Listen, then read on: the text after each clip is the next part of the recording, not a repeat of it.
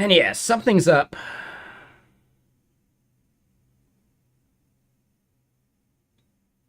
Something's up with the lighting here. I think maybe it's just because it's a sunnier day outside, but also my camera like totally reset its settings. So I'm like a bit, I don't know, it seems brighter and less sharp. Makes me seem less pale than I actually am, which is nice. I'll take that. That's a good feature. But yeah, like the shadows don't seem as like stark as they were the other day. So I don't know. We'll see. Should definitely lose some weight. Let's double chin.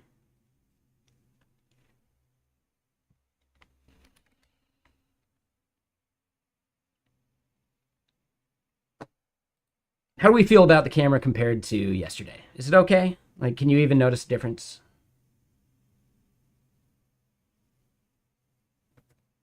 And yeah, thank you, Cake. I like the color palette too.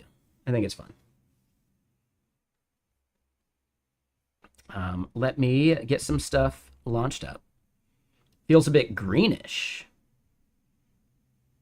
Interesting. Is that just because of the message colors? Hold on. Do I have something like? All right, here's like the white card. It feels greenish to you. It's as close as I got to a white card for white balance.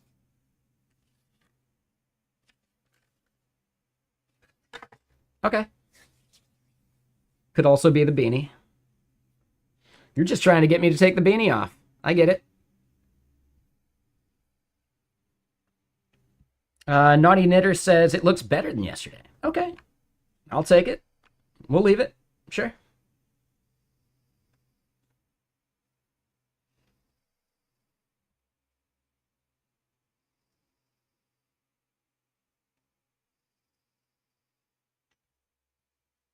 Yeah, all right. So just double checking it. So yeah, I lost power last night during the night, which means I need to restart all of these things. So Mix Phoenix server is connected there. Dashboard is bnpm dev. Surprising color shift. Yeah, I mean, it's a little too yellow in my opinion. And I am doing a little bit of color corrections. Let me just see if I don't need the color correction anymore.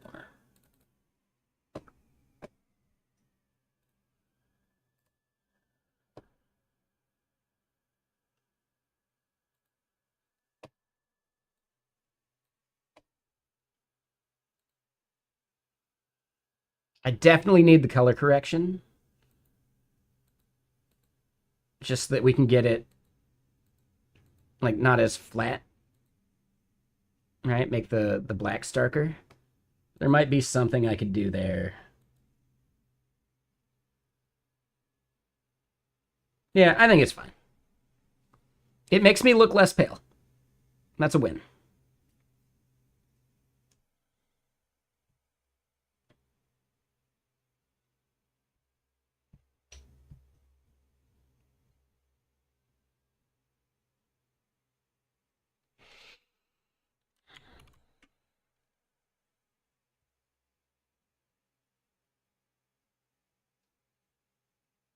Yeah, without color correction, it's too red, but it's also too flat, right? Like the dynamic range isn't high enough. Like the darks in the back aren't like black enough, and you know the whites aren't white enough. Like I don't know. So yeah, definitely like needed the separation for the dynamic range, but there's just a slight like color tint to it, which is fine. I know. I'm just conscious of it because I had to like redo all my settings at the beginning of stream today. It was like super blue. Like it was like really blue. Dabba dee dabba die. My entire world was blue.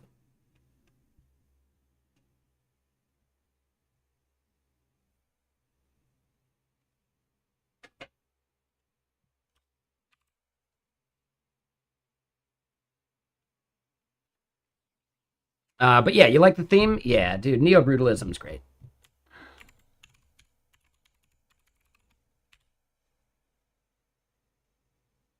Exactly. Yeah, my whole house was blue.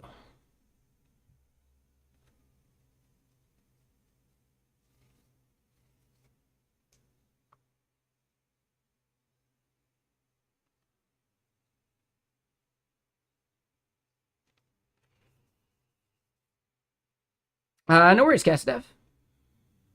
Oh, you're right. I didn't do my today command. Um, it's basically the same thing, so we're good there. But yeah, I know there are some people that depend on the Discord announcement, and doing my camera stuff. Sorry for the late announcement.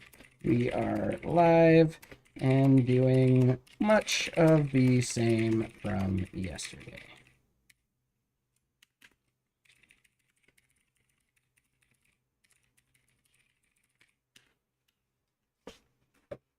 So yeah, our today command I think is fine, but I at least wanted to make sure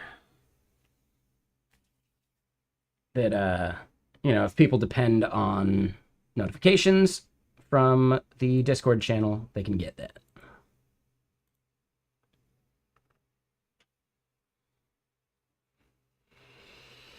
All right, so I even still remember this one. This is 385600.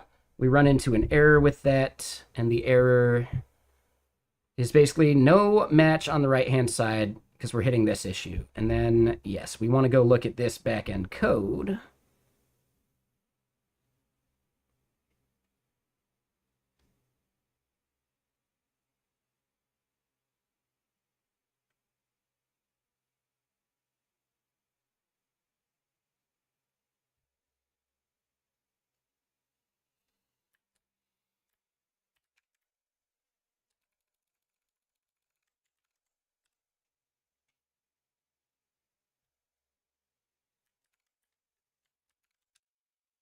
So what I want to do here is just make this the query.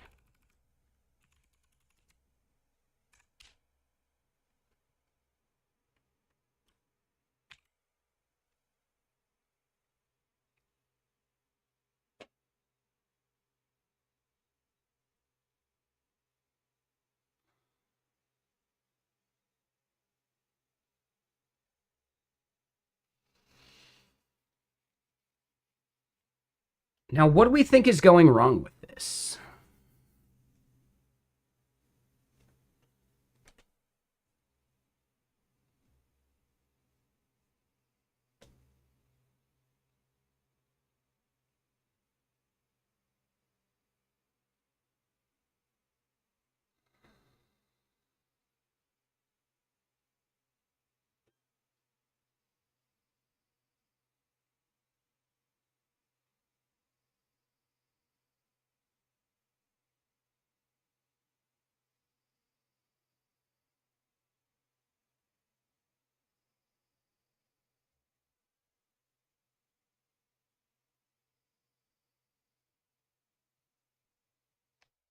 Okay, interesting. Sorry, got tagged for a work thing.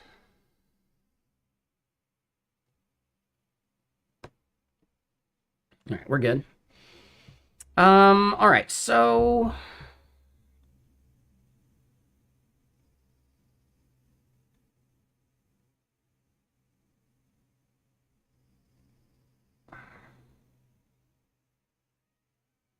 function call will not succeed.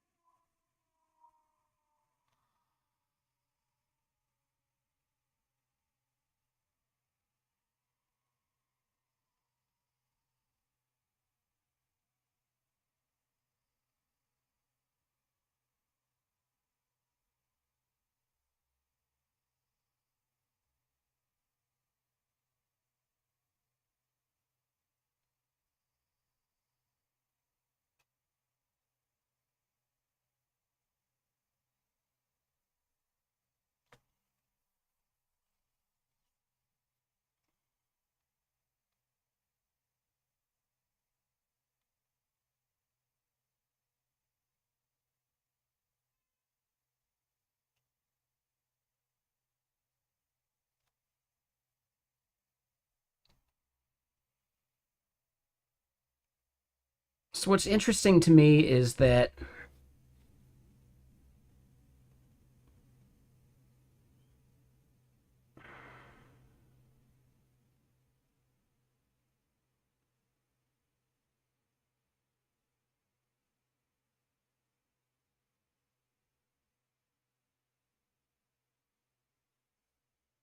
so hold on. Query with the exclamation. Let's look on hex docs here.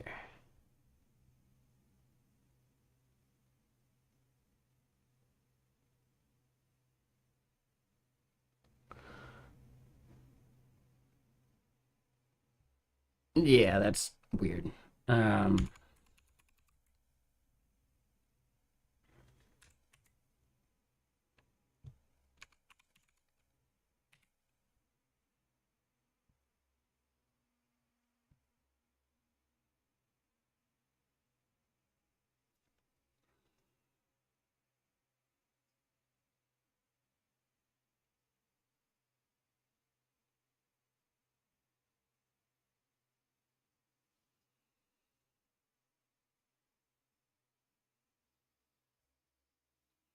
so what we end up seeing is that you can definitely just create a function that returns a query. You can repo dot all that query.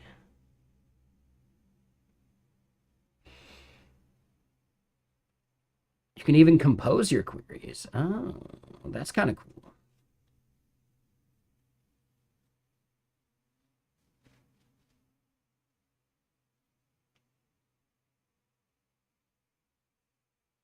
We're going to skip this song. Too slow. Get out of here.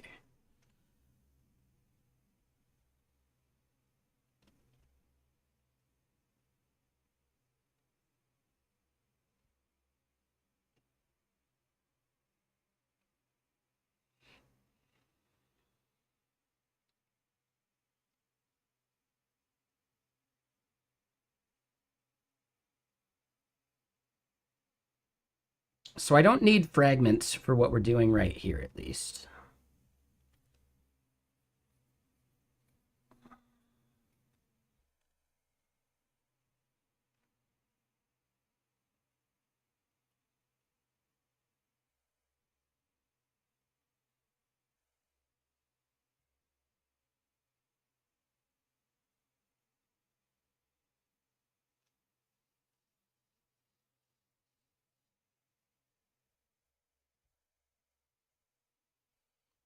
Move the front end closer. That way I don't have to swipe too many screens.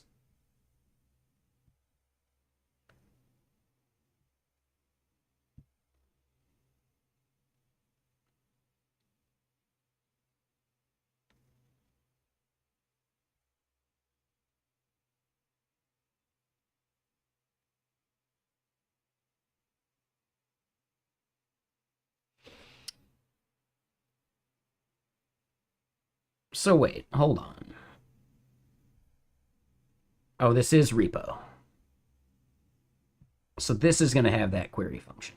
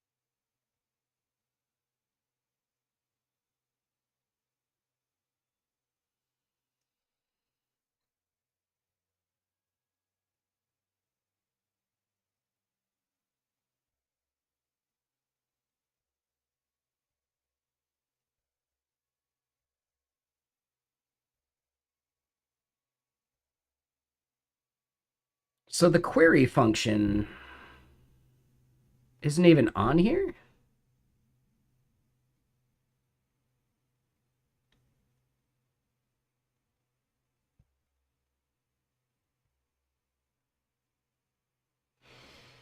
Okay, so it's ecto-SQL that does it.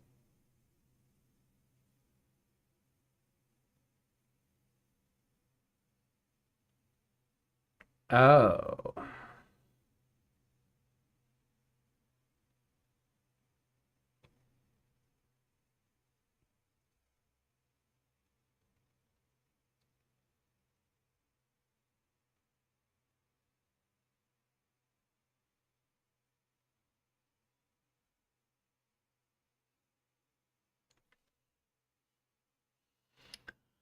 Oh, okay. So this query function is only if I want to write the SQL myself.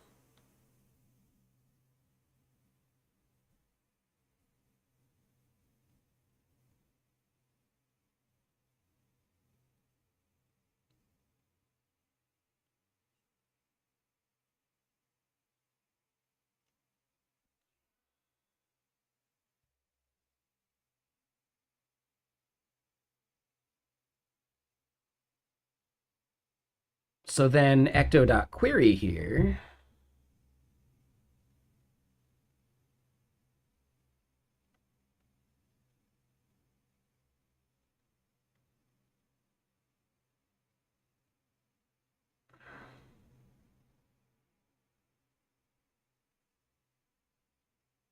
Like, is there some way to turn this into the SQL?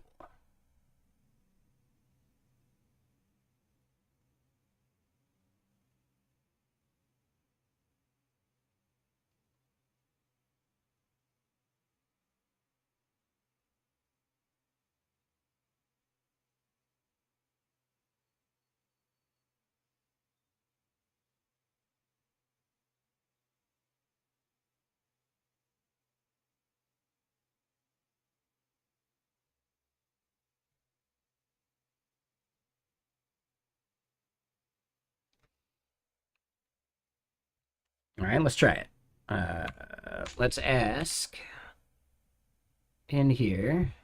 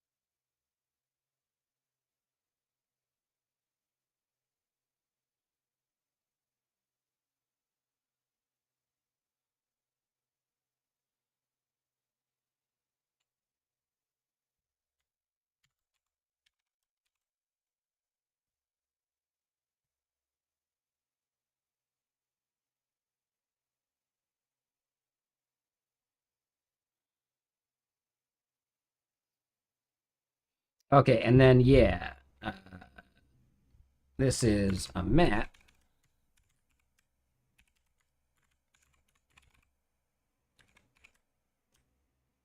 Dorama Sands, Ronald. It's even better.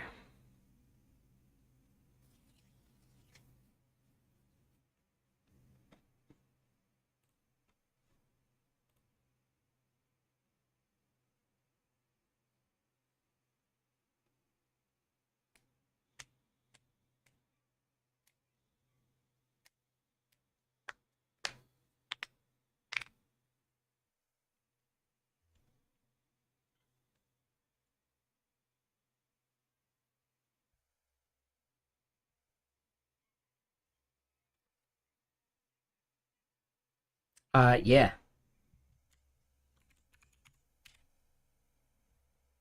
it's got ligatures, man.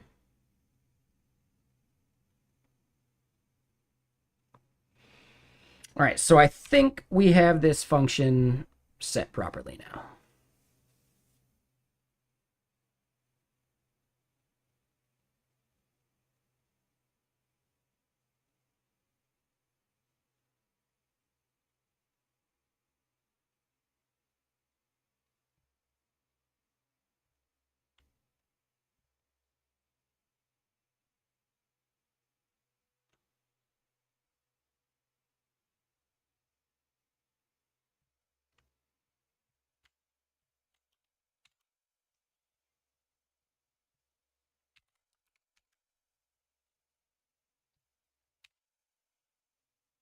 All right, so then this part is simply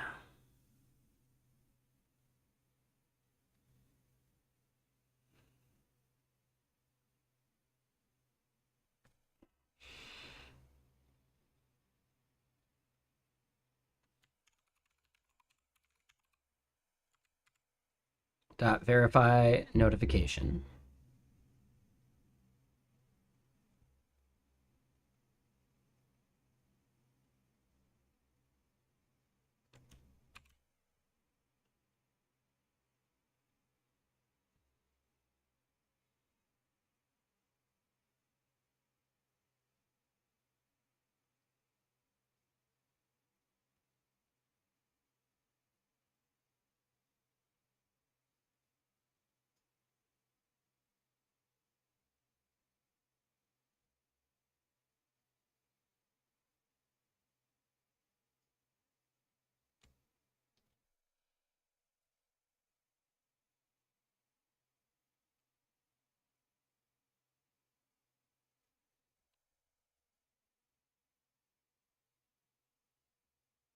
What is the result?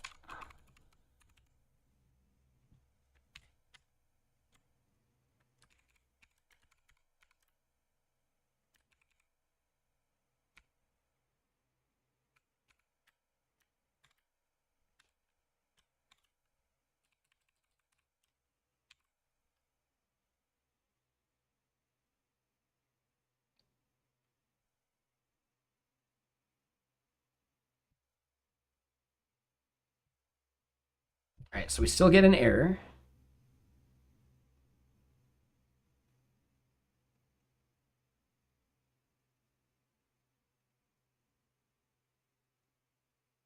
All right, let me get more music going.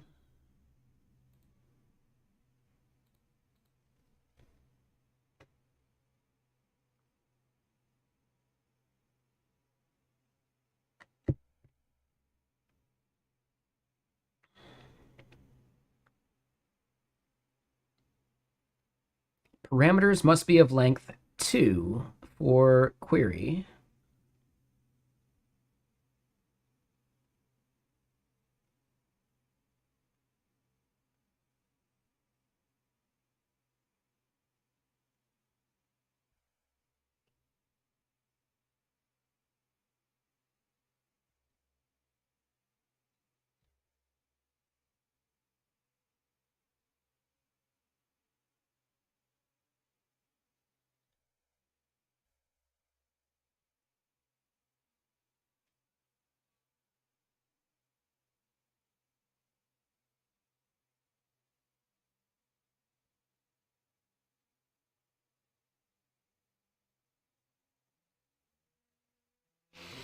Oh, I see.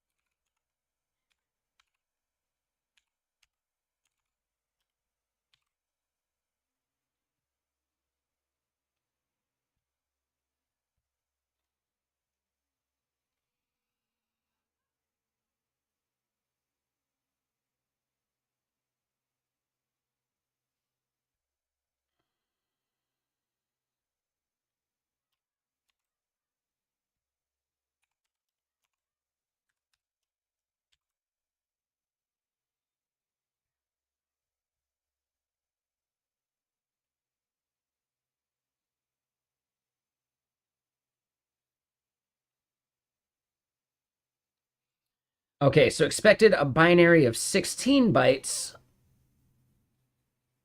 but it got this. All right, so when we're doing this manually,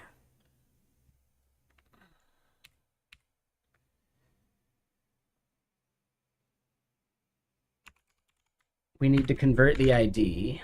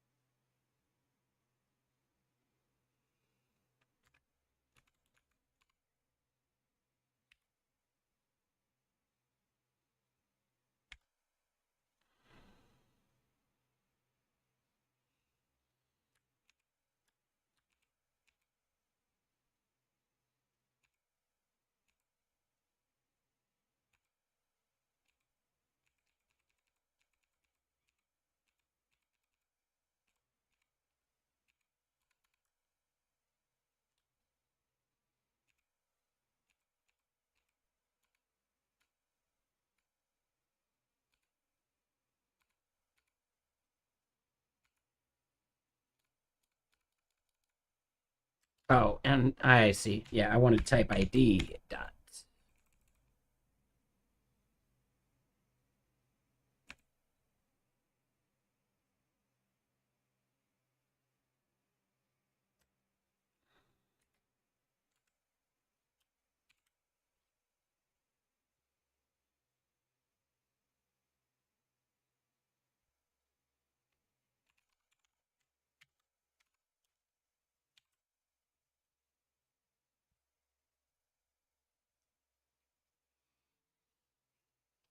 Oh, dump is undefined because I need to pass another argument.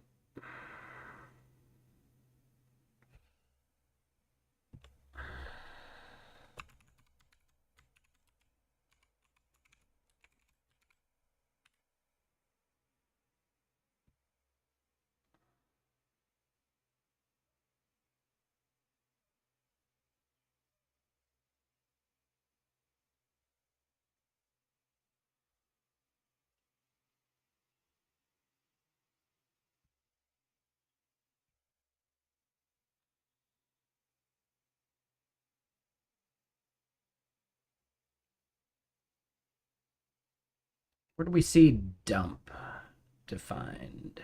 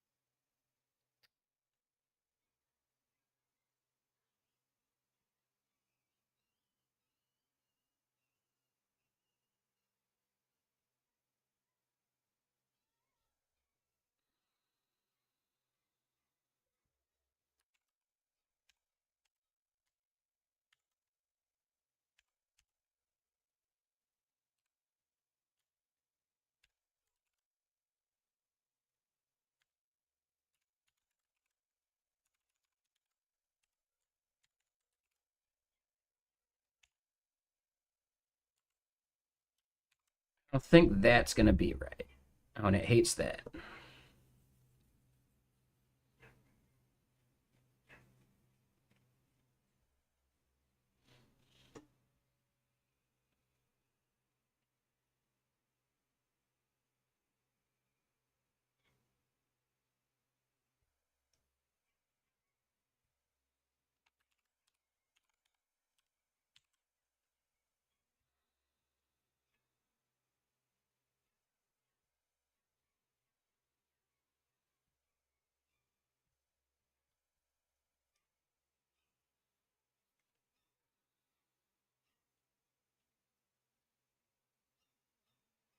Okay, so find prefix there fails because I think this just needs to be N.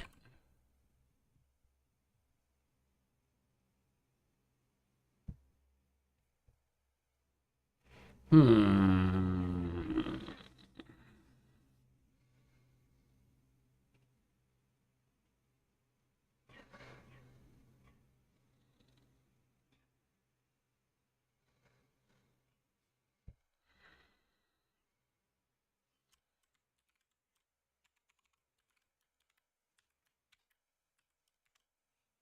All right, so instead,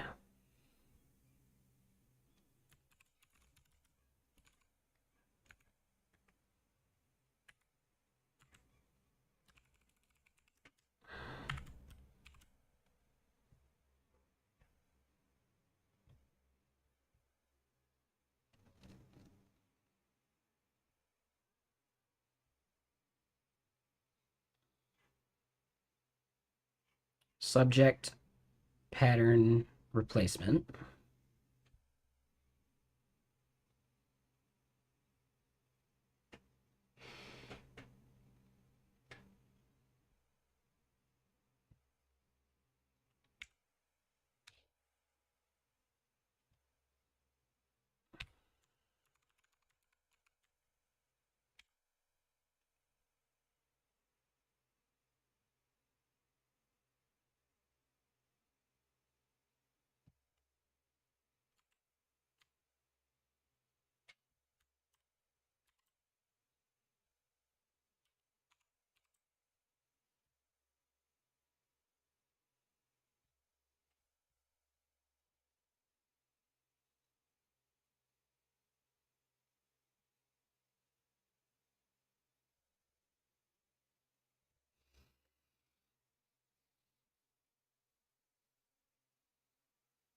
So it's expecting a binary rather than the string value.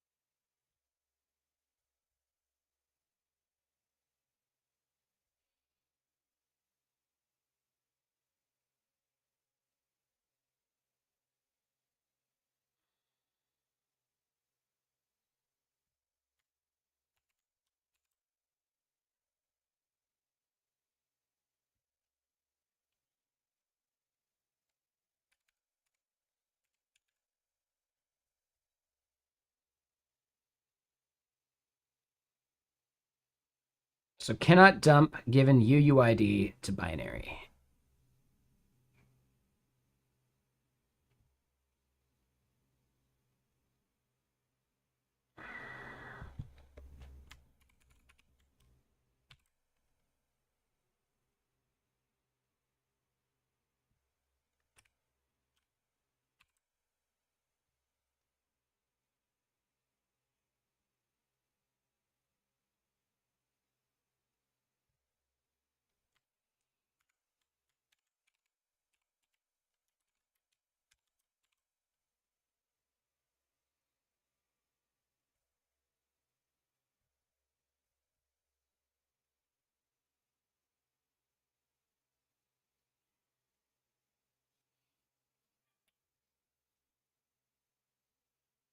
So they're saying on line 20, this is not matching because it's an error.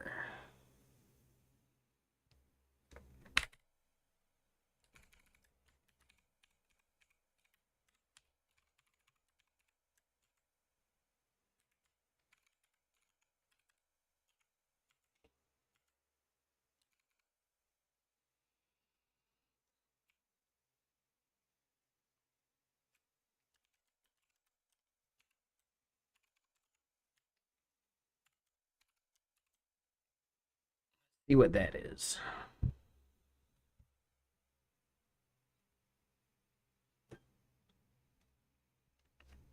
So we just see error.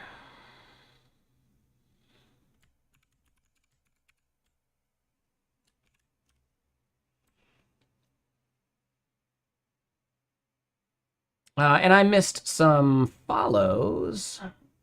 40 creps and lie exploit. Thank you for the follows. Welcome.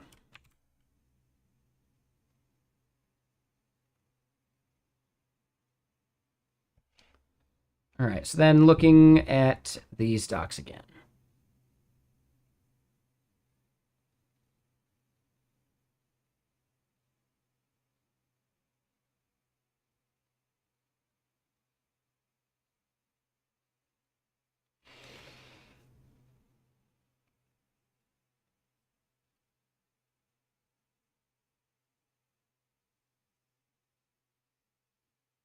Oh, you know what? I could just do typeid.uuid bytes.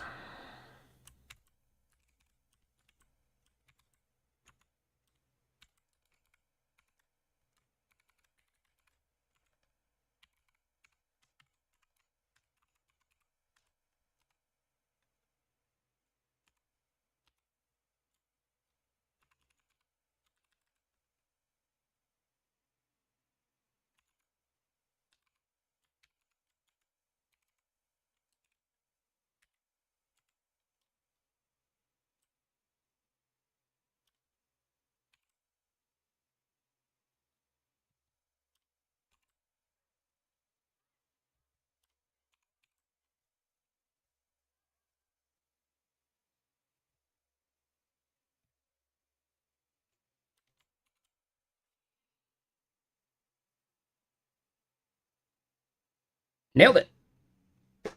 I'm going to call that good. Like a fucking glove. Woo!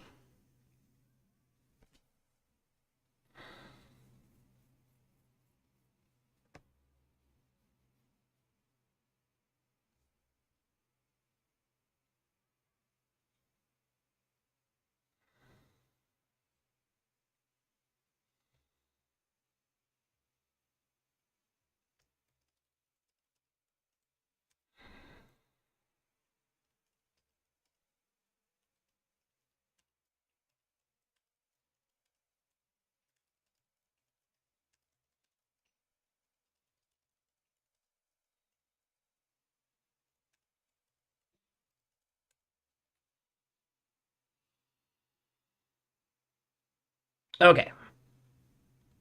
So yeah, 4 o'clock. I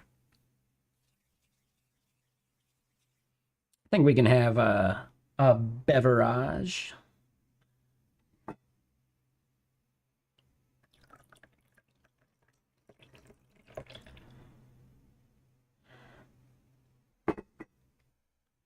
Yeah, let me. I think we got enough for just the one so far. We'll have to get another here in a bit. But yeah. Ugh, we made it work. Okay. So I want to style this verified icon better. But nailed it. We're able to do that. What I want to do then is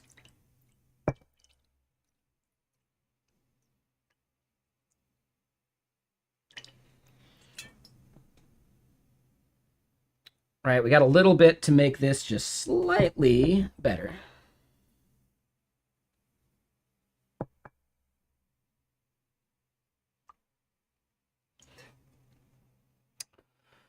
We want to style it better, and the front end should update after You've done that.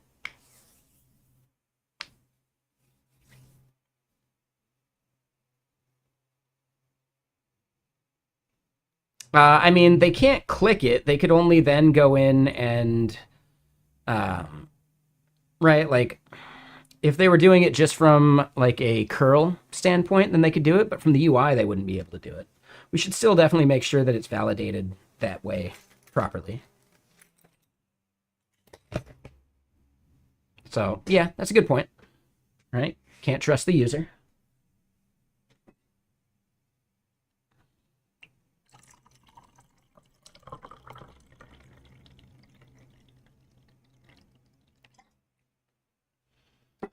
You have reached a creative funk where no game or feature feels motivating, and therefore call upon Blue Dream OG number 4 as a Hail Mary.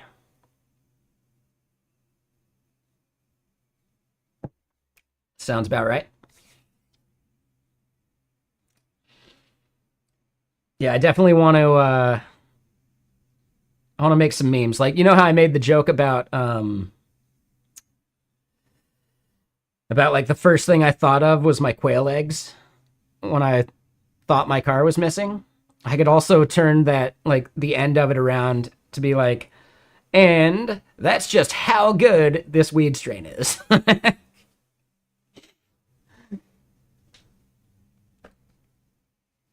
kind of want to create two like bullshitty spoofs for that.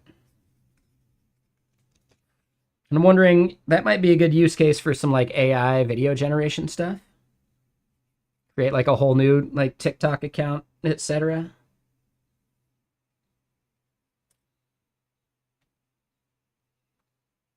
You know, not associated with my name or anything, right?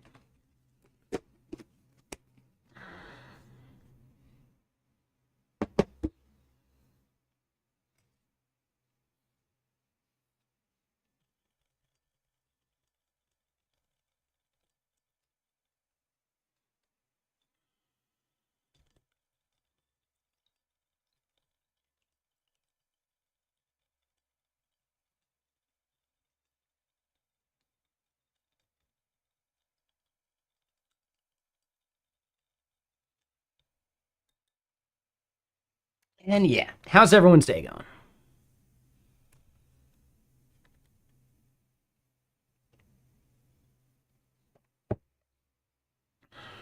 I'm excited. I got my taxes basically done. I just need to submit them. I owe 4 grand.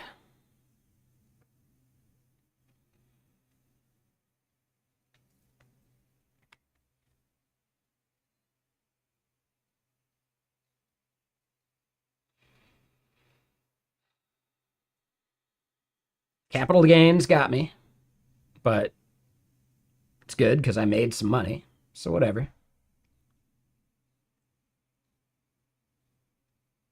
I just don't like how much of a pain it is to do Coinbase uh, stuff. Like if you do any like staking, you're gonna have hundreds of like events in your log or whatever, right? Which is super annoying.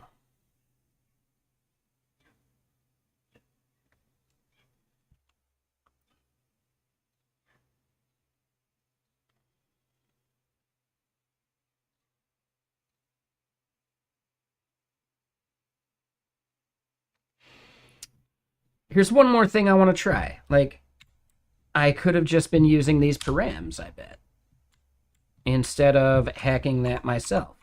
So now I want to test that. Like, maybe I could have just done params directly. So now let's just verify the next one.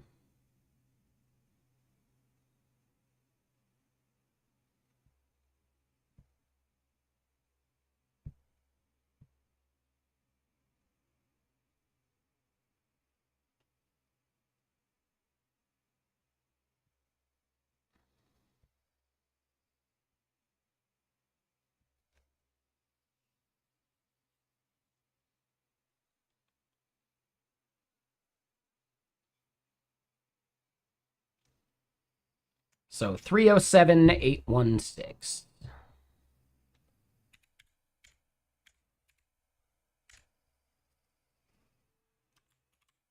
So that would have been way easier. Yeah, I didn't even need to do that conversion.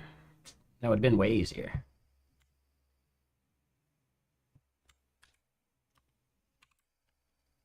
All right, cool.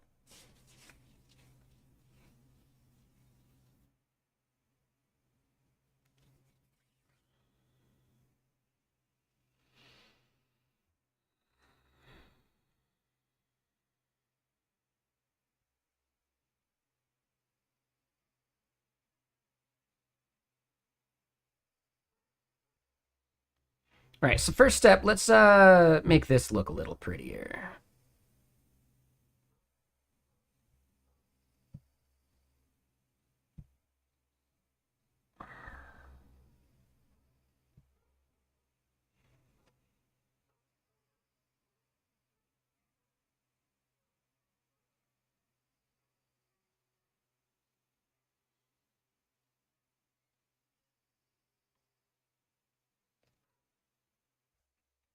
So we're doing disabled on that button.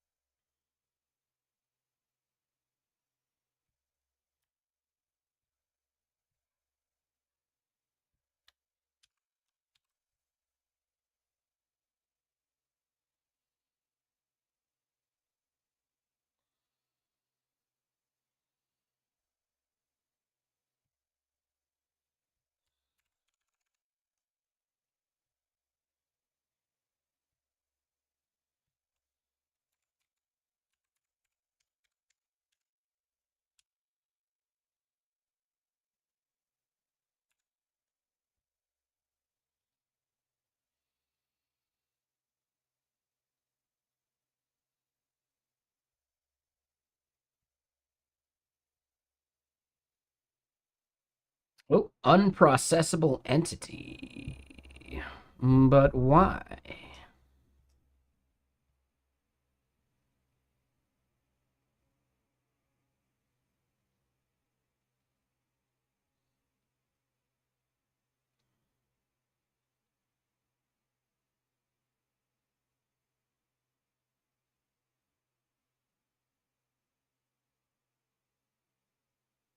Hmm.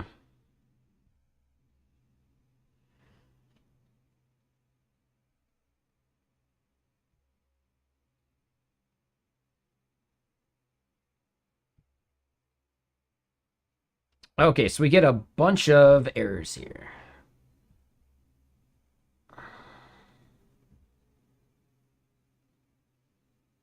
Failed to cast value. Failed to cast value. Missing field type.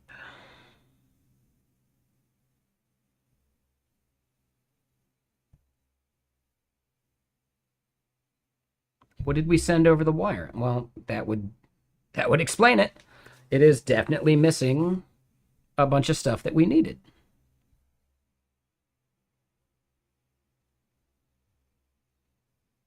That totally explains it.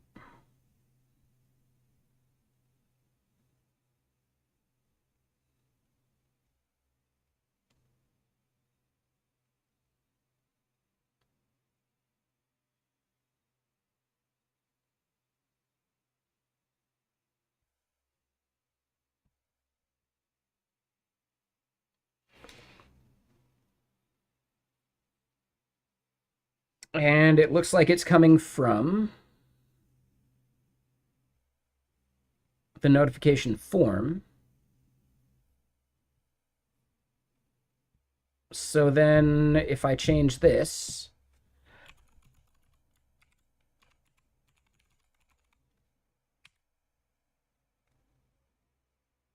oh, that one breaks on us too?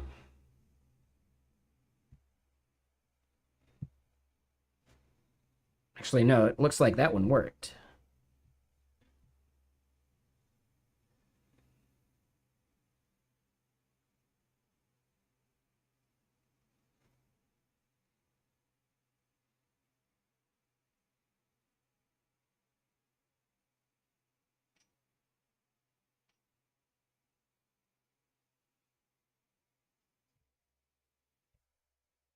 Okay, so we've got some issues inside of our notification.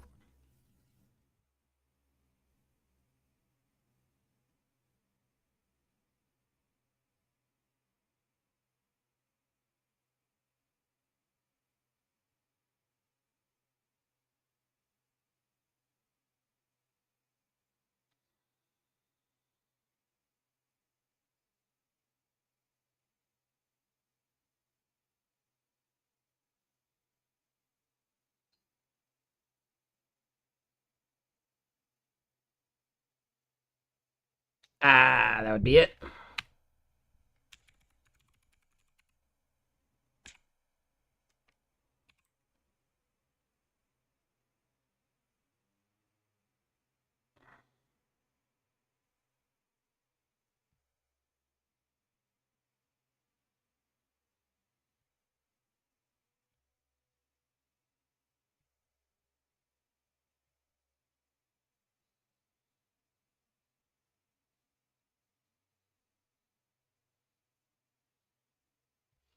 Ah.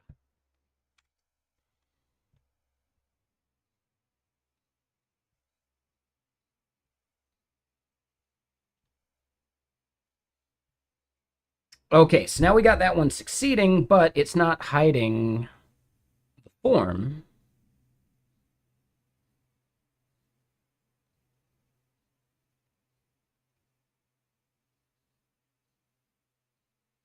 Which it should.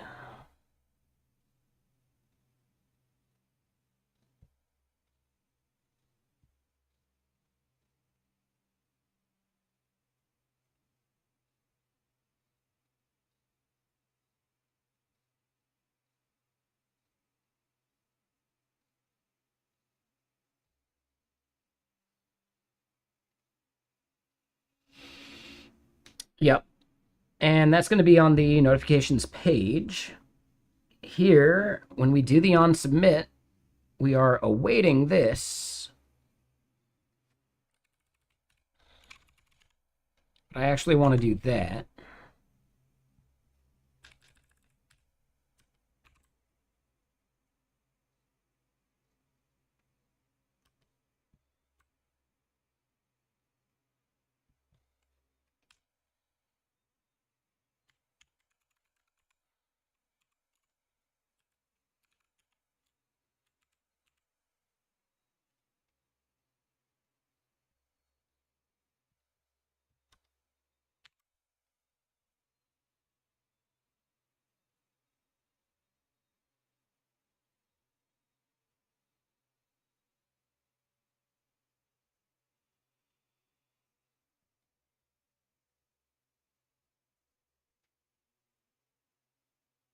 Then here, oh,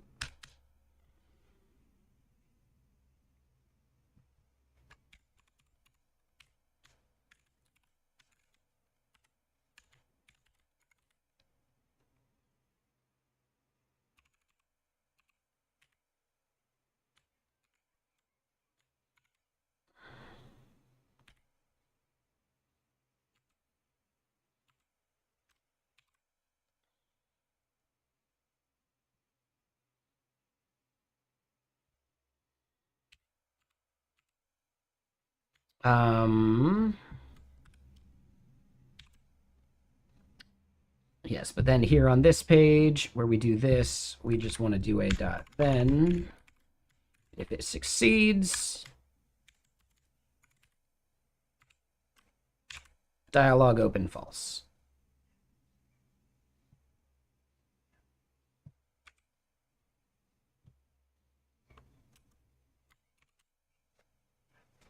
Okay, cool. And then what we want to do is hold on.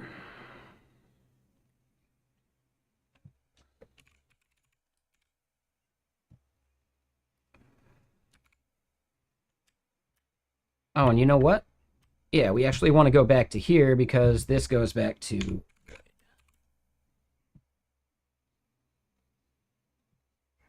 because we don't care about the return from there. Yep. So the net is fine there. Here on this page, we do still want result.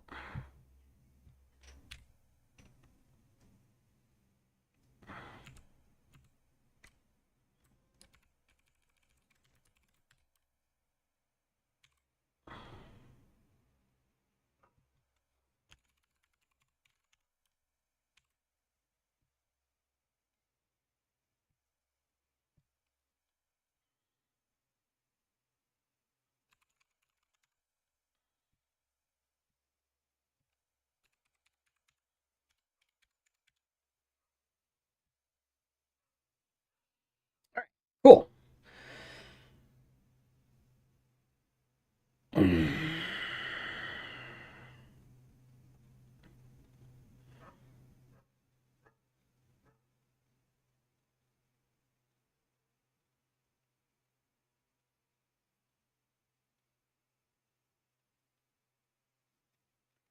So we'll make that button be clickable for not verified.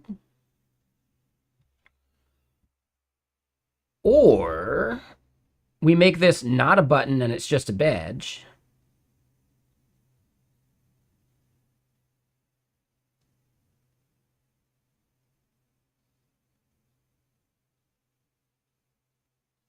And then we just have like the verify in the dropdown. I think that might be a decent user experience.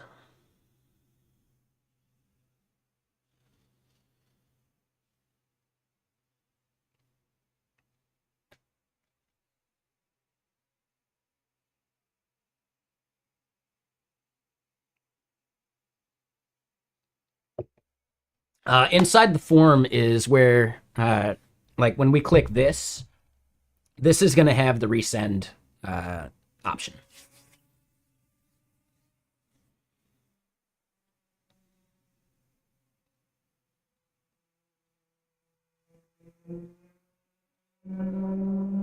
Yeah.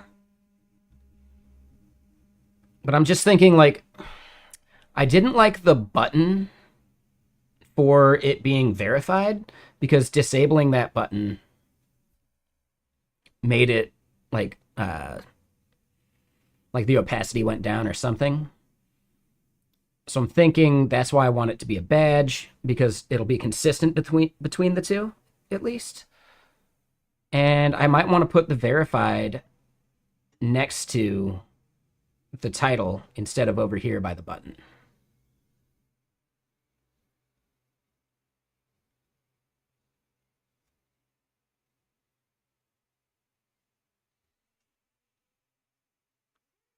Because then at the size of a badge, it makes sense, right?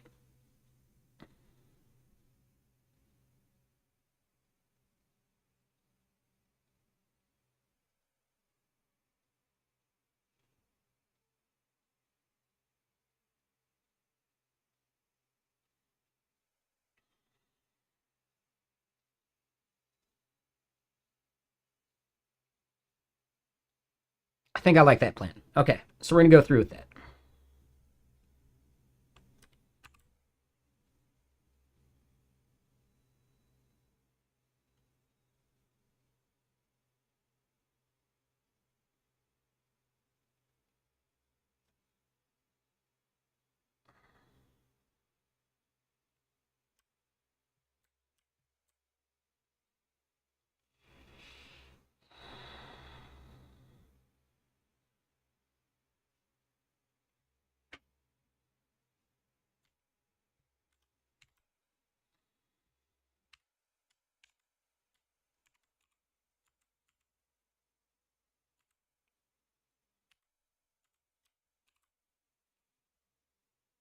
However, yeah, these two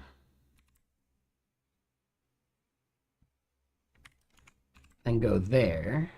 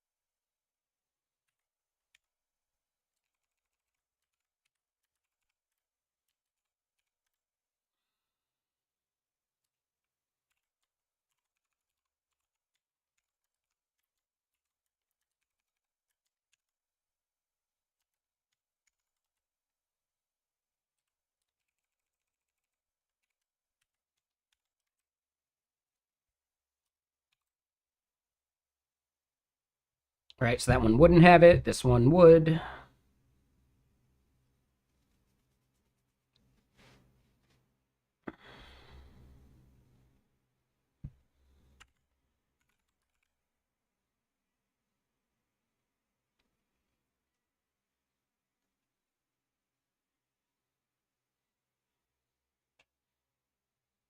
Hmm.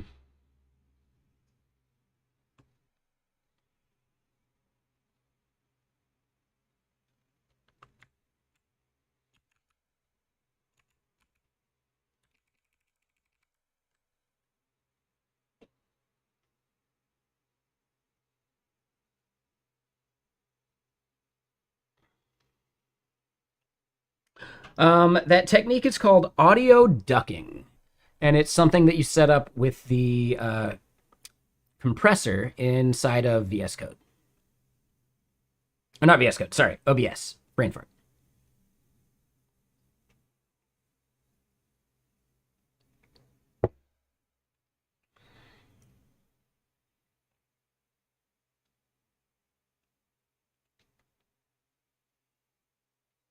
Hey, what's up, Graham? How you doing, Mr. Sir?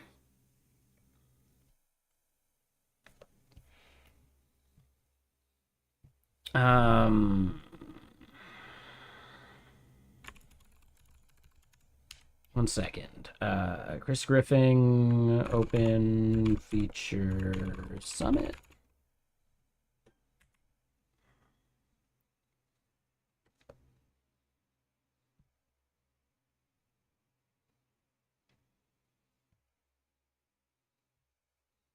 Hey, if you're curious, I gave a talk at KubeCon at the Open Feature Summit, like section of it, and I referenced your algorithm for the hashing algorithm stuff.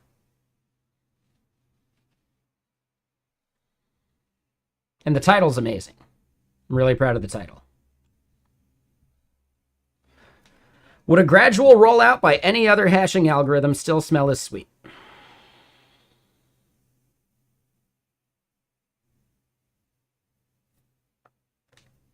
That's a really good title, right? I'm really proud of that one.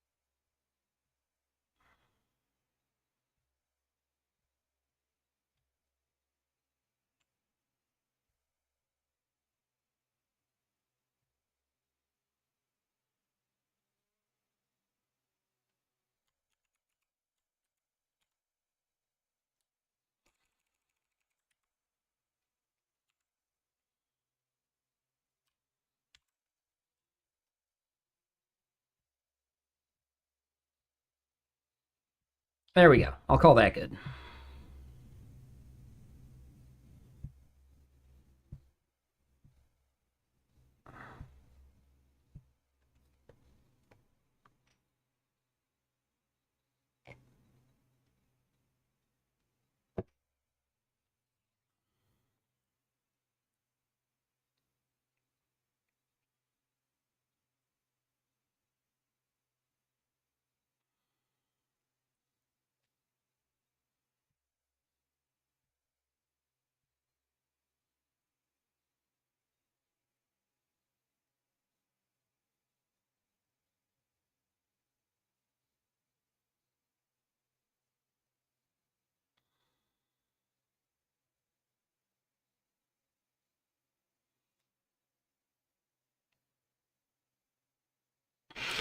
Right. Oh, thanks. Yeah. Yeah, it was just fun to noodle on. What I'm actually like really like chuffed about is that I gave a talk, right? Like I gave that talk remotely, like pre-recorded and all that for JS Nation or whatever, right? But I was able to like present and talk about OPFS and like running SQL in the browser and like all that stuff. And I beat Ben Holmes making content about that by easily 6 months. Technically a year if you consider when I gave the Seattle JS meetup version of the talk. So it's kind of nice just to like find something before Ben Holmes got his grubby mitts on it. Kidding. Like, no, he's a good dude. He's just always like on the forefront of things, so it's nice to find something before him.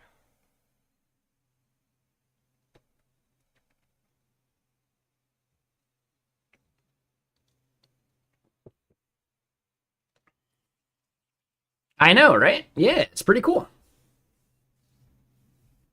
And what's up, Saber? How you doing? Humans.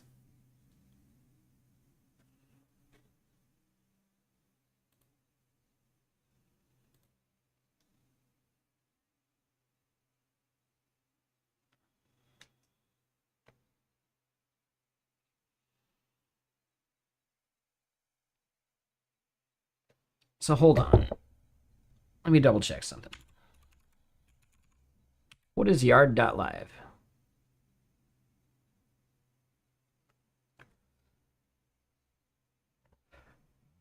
Oh, that's right.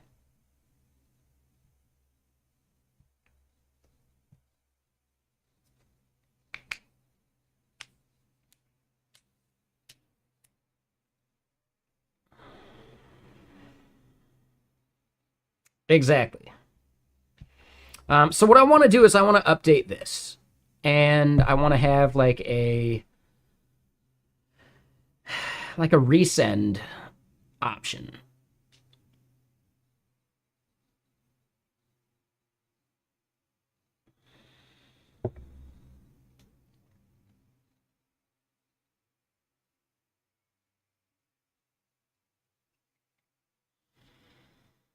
Like we want to make sure that we're preventing abuse.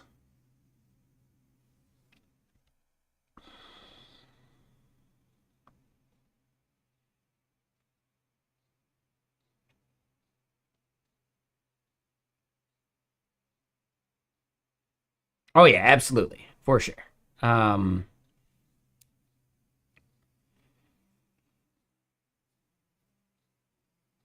like the verification code generated at timestamp is something we'll still want to like use and show on the front end. But we also want to have like a maximum amount of resends as well. So that's going to end up being like its own separate like table.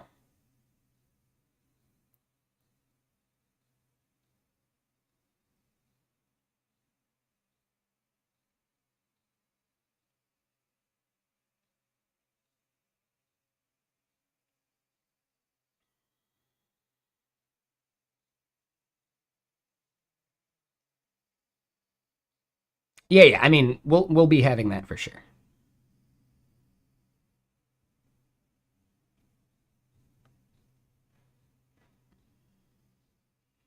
So yeah, we'll make sure we maintain like a resend count and a resend at or resent at. But it's going to be its own separate table.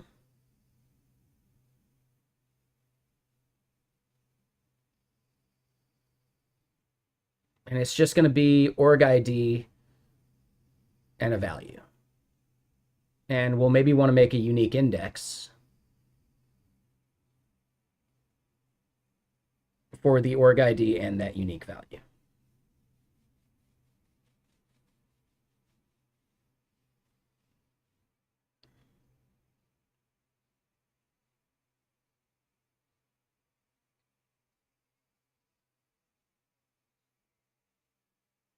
Not at the moment.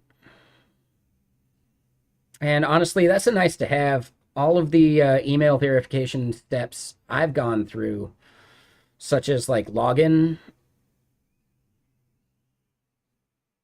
like magic links that way. Well, no, I guess magic, I don't know. It depends. I've run into a bunch of different services where you just have to copy and paste it.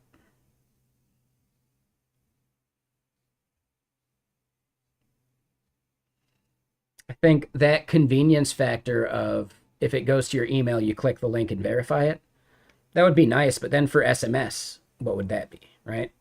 So I'd rather think through the problem rather than ship something hastily. Because for SMS, it's going to be the same idea. I don't think I want a link for this part. Just might be an accessibility issue. Why is that?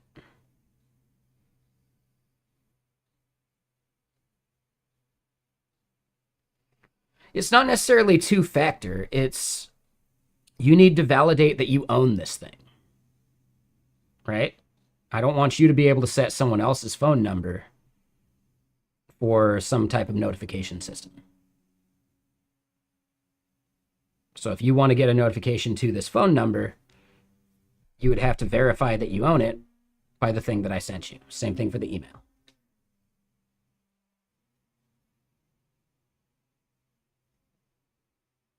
Yeah, it works for both. We have one email notification as an option or phone as an option too. But either way, all you're doing is verifying that you own it.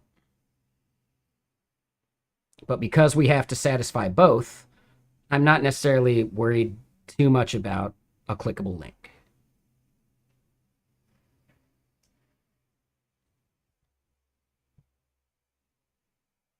So Graham, basically, you're going to have keywords you want to listen to from Blue Sky. You're going to assign notification types to them. Right now, we're just doing email and SMS. You then need to make sure that you have notifications set for those, such as the email you want to receive at or the phone number you want to receive at. You have to verify ownership of these things to actually make them work. I don't think there's any accessibility concerns because a screen reader will be able to read, verified or not. When you click into the things that are unverified, you'll click this, and I just need to change the text explaining what you need to click into. Now, I probably need to add a label to describe this input field, right? There's some stuff there, but I don't see how the accessibility of this would be a problem, besides the label part.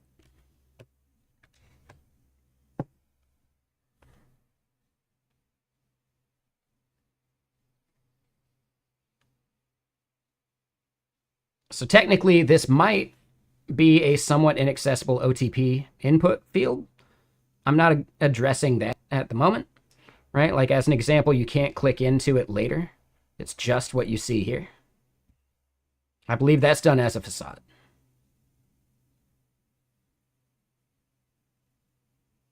It was more memory or copy pasting from an email. Yeah, I need to do SMS as well. So it's not really necessary to solve both of them at the moment until we want to think about another way. And we can do that. But yeah, it's not my concern at the moment.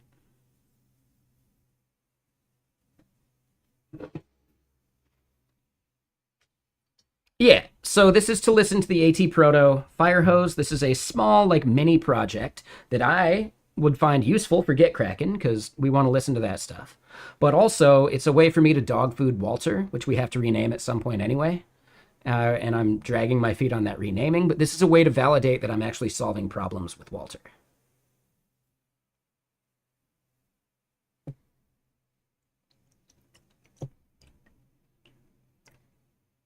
The current name I'm thinking is Quotani. That might be the name that we switch Walter to. I've got like 5 or 6 others. Quotani works so far. I haven't pulled the trigger. I own the domain, but I don't know. Walter is like the balance and quota management thing. You were here while we were working on it at some point, right? Maybe not.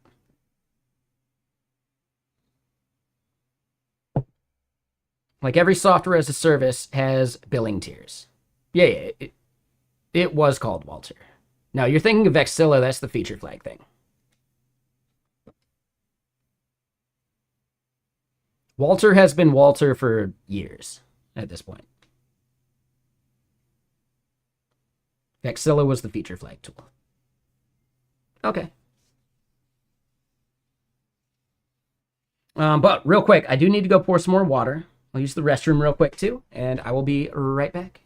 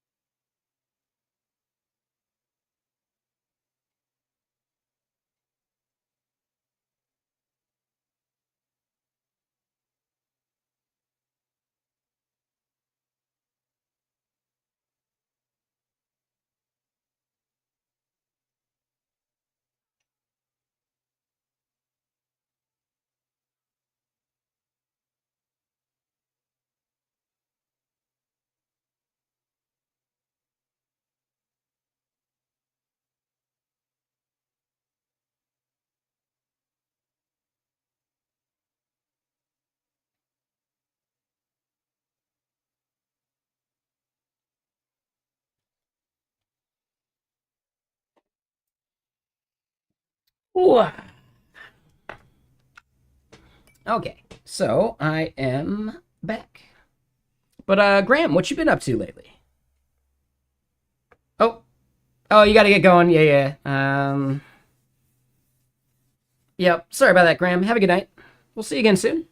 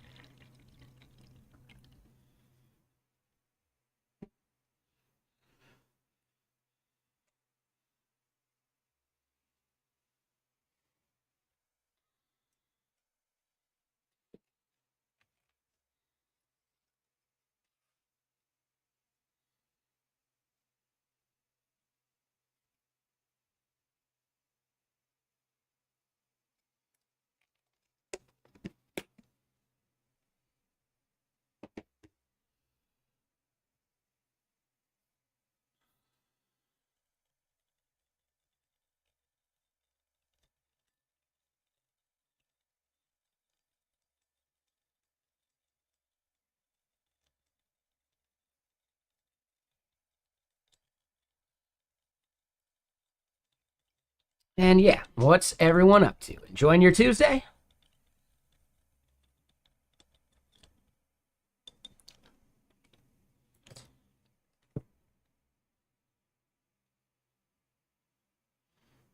Let me just do one thing here.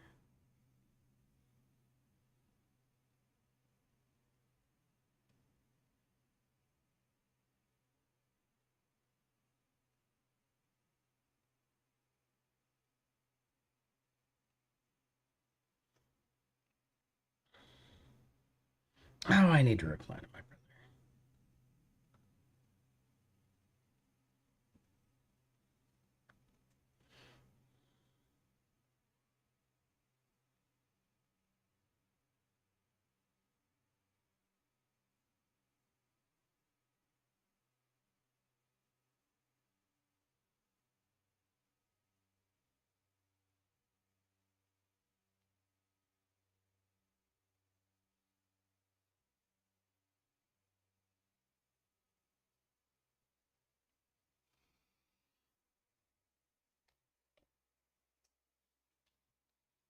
brother. Watching me for inspiration?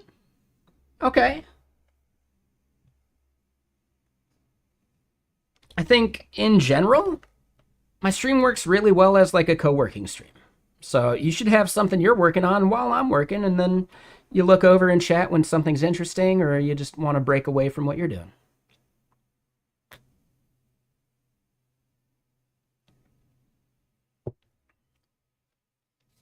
Yeah, thanks, Graham. Oh, I'm glad you watched it. Thank you. You do that, but inspiration as well. Oh, I'll take it. Thanks.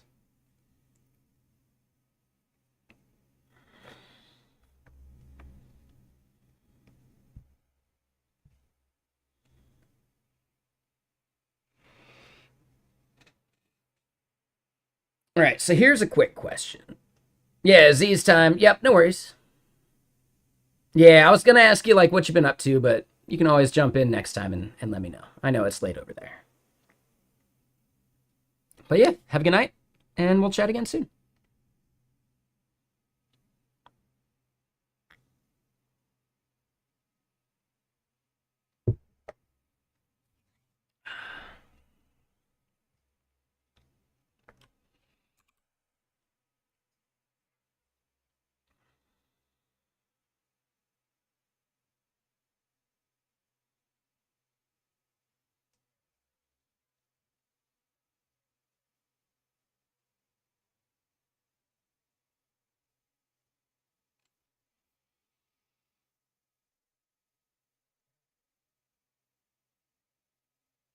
Oh, that sounds cool, Graham.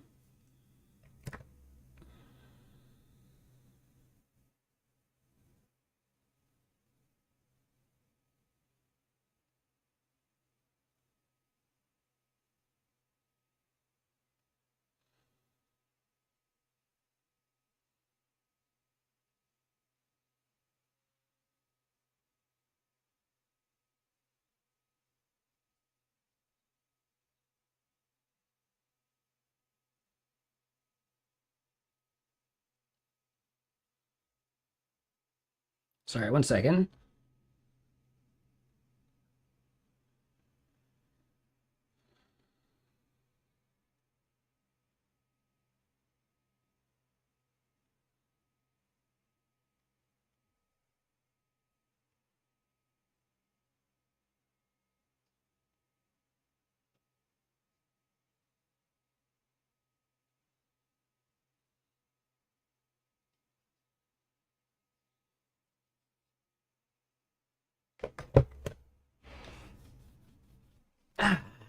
But yeah, good night, Graham. Have a good night. We'll see you again soon. So that's called neo-brutalism.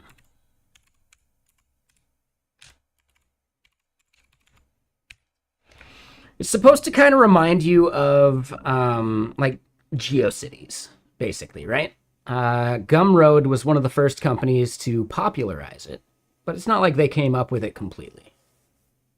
But they were definitely like one of the first, for sure. I wasn't aware of that until I was corrected about it.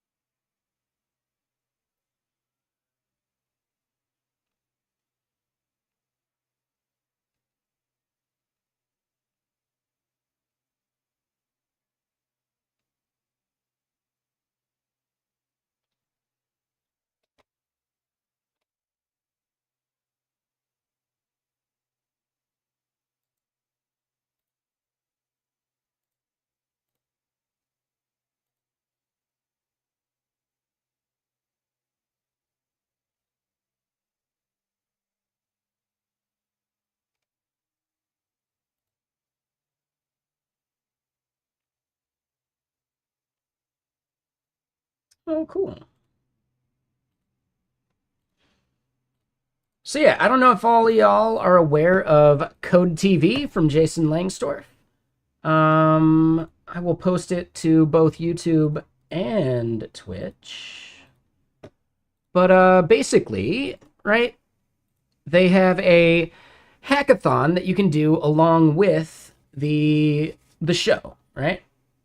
The web dev challenge. I like the idea that it's like two people working together instead of just one person hammering it out. I think that's awesome. But yeah, like you can actually code along at home and submit your own project, and the first 5 qualifying projects get to pick something up to $150 value from Ugmonk, Drop, or Cocoon. So could be cool. Could be a way to get you one of those nice, sweet keycap sets from Drop.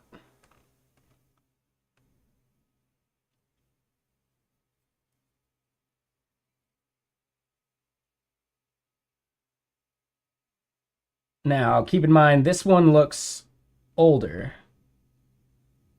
I wonder if he has like a different link.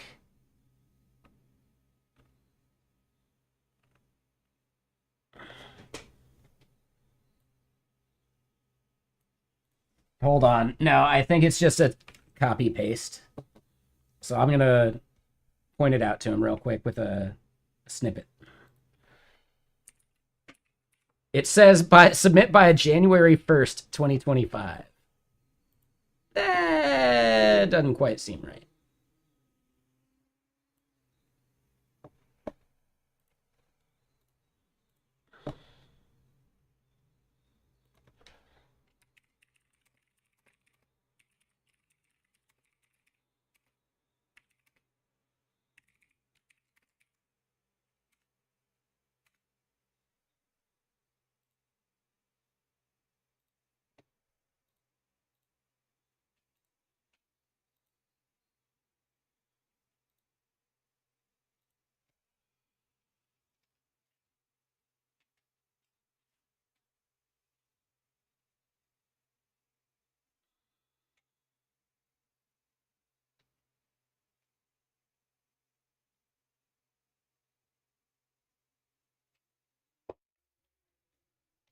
But still pretty cool.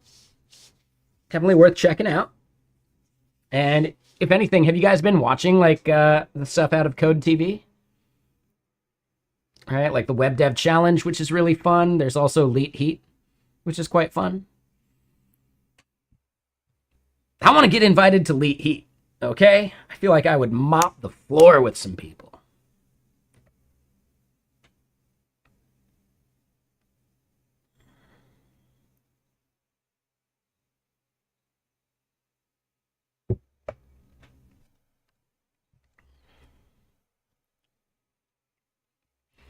Oh, really? Yeah, no, Elite Heat's really good.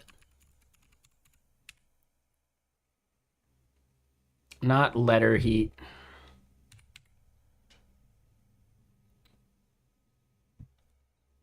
Yeah, here's all the episodes. Yeah, super cool. Someone from the community even mentioned that they were like going on as a guest. I'm not sure which guest they were. If I had to guess, it's maybe Jeremy or Vincent.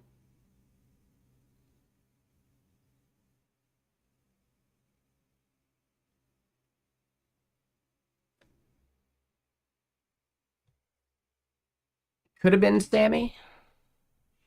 But yeah, no, it's good fun. Like, it's like they mixed hot ones with just answering like coding trivia, which is fun.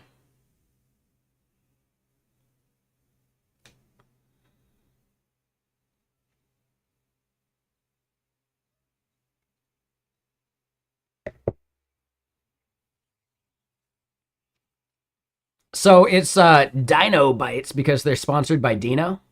Dino Bites, technically.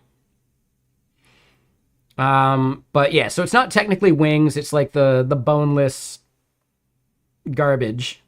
But it's like if you get an answer wrong, you have to eat like a spicy like chunk of Dino nugget, right? And the heat of the spice goes up every time you're wrong. There's also like as a category dies, and there's like one category that's always like, oh, you hit it, now you got to eat a wing. Like so, as the categories die, then they put up the heat, and if you land on it by spinning the wheel, you got to eat. So yeah, I don't know. It's kind of fun. I know you'd be conflicted. You'd be getting answers wrong on purpose. I get it. I get it. So to do that, you could aim for the leet heat like tile, and then after you've done that, I believe they let you pick a category. So you could aim for that every time.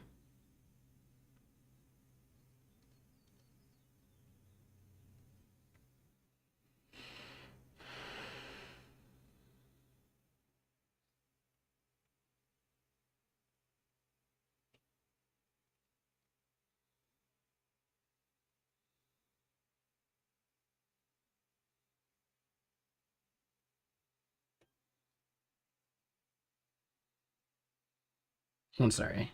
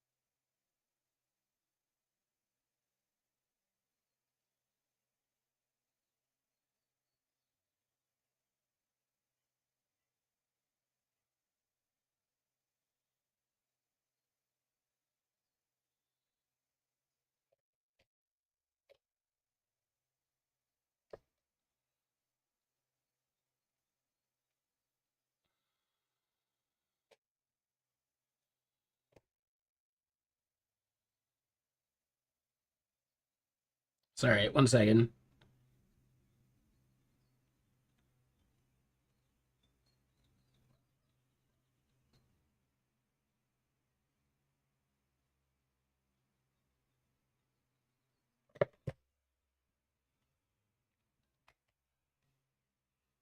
Anyone here ever done CDs, right? Like the investment vehicle, not like CDs like music listening? I fucking hate mine.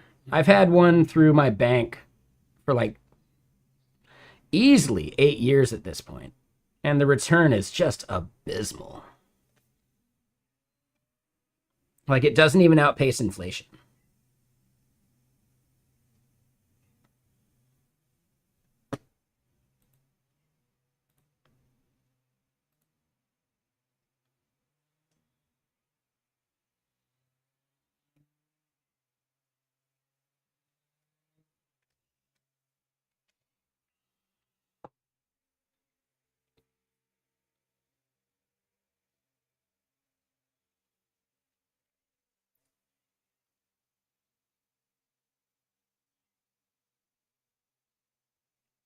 Exactly, malware. Yep. Yeah, CDs are bad.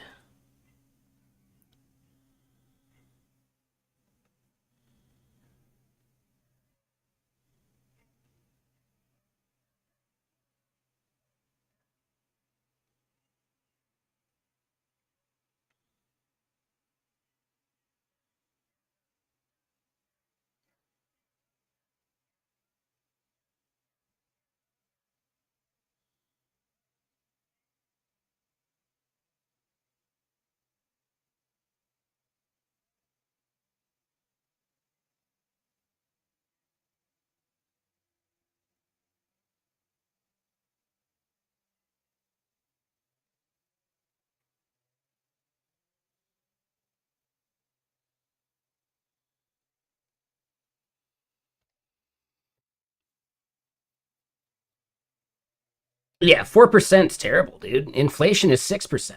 So money in a CD is you're losing 2% of your value every year. And that's inflation in a good year, even, you know?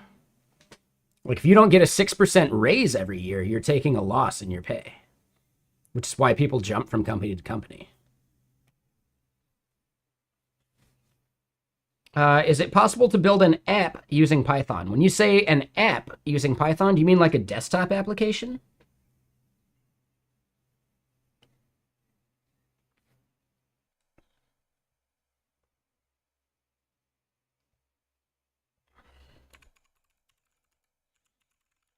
Honestly, Rylands, you could probably Google it.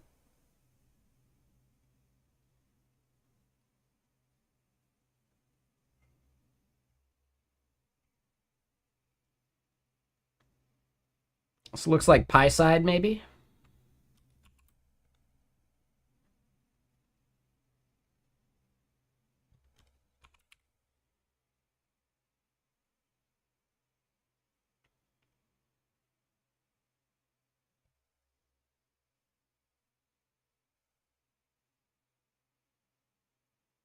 PySide 6 might be the move.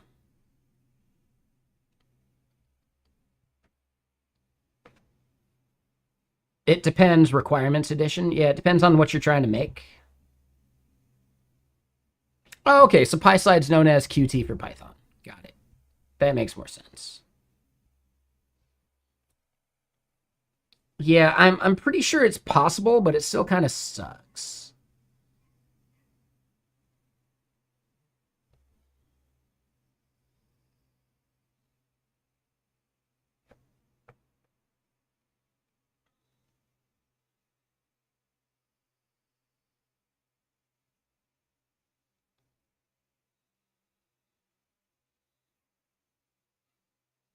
Let me get more music going.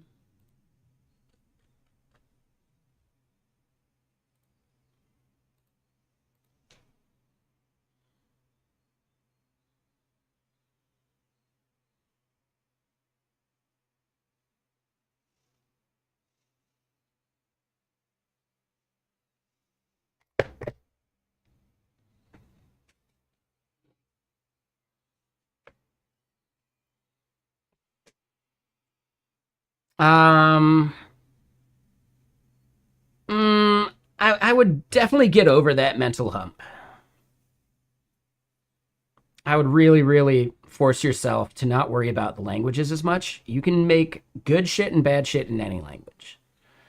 You should get to the point where learning a new platform is easy, right? Learning a new language and framework and blah, blah, blah. That's a skill you need anyway.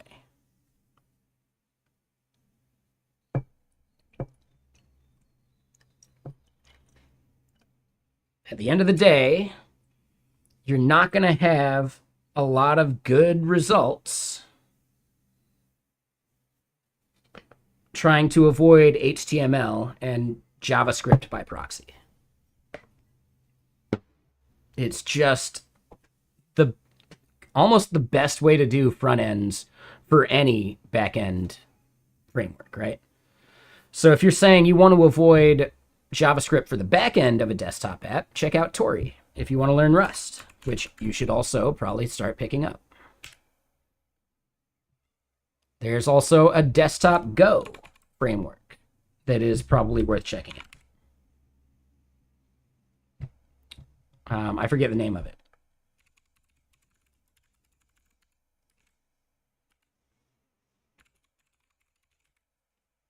Wales, right?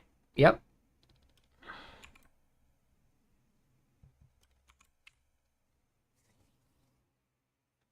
I would just really, really push you to get over your anti-JS bias because building the front end for those things is still going to end up using whatever framework for interactivity because state management for the front end is tricky.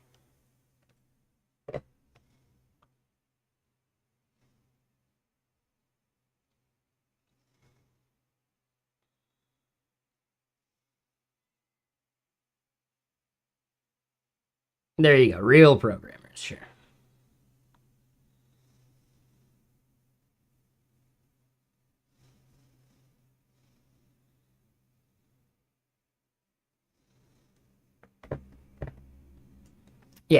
You know, Emacs has that.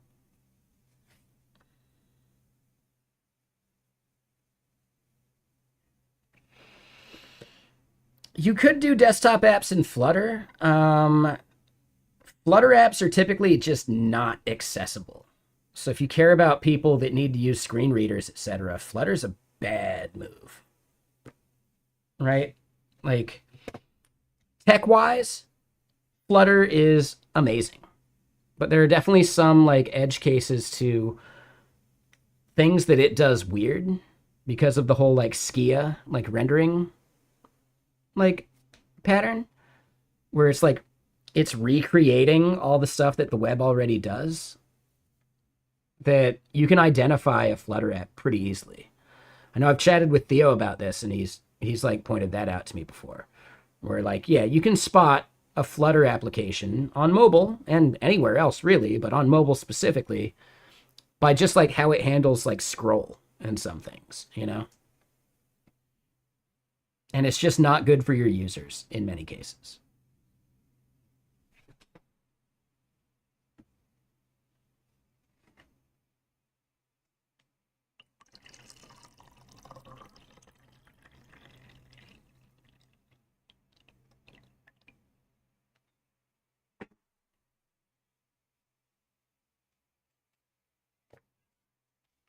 But, you know, yeah, Flutter is still an option. It's just, it's not going to do some things as well as others, but that's just the nature of dev in general. Everything is, uh, trade offs.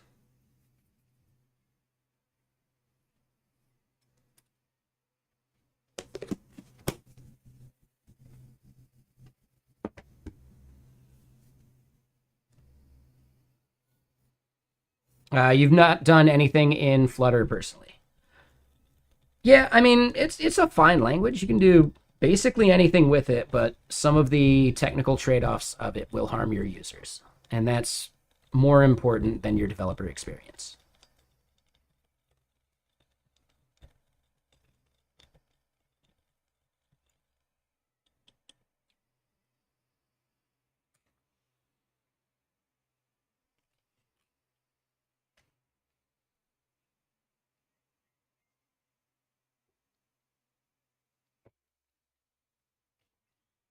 Got it. Interesting, Lightspeed.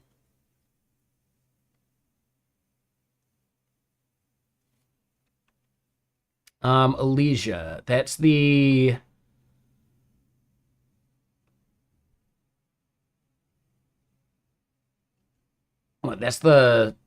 Cloudflare Workers framework.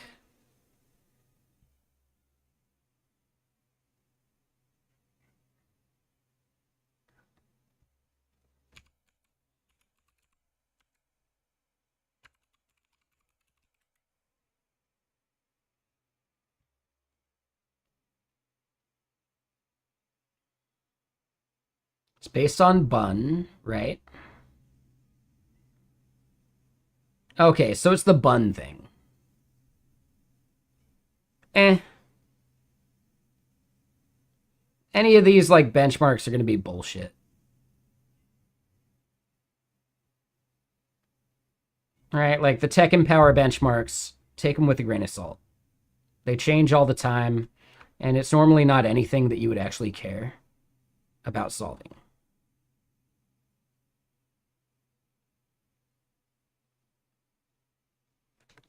Developer experience as a prerequisite to making a great user experience. I disagree because a good developer experience doesn't dictate a great UX. Like, look at how bad GitHub's interface is and some of the BS they do. And that's a full like Rails app that focuses purely on developer experience, right? So yeah, I don't think those two are conflated whatsoever.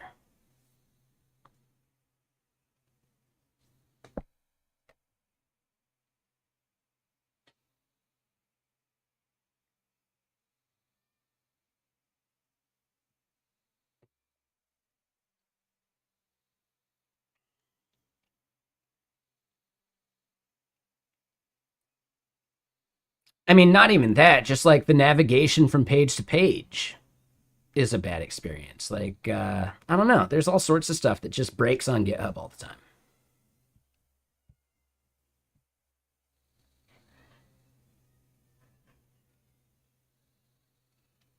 That's fine, but they're not the same, and I wouldn't consider it even necessarily a barrier.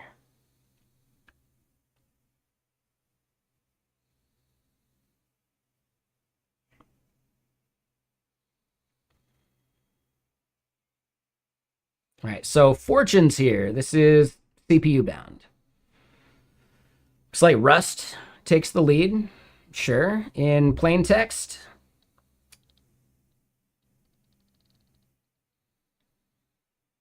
Go wins. Then Rust, then C Sharp that no one would have predicted. And then V, then Java, then Rust, C++. Just JS ends up being pretty damn fast.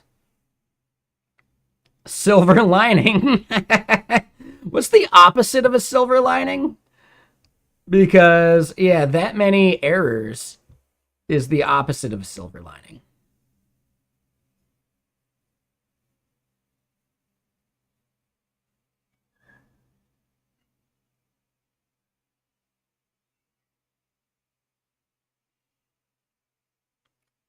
What about multiple queries, right? This is more a benchmark of the Thundercloud. There you go. Yeah, this is more a benchmark of your database driver than the framework itself. But we do see Rust way up there at the top. Kind of interesting.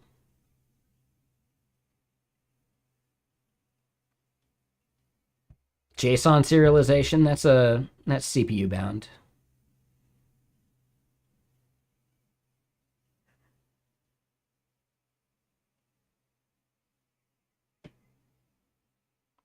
Yeah, like, I don't know. There's just a lot of junk, and working, like, building around these, making your decisions based on these, it's kind of BS. So yeah, Elixir seems cool. It's the bun framework. Seems nifty.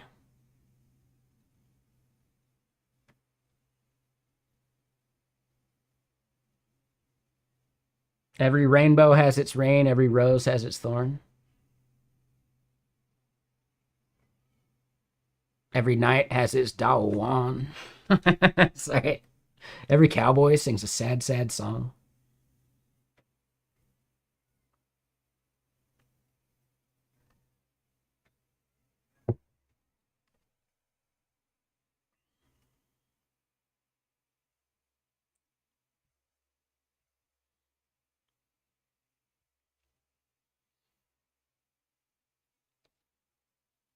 Yeah, no, Alicia does seem cool. If you want to use it, use it. Like, just don't let benchmarks be your deciding factor.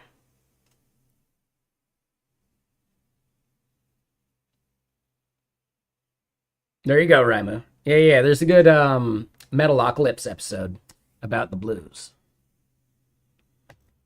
You know, your wife left you and your dog dies, and then that's the blues.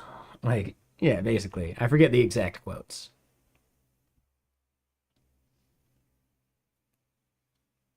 Oh, that's metal. No, man, that's the blues.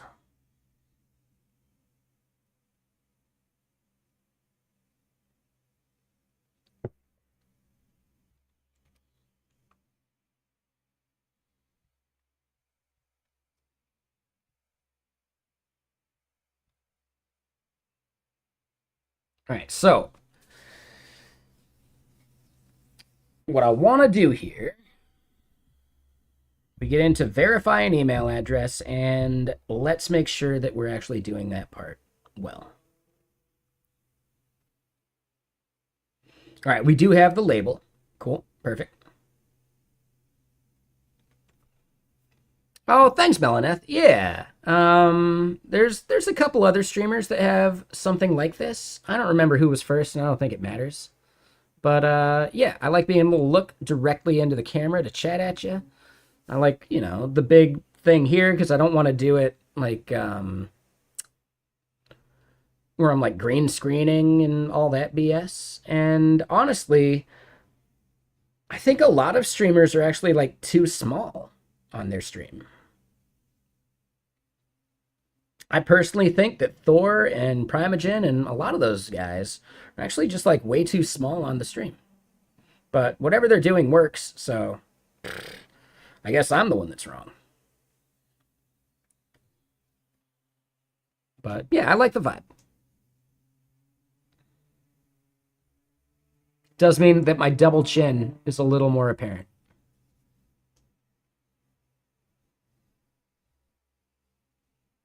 To fix that, I should just lose some weight.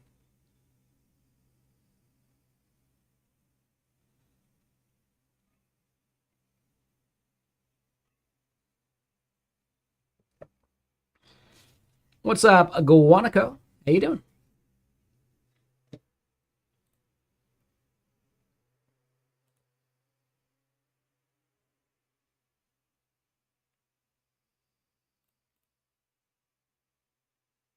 Oh, I see. It was a short stream from Theo today, huh? So we're seeing a bunch of y'all show up because he just finished, right? That is a short stream from him, though. I feel like 4 hours is like really fast. Unless I just misread the announcement. He was live today, right?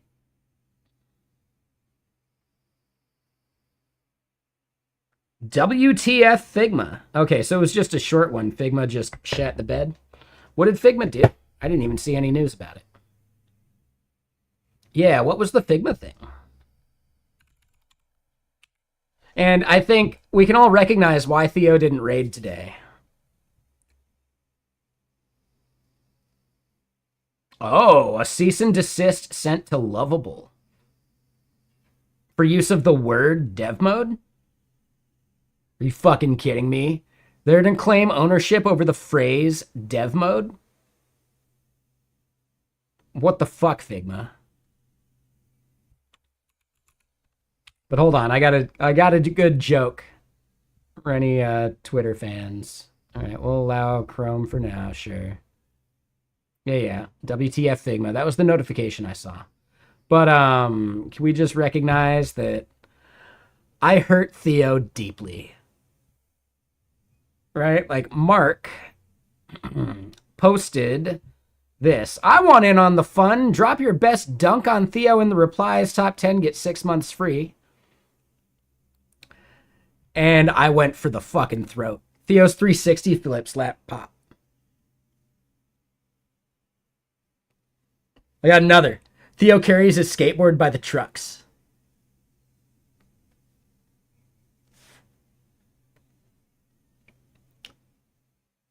I wouldn't be surprised if I get blocked.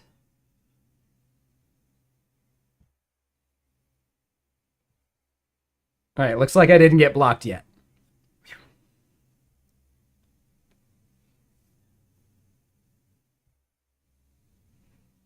But if you're a skater, dude, yeah, this shit hurts. But I thought it was like a little like lighter than some of the other stuff people were saying, like about his how he changed his hair and cut the mustache or whatever. Who cares? No. I went for the throat.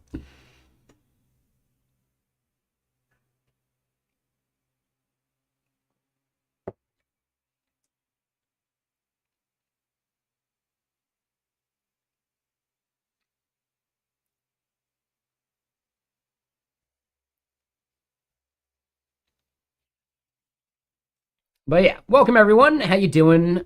So yeah, I did not hear the news about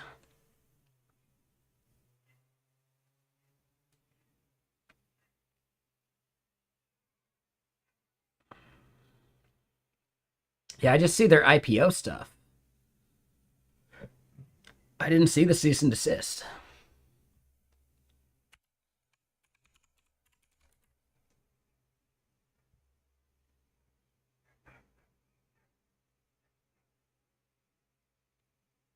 Yeah, that's some bullshit.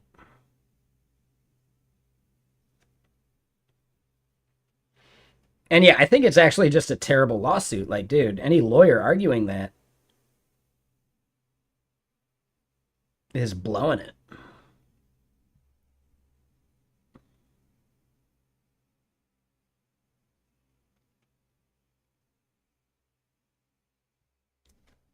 Gotcha. Yeah, I mean, we don't need to dig too far into it. Like, I'm sure he covered it. I just find it interesting. Like, what the fuck, Figma? Like, yeah, no. His title nailed it. Good job.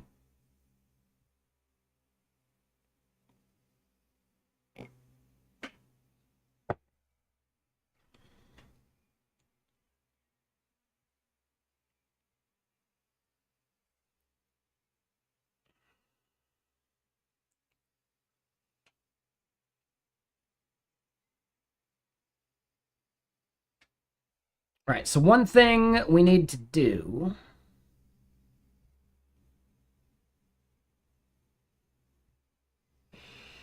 is, yeah, here, we're going to get rid of all of that. Gone. I think that is fine too.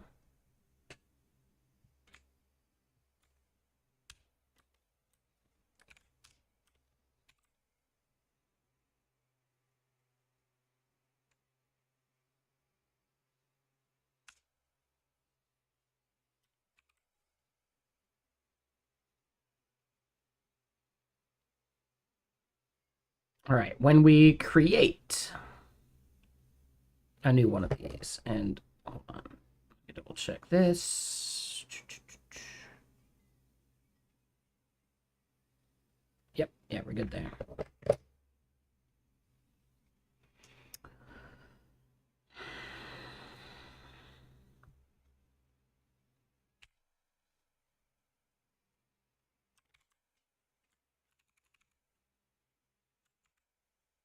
To do send email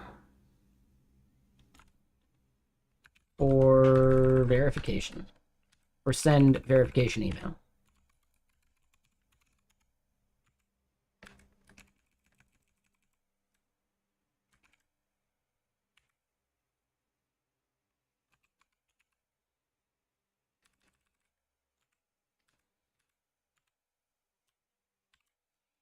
And then to do send verification SMS.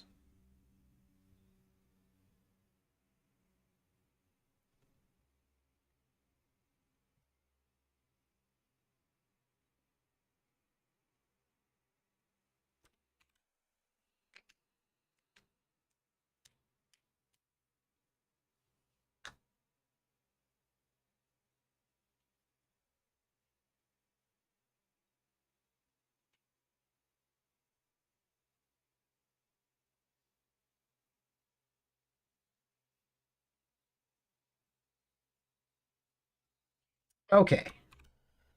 So the next part we care about is we want to allow someone to resend. And oh wait, what the hell? That is not what I was looking for. We want someone to be able to resend a code based upon a timer.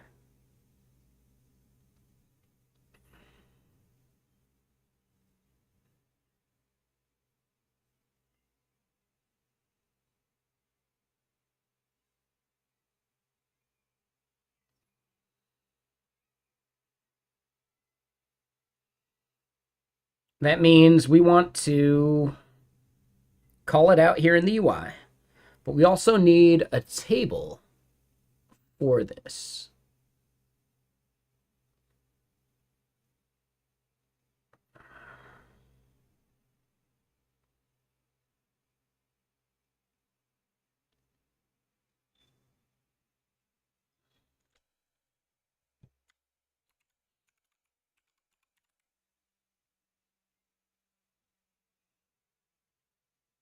So let's at least update the description.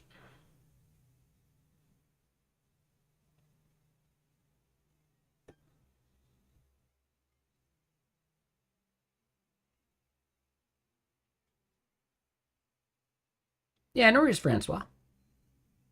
No worries, Frank. Sorry, bad joke.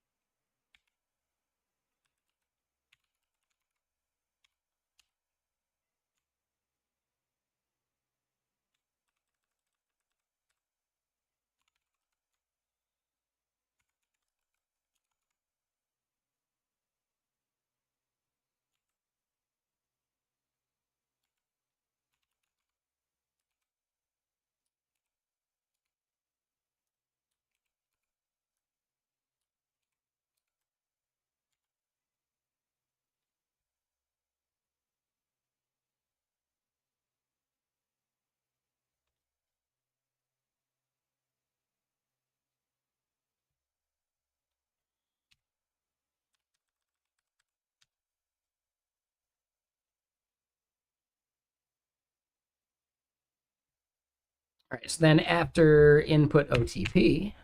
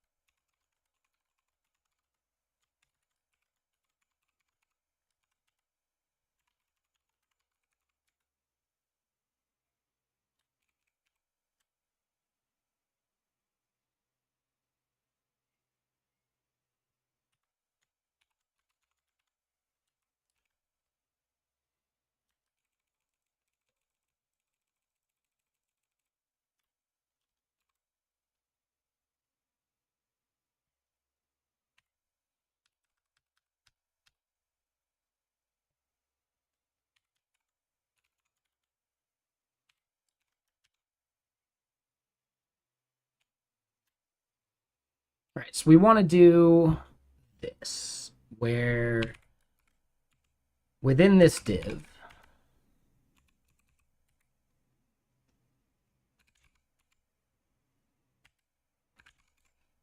going to make this a flex row.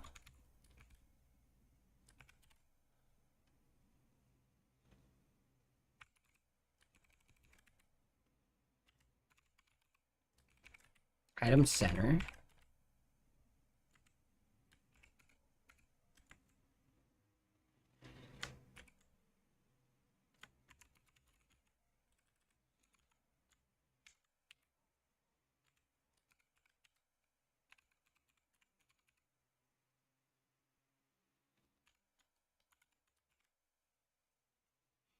So then disabled is equal to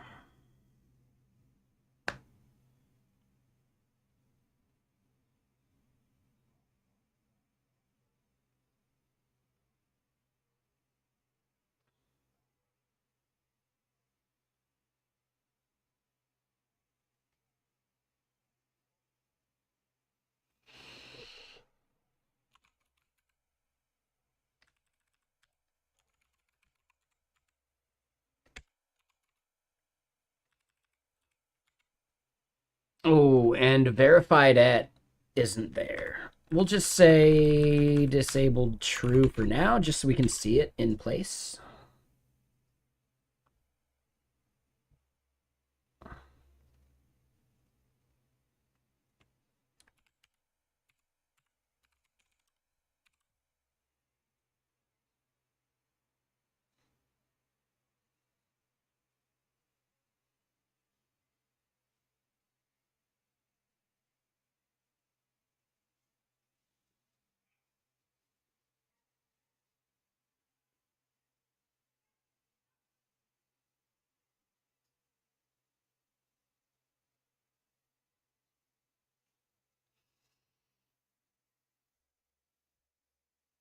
So the amount of time is going to be specific.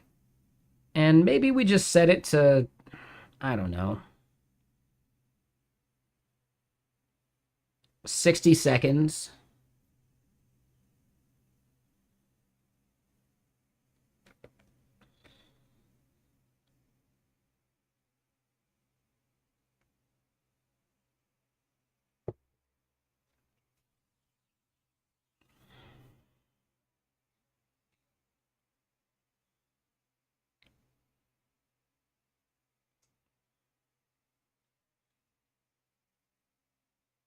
And we'll have to create like a countdown timer showing when you could click it again.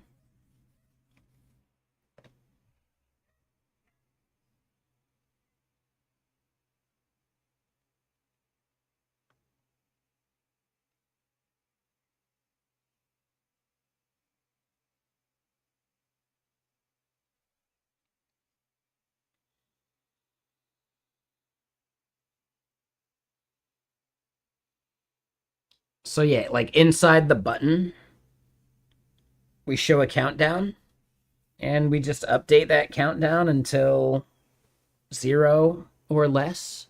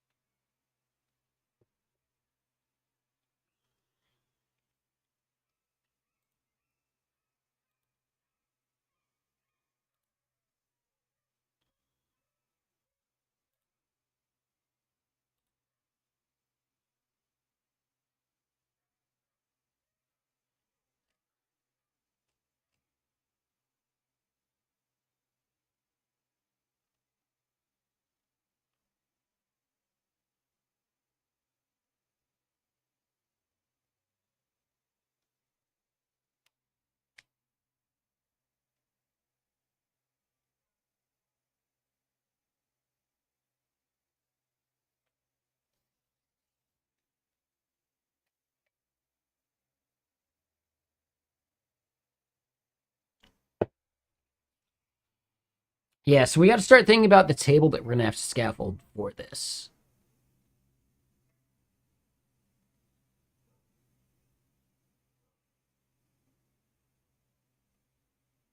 Oh, you're right. That's a good call. That's an easy fix.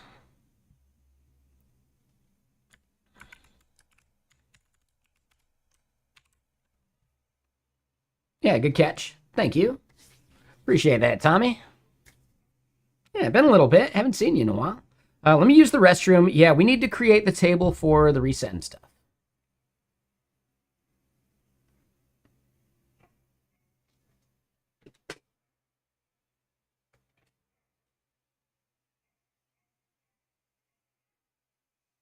We really need to create a table for the reset and stuff. So we'll have to start brainstorming on what that table will look like schema-wise. And yeah, how you doing, Tommy? What do you pee, though?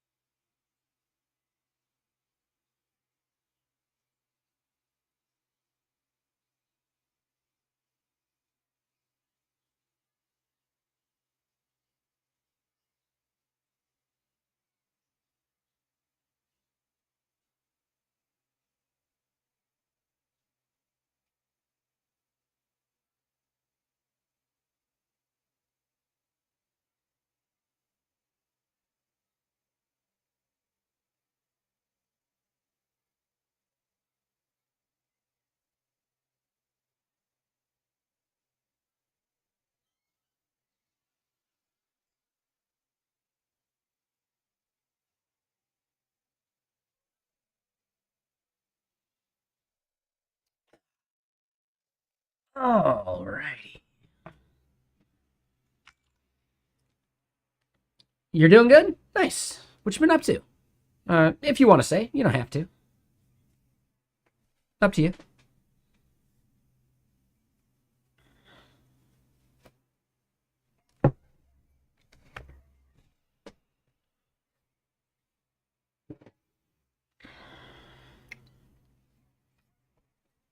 I've been switching over from pub sub to Twitch event sub.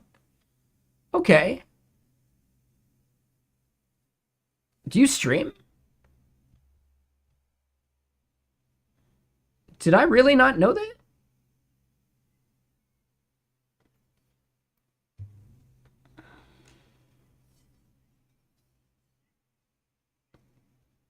Okay. Oh, you don't stream. You mean for like maybe something you've built? Like, what did you build that's using that?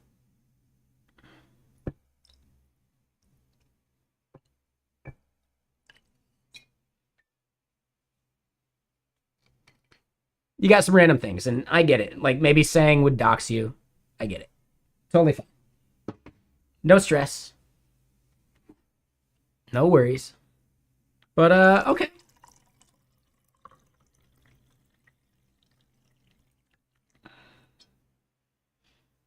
What language are your tools built in? Because you might be able to just use a framework, like if you're using Python, the Twitch API unfucker could be good.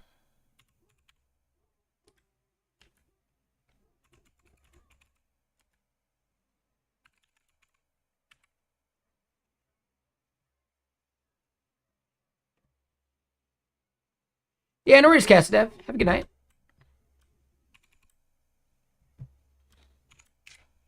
I'm sorry, Unifier. That's the name. My bad. Not sure where I got the unfucker part from.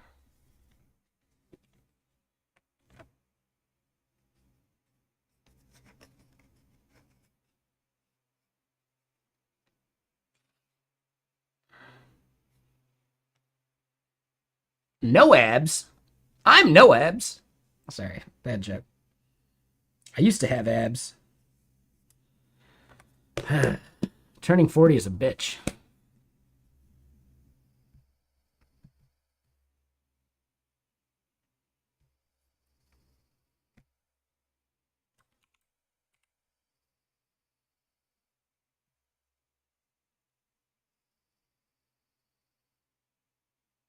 Oh, interesting.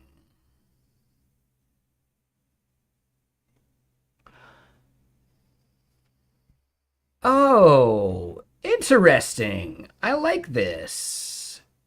Is it a service that you sign up for? I see a sign in button. Um, oh geez, I don't even remember her name anymore, but there used to be the streamer that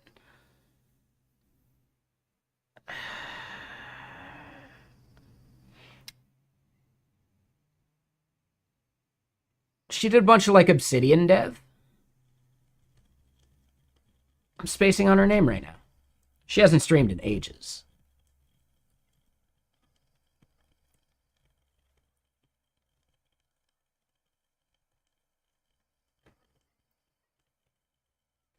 Yeah, I don't know.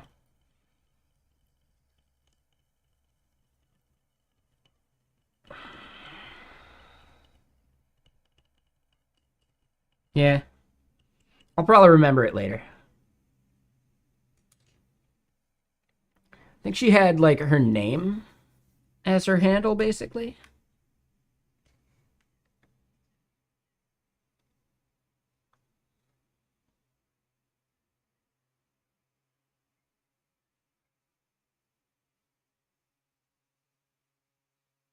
Yeah, I just don't know.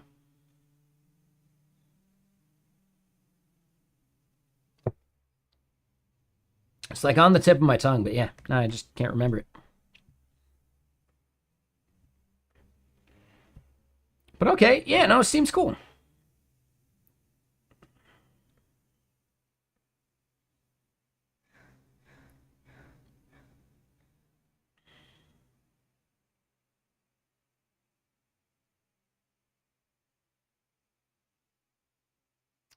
Yeah, so basically, Tommy, have you heard of No Rip?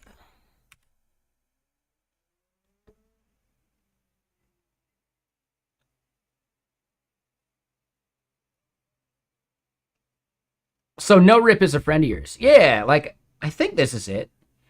I think I was like this is something they used. Damn it, her name almost like bubbled up. Um, but yeah, this was a thing that I recommended to her because she was doing a lot of like IRL stuff, and it was a good way to like prevent like the entire stream from going down while you were doing IRL stuff.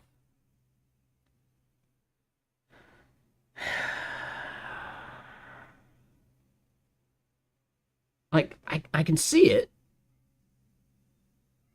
Like yeah, I can picture. I'm much better with faces than I am with names.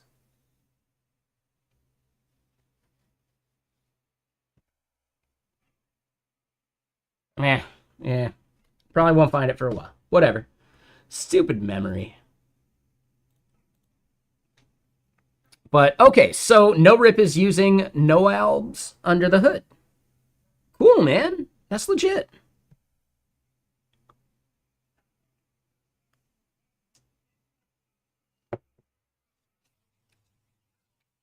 Yeah, I've recommended this to people doing like IRL streams for a long time. That's cool.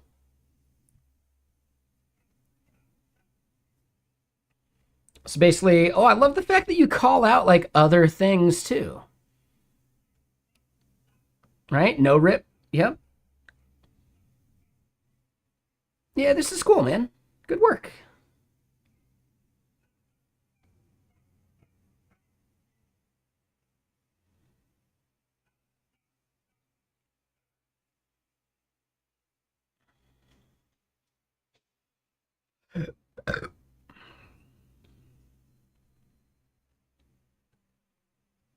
Exactly, right? Like, it doesn't have to be the most complicated thing in the world. It just has to solve problems. So, yeah, good job.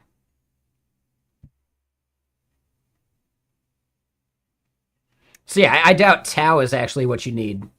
So, no big deal. And I didn't actually look. What language is it? Rust. Got it.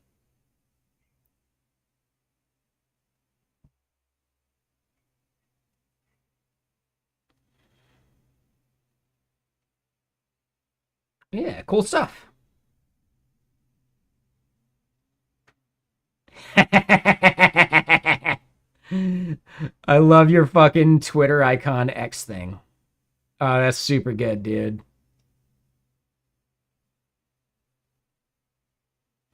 I love that. That's solid. What's up, Childs? How you doing?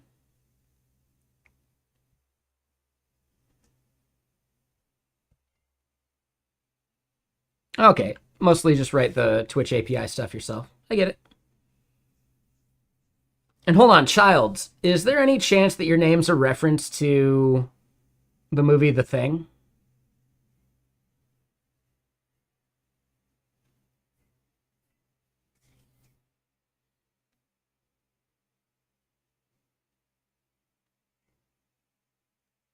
I love that movie. Yeah, it just came to me. Like you chatted the other day and I didn't necessarily do it. Like I didn't necessarily say it. I got the instinct there at first. But yeah, nice. So, hold on, how do you feel about it? Do you think Childs was the thing at the end?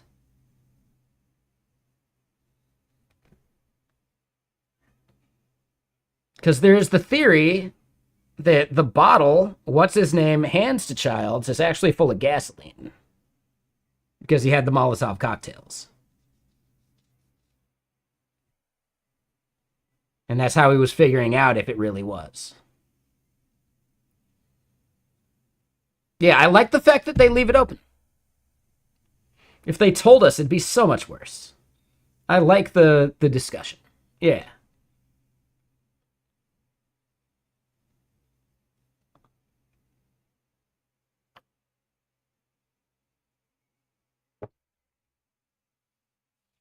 Exactly. Yep. Yeah, I'm a massive John Carpenter fan. I've never seen one of Jordan Peele's films, but I will eventually. I love the fact that someone said, "What's it like to be the greatest horror film director of all time?" To which Jordan Peele said, "There will be no John Carpenter slander in this house." Like to the interviewer or whatever. Like just very cool. I got John Carpenter trivia for days. Um,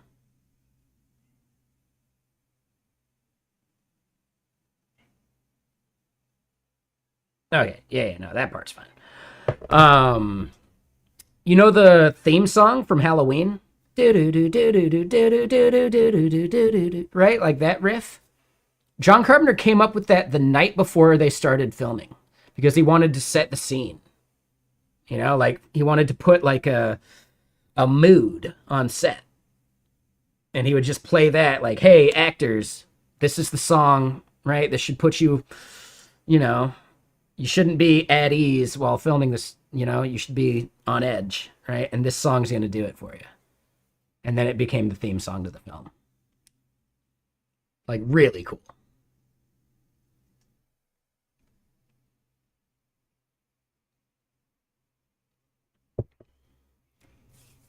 He wanted to do his own like soundtrack to the thing, but the studio wouldn't let him. And it turns out they hired Ennio Morricone, who's amazing. And John Carpenter later said, "You know what? I'm glad we did it because he did it better than I could have. He did exactly what I was thinking in my head."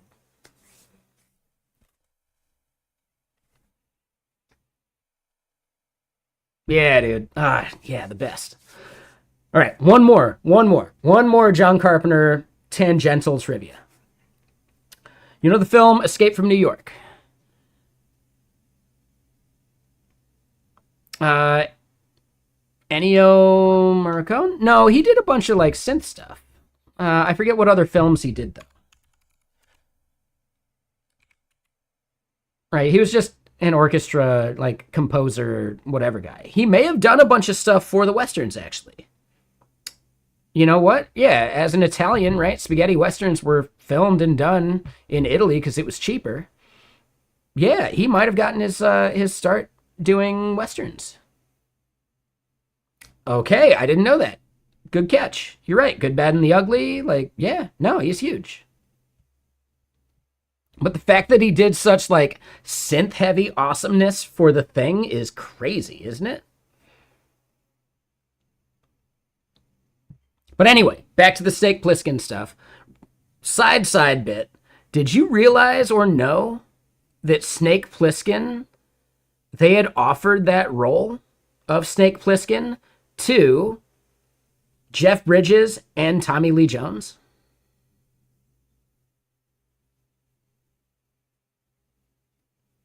Or they were considered, at least? It would have been a very different film with either one of those guys. I know, I can't imagine anybody but Kurt Russell doing it, for sure, 100%.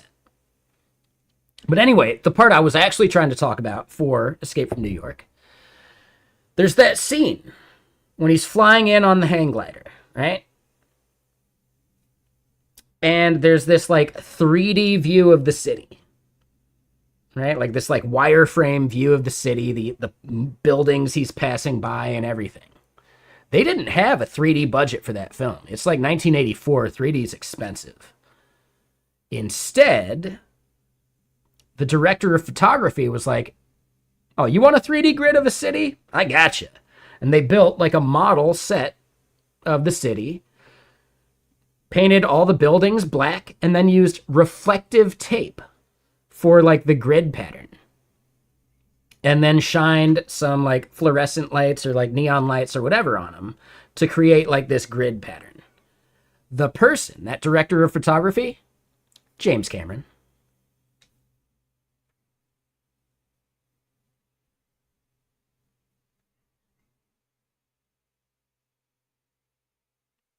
Genius.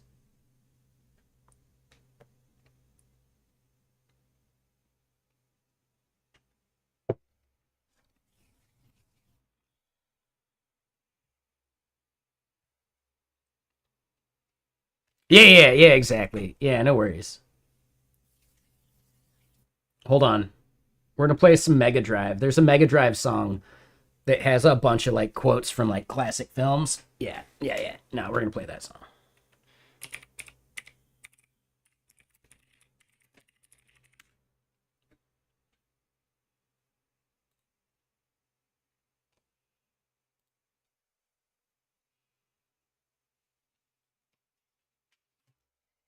It comes up because there's some movie quotes in this song that are just epic. I'll paste the link for YouTube.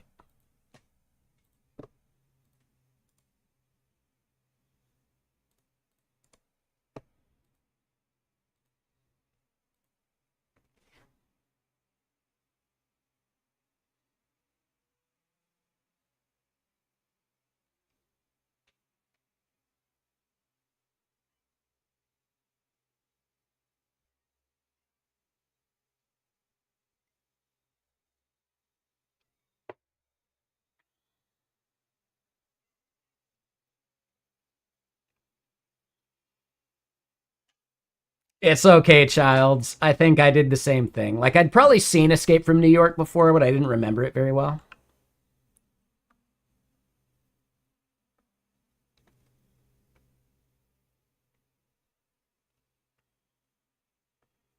There you go, Malware. Go for it, man.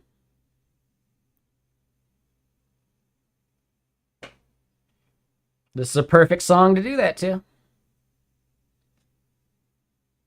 My favorite thing is trying to name all the quotes in this. Dead or Alive, You're Coming With Me. That's RoboCop.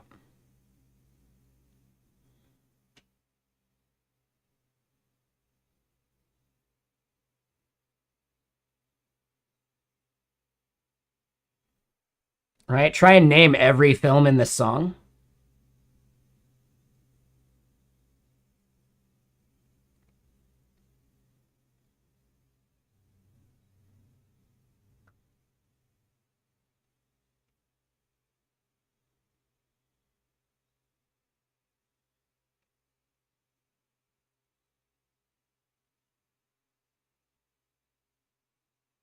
That's definitely Mel Gibson. I don't know the. It's got to be Mad Max, right? I think it's like I don't know the first Mad Max that well. Like Road Warrior and the ones beyond it are the ones I know. I don't know the first Mad Max that well.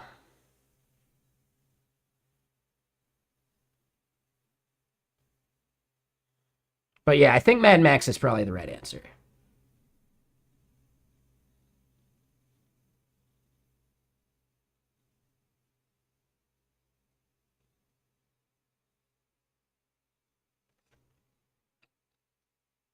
Johnny Mnemonic.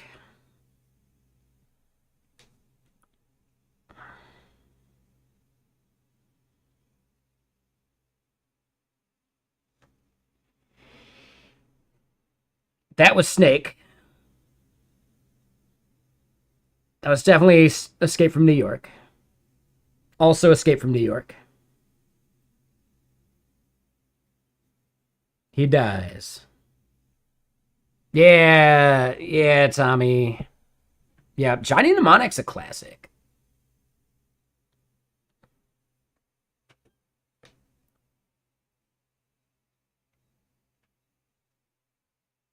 Blade Runner. And that line always gets me. Like, how does Leon not know how old he is? He knows when he's born. My birthday is. How does he not know how old he is?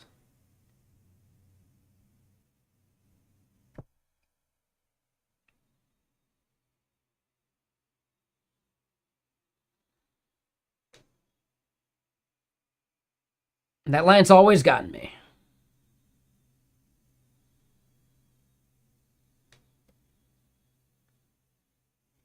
Right? I get not him knowing how long his lifespan is, but how old he is an easy calculation.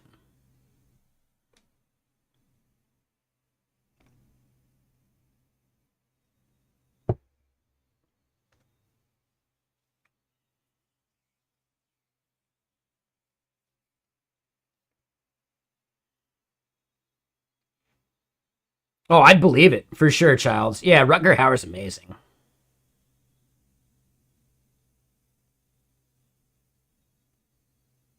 I don't know that lines in the middle of the road reference.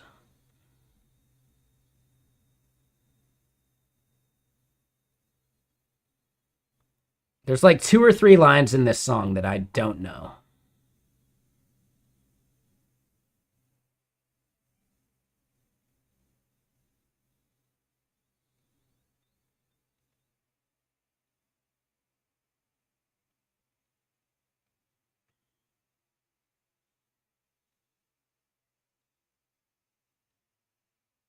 Sorry, the song's just too good. We're not getting any work done while it's going.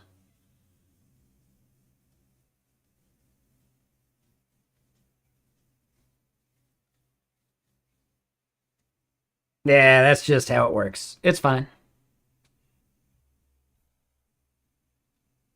Nah, Blade Runner.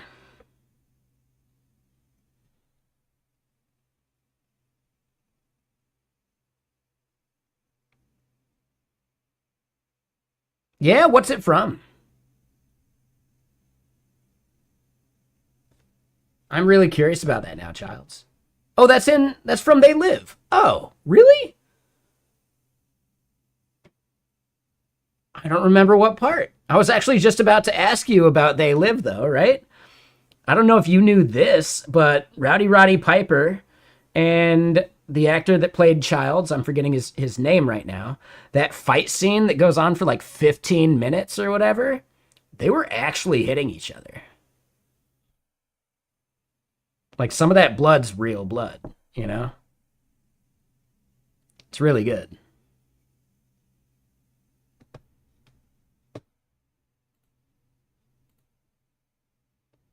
I know, it's so good. Yeah. Another thing, Roddy Piper had a bunch of stuff written for wrestling that he never got to use.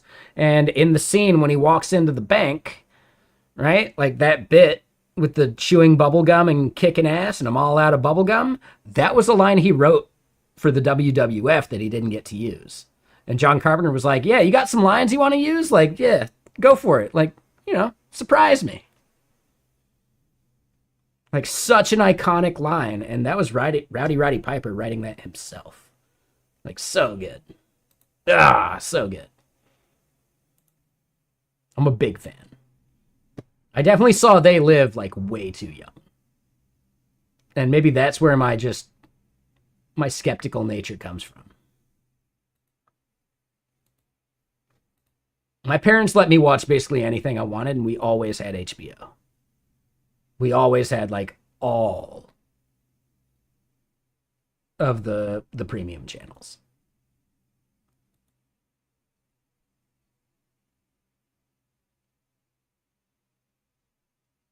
All right, all right, all right. All right, more music time. Synthwave. Dude, I saw Terminator. Like, it came out in 1984. I swear, I saw Terminator at the age of like 3 or 4.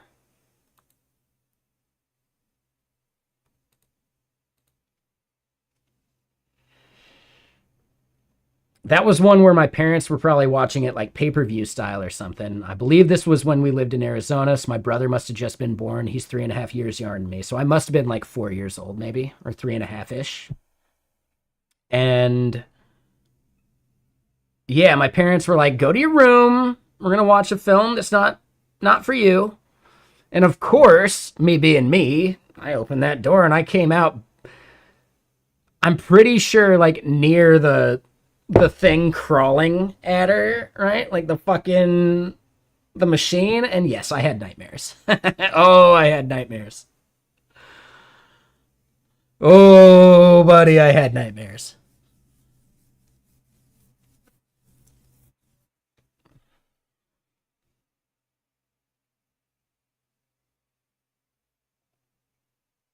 They Lived tricked you because of Rowdy Roddy Piper. Sure. Yeah, I get it. That was his first independent film, basically. Like, he had a couple stinkers, and then Hollywood didn't want to fund him. So he made They Live basically like independently. So he couldn't get the same like pool of big name actors, and he gave some wrestler a try, you know? Like, really cool.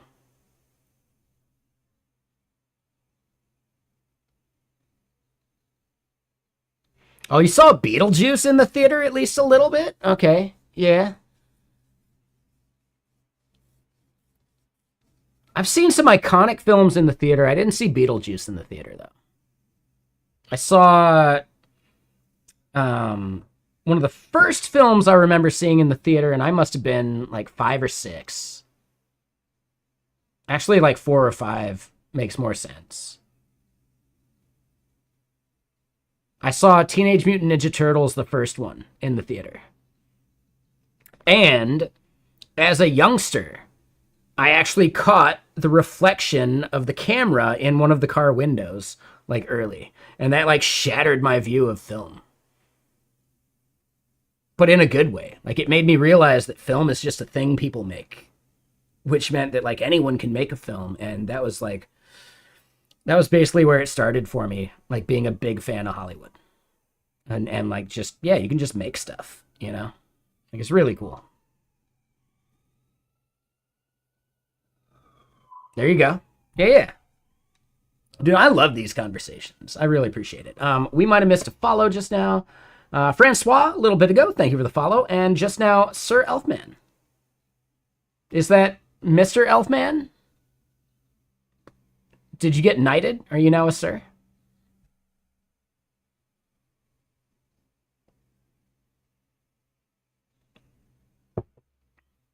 I dub thee Sir Elfman.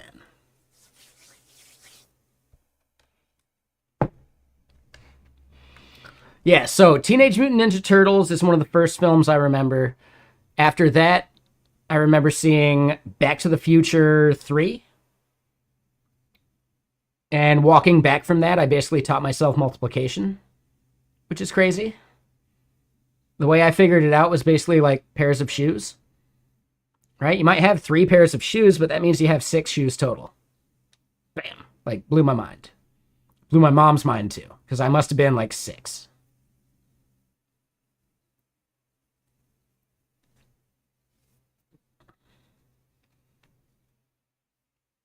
Ninja Turtles Live. Yeah, I never saw any of that. But then, yeah, fast forward, I saw Mortal Kombat in the theater. I saw Jurassic Park in the theater.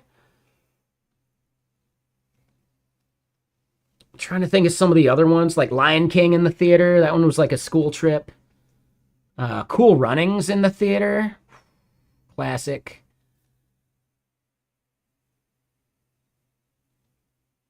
Black Sheep in the theater. Cruel Intentions in the theater.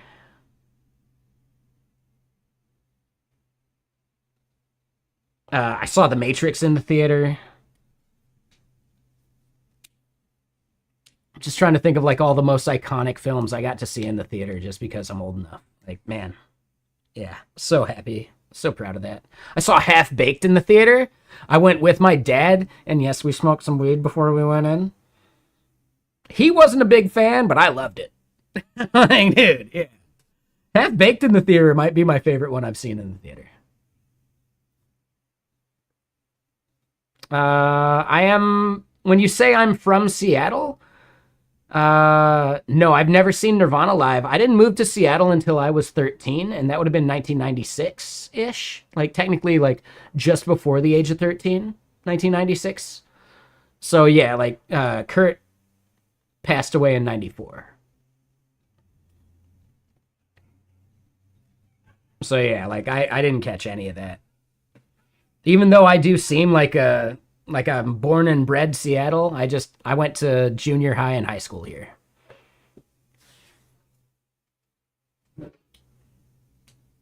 But I thank my parents for basically like going like, where would Chris fit in the most? Seattle. That's not actually why we moved out here, but yeah, my parents just moved around a lot because they were computer contractors. They went where the money was good.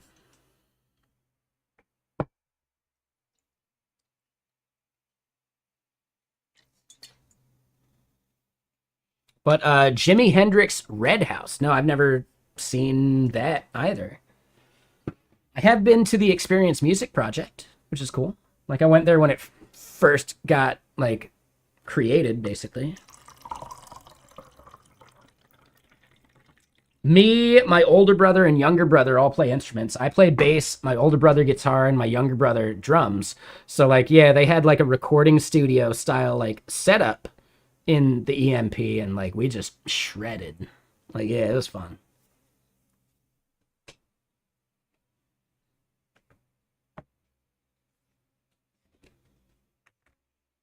We'll get to code here in a second, okay? We've gotten shit done already. We got plenty of time. I did see, like, I don't know if you're familiar with like hardcore music at all. I got to see the Blood Brothers at the Redmond Firehouse. It's not necessarily my type of music, that whole like screamo thing, but you know, when you grow up in the area and you got people that are into that stuff, you're gonna head to a show or two. I got to see the last Botch concert, and I guess technically last Botch concert's bullshit because they've done reunion stuff since then. But that show was at the Rock Candy, and that venue got torn down. So I got to see Botch do their last show at the actual last show at Rock Candy, which was cool. On the way to that show was the first time I had listened to Primus's Anti-Pop because it just came out. Yeah, I don't like scream vocals either.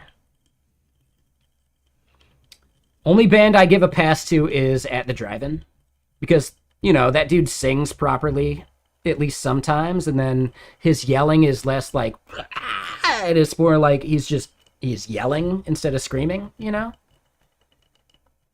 He still screams from time to time.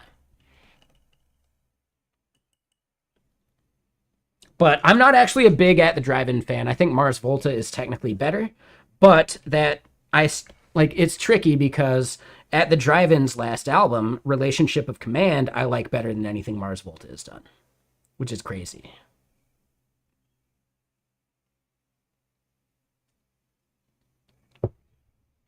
So I like Mars Volta better than the majority of At the Drive-In stuff. But I like At the Drive-In's Relationship of Command more than I like anything Mars Volta has done. So it's a weird thing.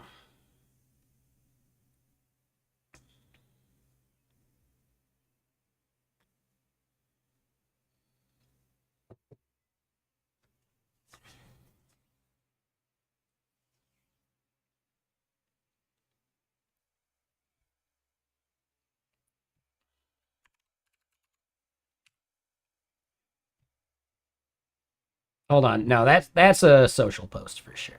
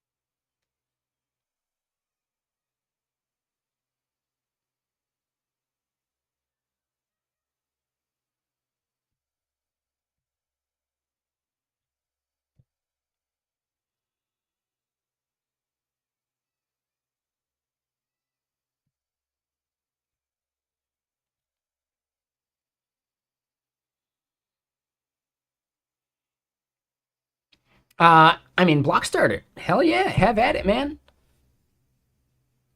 I love that. I love the fact that people are discovering artists on Bandcamp because there is this one thing. If you want to support artists, Spotify fucking sucks. Right? You are not supporting an artist by listening to them on Spotify. You want to support them, you buy their shit. So here you go. And this is an older tweet. It's 2021, but I think it's actually more relevant today than ever. So Bandcamp, $300 from 100 people downloading. Spotify, $1,200 from 100,000 people streaming. Right? Now, Lizard Brain might kick in and say, well, 1,200 greater than 300. But dude, if 1% of these people actually bought something on Bandcamp, dude could actually make a living. Right? Like, dude could actually make a living. This, he's barely paying rent. Probably not paying rent unless he has roommates. Right? He does better through commercial music, and he's doing okay, but still, like, it's something worth recognizing. I didn't know he was a YouTuber. He does mention he does YouTube, right? But, yeah, man. Yes, exactly. Like, trying to make money as a musician just isn't a thing, but if you just want to do it as a passion, it's nice to get a little bit of supplemental income or something, right?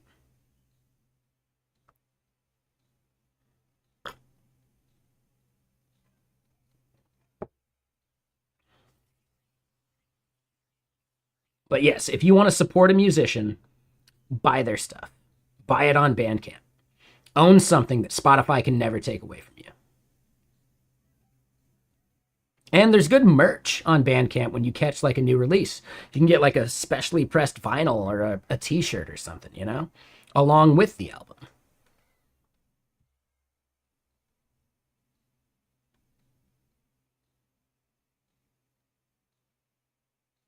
Yeah, merch helps a lot for sure.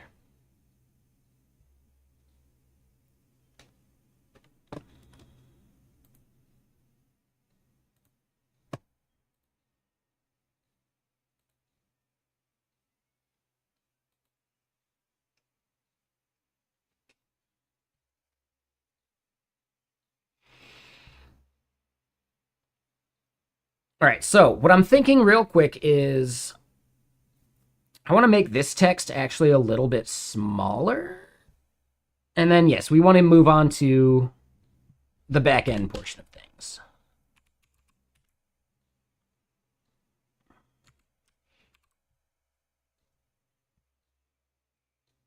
We're going to get rid of the gray 500 and just call that good.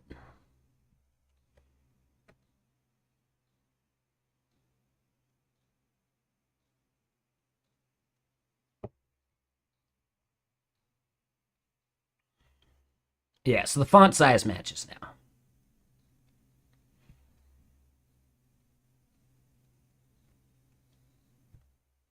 All right, so yeah, let's actually do this next bit. For the back end, we need to generate a migration.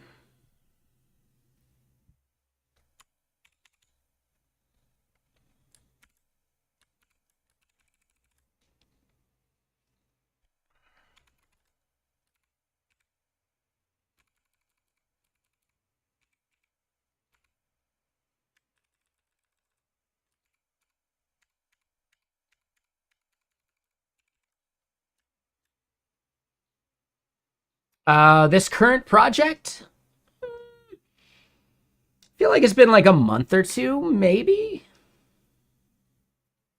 Like really not that long.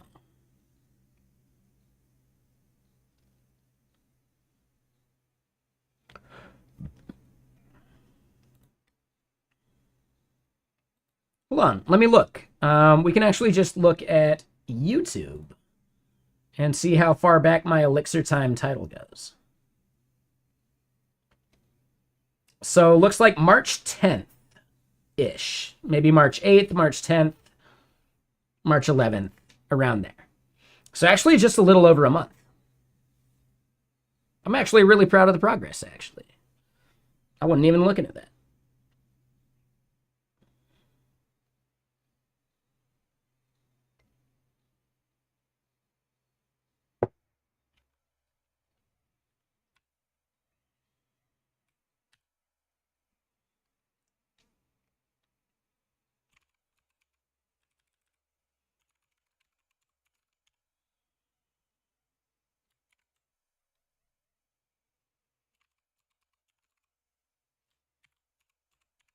Is that what we think a good title for the table would be? Create notification resends, right? So like really notification resends would be the thing.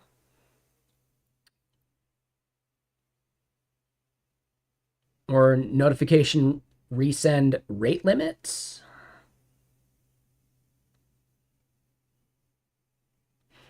I think resend rate limits makes sense.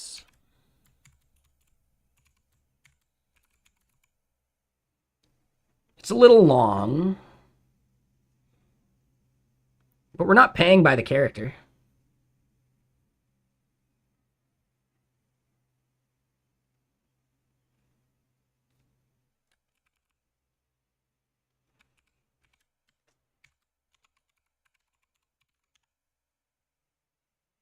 That is getting long.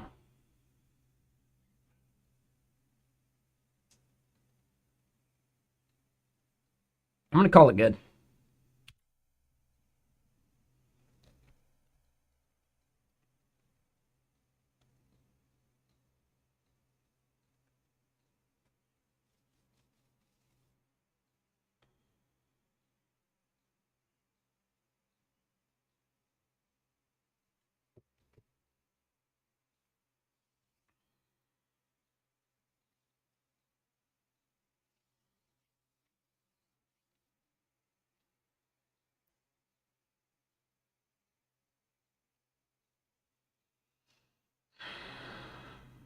And yeah, the more I think about Push CX and his comment about like getting ATProto integrated with lobsters, damn, that shit just makes so much sense. I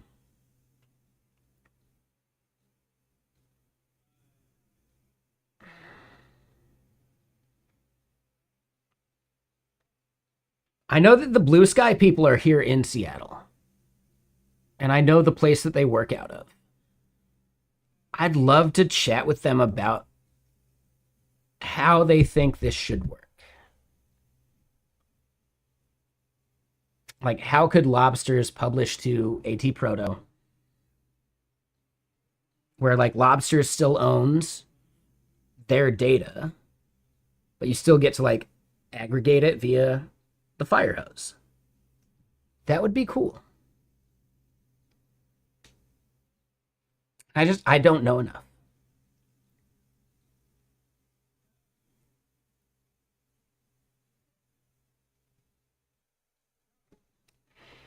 Second N, thank you for the follow. Welcome. And yeah, Sir Elfman, I'm glad I was able to recognize that was you.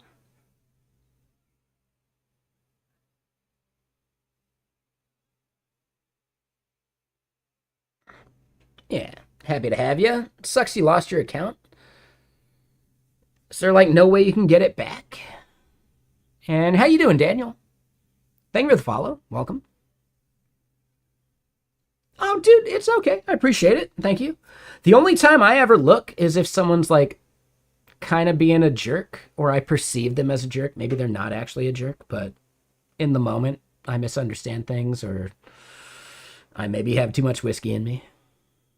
Some people have been the target of that, and I apologize. But yeah, like, I'll only ever look if you're following if it's suspect to begin with, you know? Someone who's been following gets way more leeway, as an example.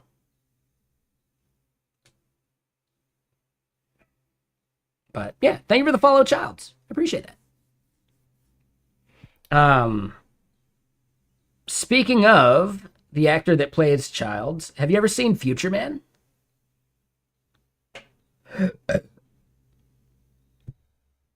It used to be on Hulu. Right now it's only on Amazon, which I find a little annoying. But it's a good just like 3 seasons and they're done. They wrapped it up. The first season is obviously the best. Way funnier than you thought, right? Like you see that one dude, like the child actor dude.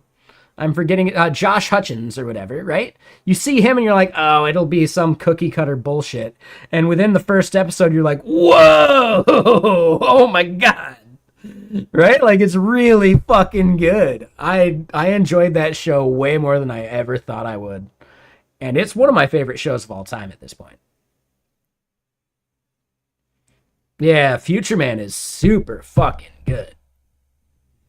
It is full throttle. They don't hold back. There's maybe 1 or 2 episodes through the entire 3 seasons that is a bit of a lull. You know, like, and even then, it's not, but comparatively it is. Yeah, dude, like, so good. Oh, so good. That was meant for NeoVim. I get it.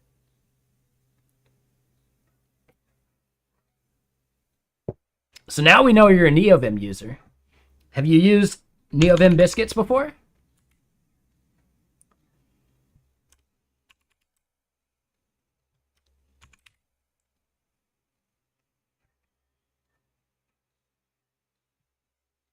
I mean, check it out. No pressure. Either it solves a problem for you or it doesn't. I'm not worried.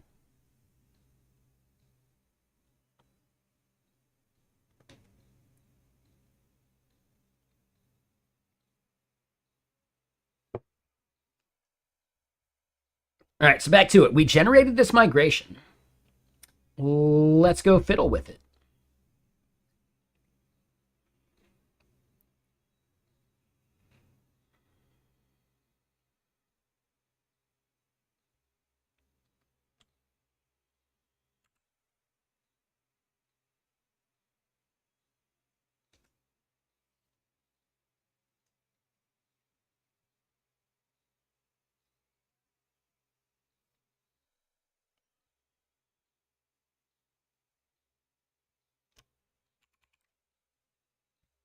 And you're not going to offend me if you don't want to use it. Like, seriously, I don't mind. Does not bother me in the slightest.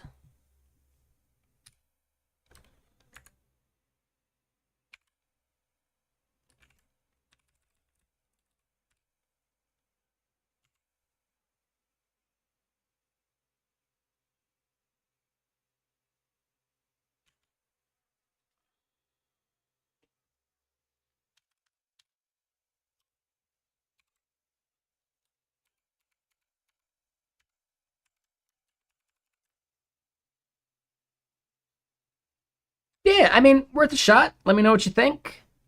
If you run into bugs, feel free to create an issue. I basically have something similar for the front end, like for like all sorts of stuff, right? For VS Code. And at one point I realized that a lot of the people I consider friends here in like the streaming category, they use NeoVim. So I decided to, like I've done Lua in the past.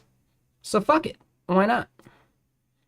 So yeah, like I don't even use that plugin I linked, but I do have HTML biscuits for VS Code, which we're at 12,500 installs, which is kind of cool. Oh, thank you. I appreciate it. But if we go to like Code Biscuits here, CSS and JSTS are a bit meh, but I think Assorted Biscuits is probably the second best one, and it works for like, you know, it works for Rust. And hold on, let's look at the list. C, C Sharp, Elm, Go, Java, JSON, Kotlin, Lua, PHP, Python, Rust, Toml, and YAML. And if I ever decide to put more work into it, I bet we can add more languages because we're just using Tree Sitter for this. And some of the grammars just didn't compile, but I bet they do now, right? Because they have to compile to WASM for me to be able to use it inside of VS Code. And then the fact that I had used Tree Sitter already, well, shit, if NeoVim has Tree Sitter, and I've done enough with Lua to be dangerous, why not make the NeoVim version? And I did. And I gave a talk about it at NeoVimConf or VimConf or whatever. Yeah. For people who are new to stream, I'm all about just building things. I just want to make stuff. And that's like the thesis of this stream. You get to just make stuff. It's the internet. You can just make things.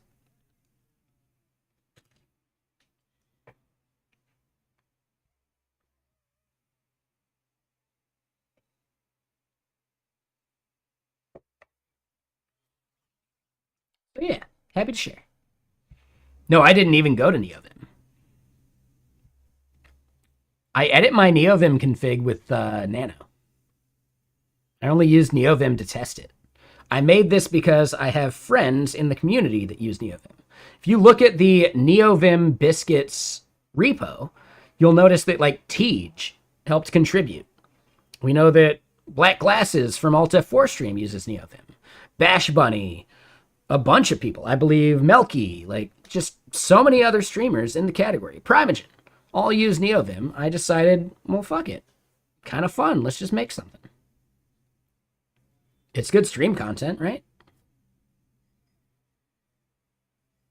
Yeah, I built the plugin using VS Code. I edited my NeoVim config using Nano. And then we just tested in NeoVim as needed. Yes, I built the plugin using VS Code because it doesn't matter. To me, that was like the biggest selling point. I can build something in whatever I want and it can be useful for people, but I don't have to use the thing that I'm building towards. In my opinion, as an agnostic user of things, frameworks, languages, editors, I don't give a shit. Use whatever you want. So at that point, yeah, just make stuff.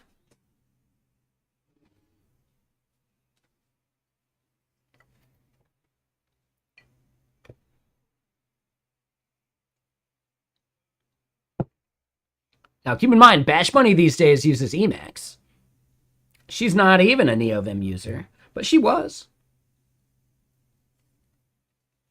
But another like example I use is Tim Pope or whatever.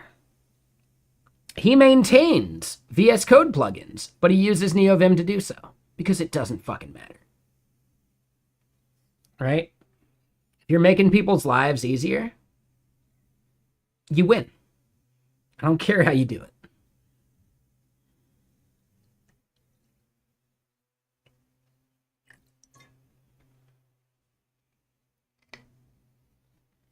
You wrote a Sublime Text plugin. Honestly, Sublime Text biscuits would be kind of useful.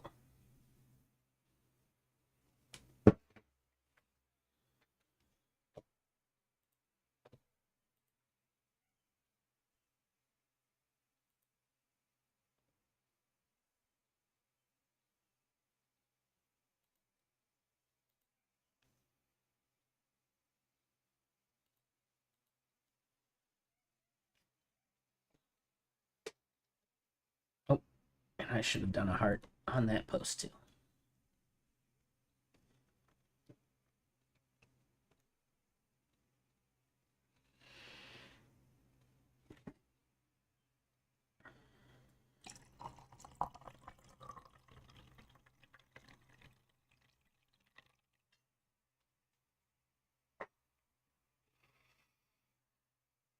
So you need a Sublime Text plugin that just plays Sublime songs on every keystroke. That is so apropos because I've had the song Wrong Way stuck in my head for like a week.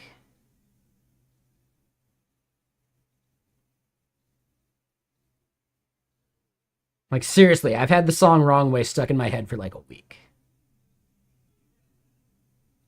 Are you happy? Are you sad? Do you want to shoot your dad? I'll do anything I can, but the wrong way. I'm like, dude, totally stuck in my head.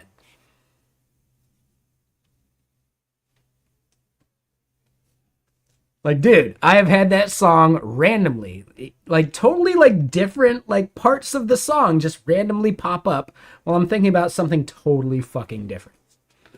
What the fuck? There you go, Code Spent. I like that. Nailed it. That's pretty good.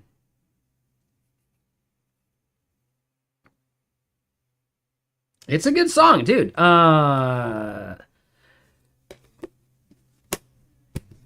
used to be the one where like, oh, the stereo's out. Chris, just sing some songs here in the car. We'll like join in. And I could do easily like 4 or 5 songs from that Sublime album.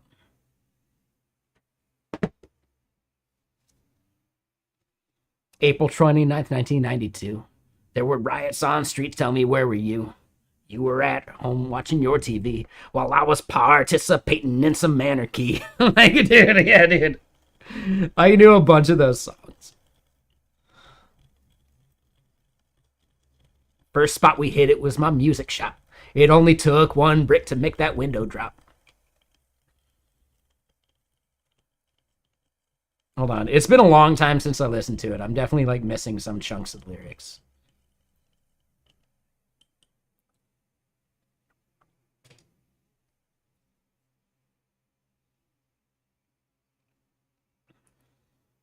Yeah, I don't remember the part. Right, something about his PA. Yeah, I don't know.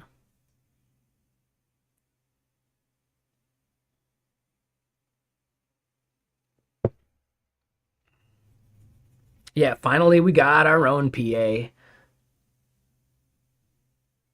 And then I don't remember the lyric after that. Yeah, yeah. But then I know the next part where it's like, next spot we hit, it was my liquor store. I finally got all that alcohol I can't afford. With red lights flashing, time to retire. We turned that liquor store into a structure fire. Like, dude, it's just so good. The lyrics are solid. Oh, like so solid. Bradley was really good at writing. He just sucked live. Have you ever heard Sublime live? That shit sucks. It's really bad.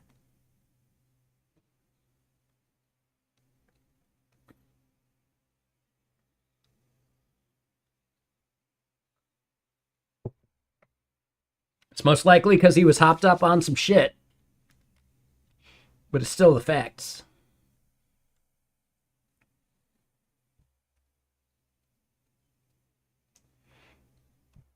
It's like Rob Crow from Pinback. Depending on how much he had to drink, he's either going to be flat or sharp. He's rarely going to be in key.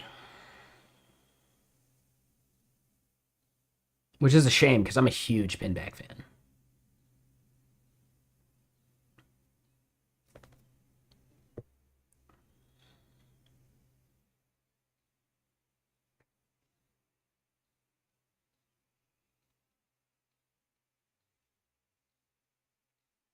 Canned air is the shit. You saw it on Shark Tank, so it must be legit. When you say canned air, do you mean shit like the stuff from Spaceballs?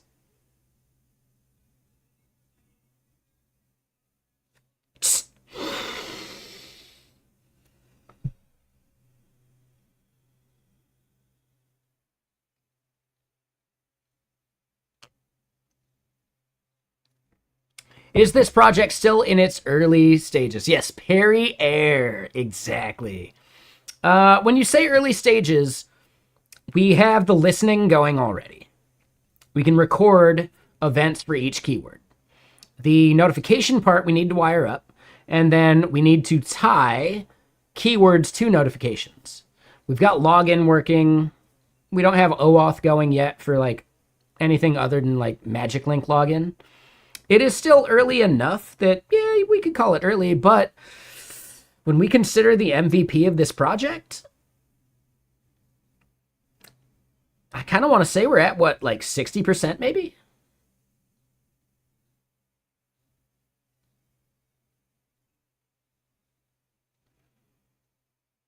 Beyond MVP is going to require Slack and Discord bot stuff. To get the MVP, we're going to need to do billing stuff. So yeah, I'd say we're like close to like 60% of the MVP, but maybe not like 60% of something I would find usable for work. But hold on, I gotta pee. Give me a second. Oh, I'm going to miss out on this song though. I'm going to hold it. I just love this part of the song too much.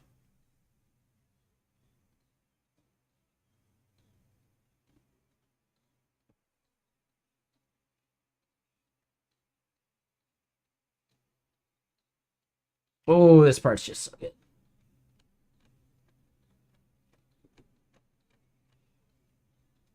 Right? Like this riff is basically the bridge of the song.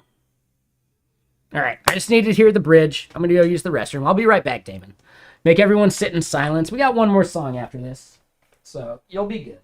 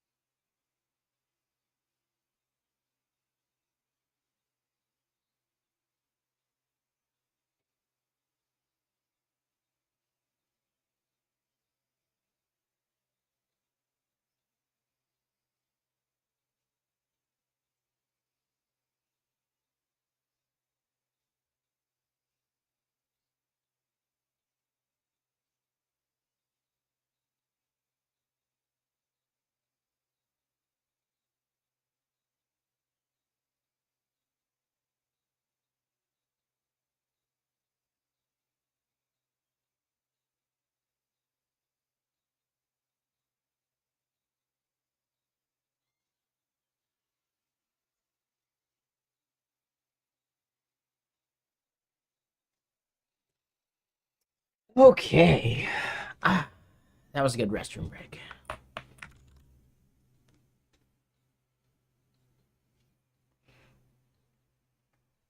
I feel bad for YouTube because when we put on some of these like amazing songs, they don't get to hear any of them. So hold on, YouTube, the song that I was just shouting out, where I love the bridge. Here you go. That song's awesome. Right? When that synth kicks in for the bridge, it's just so good.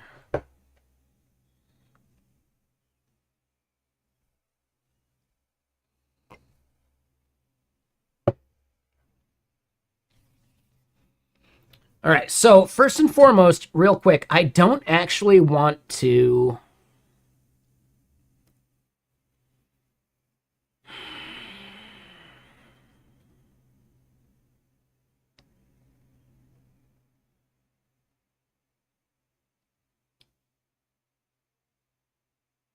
I don't want to do a delete all.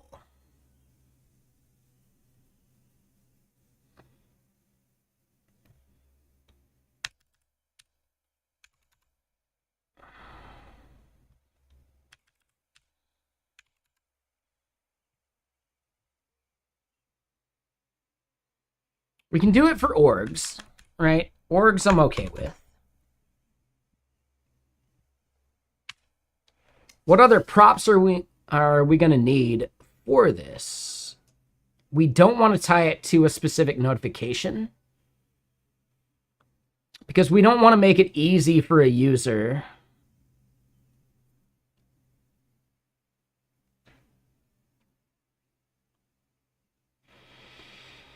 to like add a new notification, spam some people, then delete the notification, then do the same spamming again.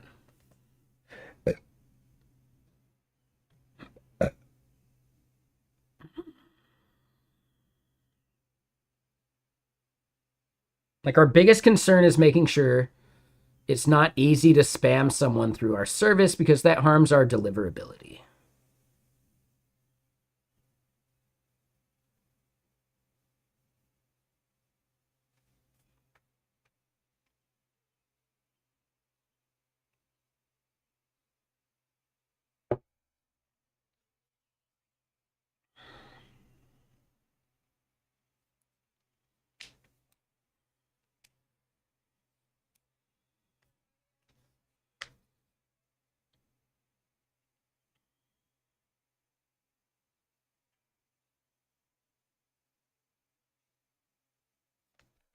So yeah, we do want to add a field, right? This field is going to be count integer default 0, last resend at is a UTC date time. Damn, Super Maven nailing it. All right, so here's the next bit. Do we want to hear more synthwave?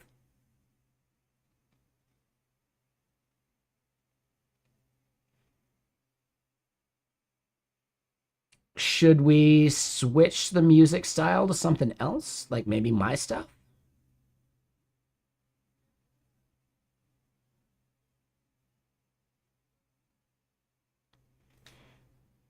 What do y'all think? I think more synthwave is probably the answer.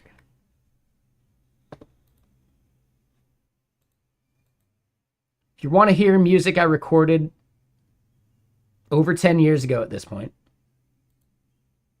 all it'll take is one person. But if not, yeah, we'll just queue up some more synthwave.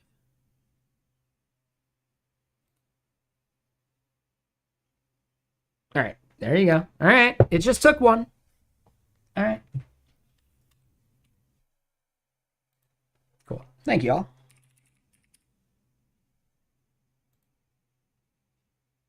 Here is the link for everybody. I'll post it to YouTube. And I will post it here to this chat if you want to get it at any other point. This is going to be all stuff without me singing. Count yourself lucky. Lucky. I got one like singing song I can play after this, after we set the moan, like the mood or the tone or whatever. Set the moan. There we go.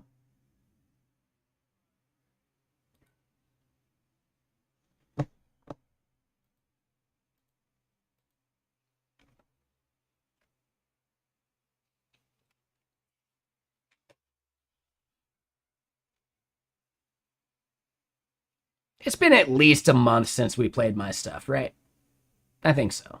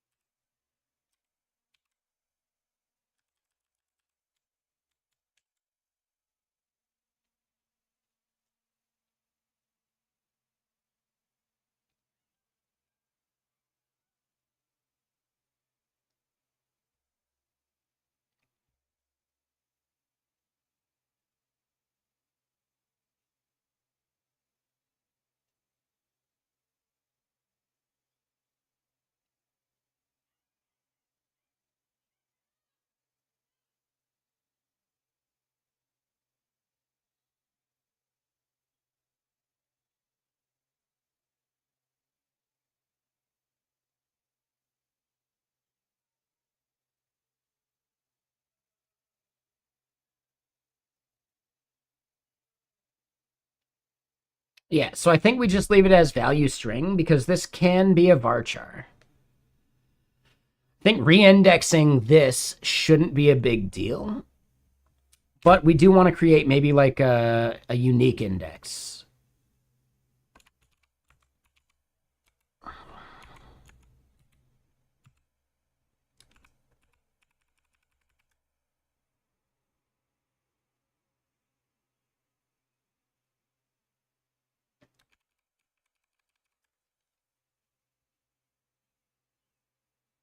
And we want to make it per org.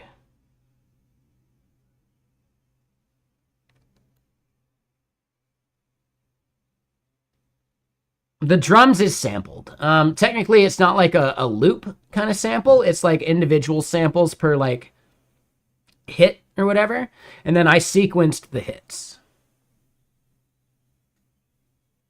My goal is to make it feel like real drums. My brother fucking hated it.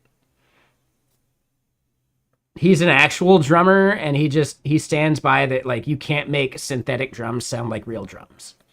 Which I think he's probably right, but I tried.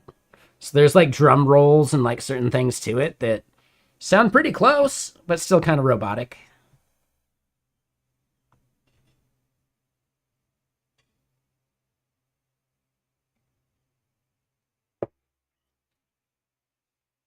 Yeah, me and my brother have very distinct opinions about how music should work. And I will just point out that he's normally right.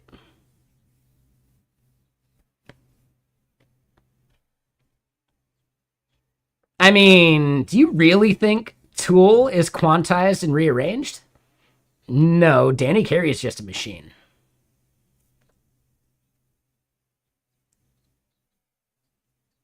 No, Danny Carey's just a machine. Oh, pop music. No, dude. I'm sorry. I am the anti-pop. I fucking hate pop music. Gross. Like, ugh. You mean the worst music ever made? Yeah. Like, come on. Hold on. This is a little loud. Let me dial it back. My mixing is bad. And dude, I overdid it with the cymbals on this one. Ugh. I'm sorry.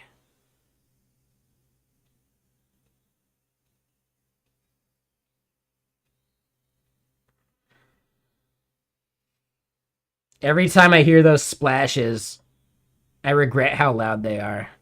I fucked up the mix. But it's over 10 years ago. I can't go back and change it.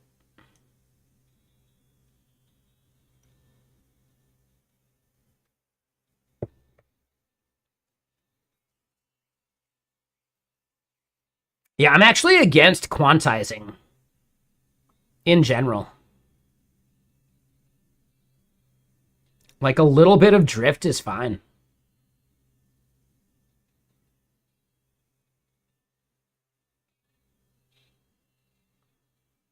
Yeah, I don't do any timing or tempo changes in any of my stuff because it's all like me using loops in like Cakewalk Sonar. Technically, I record in Sonar and then I sequence it in FL Studio. That's how I've done all of this stuff. So the drums are done in FL Studio too, right? Obviously.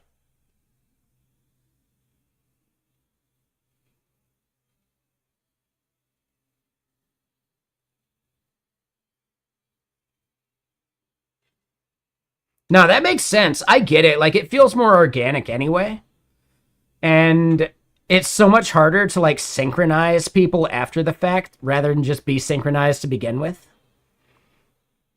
I only have that to say from like how my friends recorded music and they said how tough it was.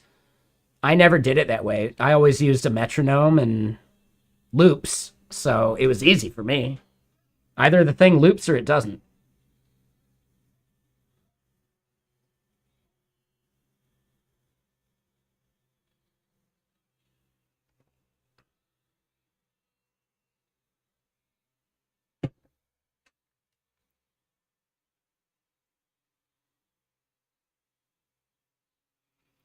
The majority of this song I recorded while living in a van.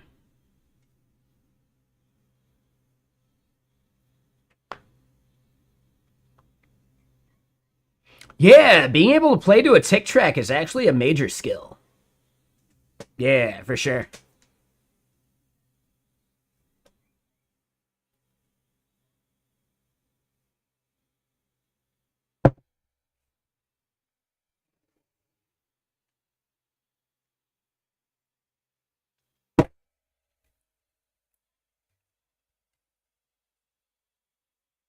Yeah, this is all me. This song doesn't have a proper bass line. It's just like an effect on the guitar to make like the thing that's basically the bass line.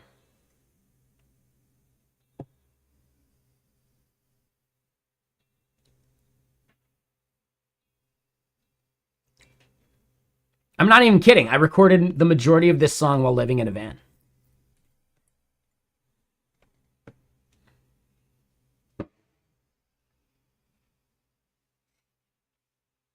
On the song before this, I did a bunch of the sequencing of like the distorted piano track while living in a van. I had a solar panel on top and everything.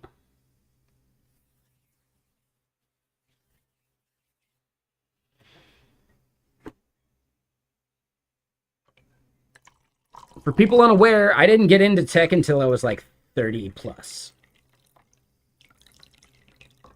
I was a snowboard bum from the age of 18 to about, let's say, 28 or 30.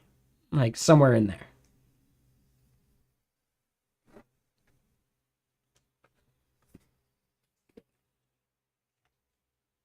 I'm now 40. So I've spent maybe like pretty much the last 10 years being a software dev. And do I envy people that got into tech early, like Dylan Mulroy and the Primogen and all them? Yeah, a little bit. But I can out snowboard the hell out of them. And I wouldn't trade that. I wouldn't trade that for the world.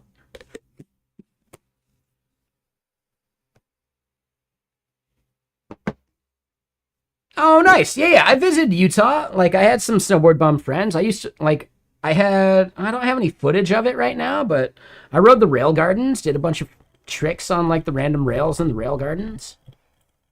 Love the fact that, like, Utah has so many, like, iconic spots, which is pretty cool. Prime would ride Mongo on a skateboard. You're not wrong. Yeah. He'd carry it by the trucks. For sure.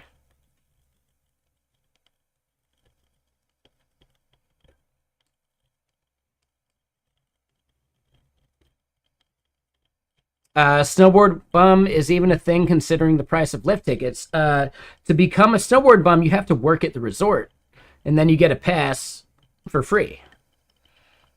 But technically, you can get a pass for like $1,000. $1,000 is actually kind of cheap if you snowboard a lot. One year, I tracked it. I rode over 150 days that year. In fact, one year I rode 150 days at my home resort from like the season start to the season end. And then I rode even more days down at Mount Hood during the summer. No, like Lightspeed. You can buy a season's pass for $1,000. You are in the profit after 12 times.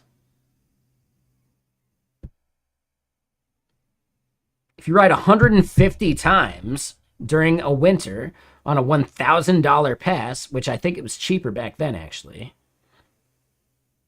you're paying like $7 a day to ride or something. It's cheap.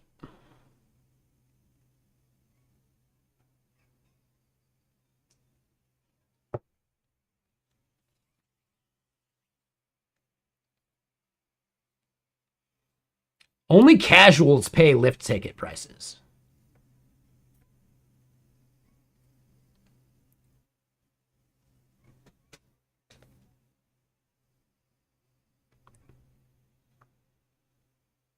Now, this year, did I make my money's worth for my pass? I did not. It was kind of a shit year. It really, really was. It was kind of a shit year. So I didn't make my money this year. But you buy the pass so you don't have to think about that shit.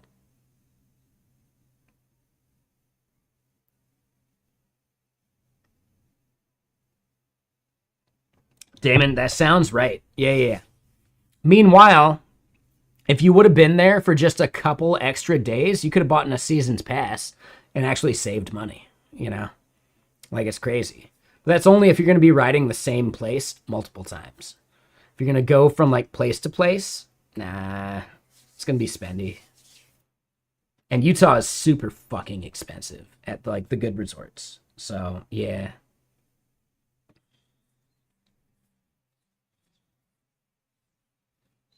Yeah. Stevens Pass is part of the Epic Pass. I get the $1,000 pass per year and I can go elsewhere. I think there are resorts still going on the Epic Pass that I could totally check out.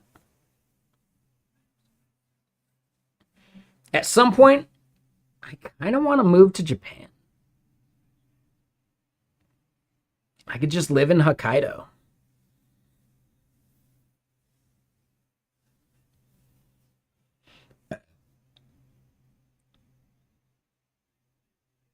I kind of just want to move to Japan.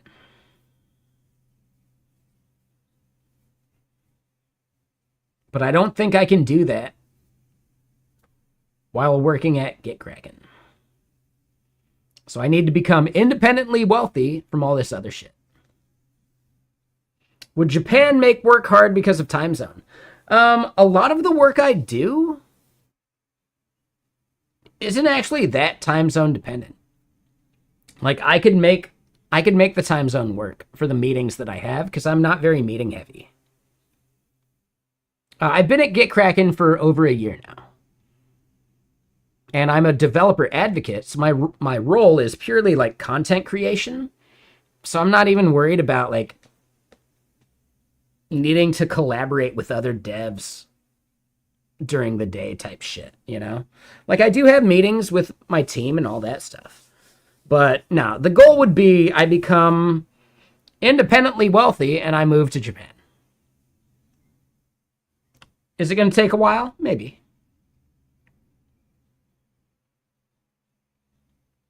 Wait, are you, Damon? Oh, shit, dude. If you ever want to chat about the product and hop on a call or whatever, just let me know, man. It's kind of my job to chat with users. Yeah, I just need one. I know, right? Yeah. Like, oh, man, Tommy, I just need one. Technically, I need a few. But I can make this one work for a couple grand a month, and I can make Walter work for way more if I can prove it out using what I'm building right now. I mean, I'll be honest. I make like 165K a year. Somewhere around there. I don't remember the exact number. No, it's solid. I get paid well. I've chatted with other like tenured developer advocates at larger companies who've worked at other companies, and they also say I could make more. But no, I'm sitting at like kind of where I was as a senior engineer as well, working at like startups and stuff. Like I know as a developer, as an engineer, I could make more at like Google, etc. But then I'd have to work at fucking Google. Ugh.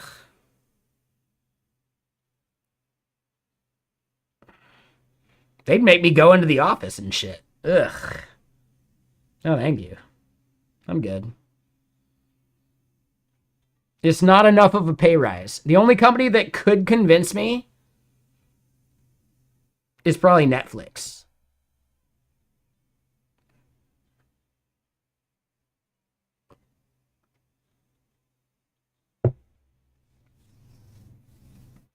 If Netflix wants to pay me $400K a year, well, then we can figure some shit out.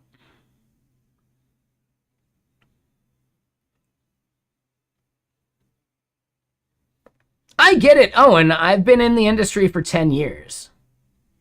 Most people would say at 10 years of experience, 165K is kind of failing.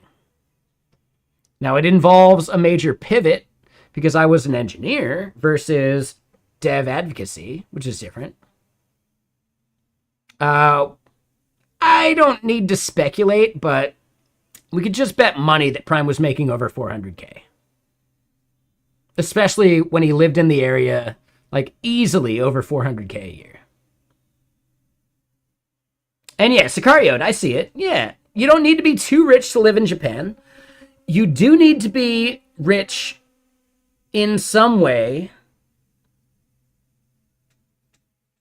to afford to live in Japan because you don't want to work in Japan. You know? Damn talented. 880 base and then stock on top? That's insane to me. Yeah. I know I'm not worth that much. Like, nah, definitely not. That's insane. The cost of keeping Disney Plus's lights on. Sure. Yeah, no, I get that, talented. There are people that make that, and, you know, more power to them. But, dude, that is such an edge case. Nobody, not a single human being in the world can actually count on that, you know? They're just really good at what they do, and someone recognized the value of it.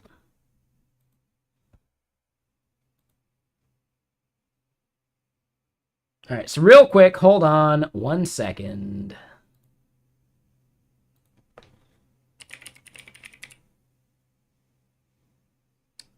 I got one song I'm going to play. It has me singing. Please don't just leave because you hate it.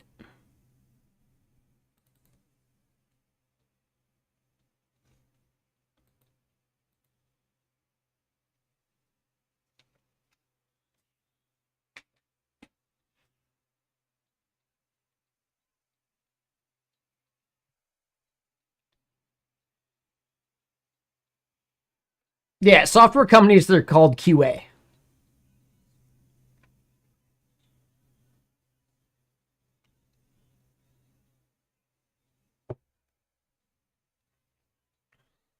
Thank you, malware. You said that before the lyrics kicked in, though.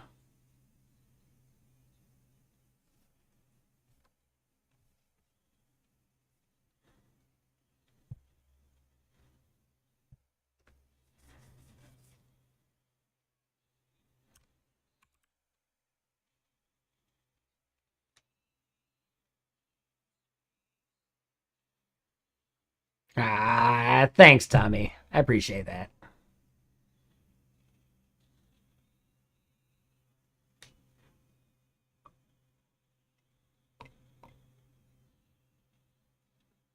YouTube, sorry I don't have the link for this. This is just something off my own hard drive.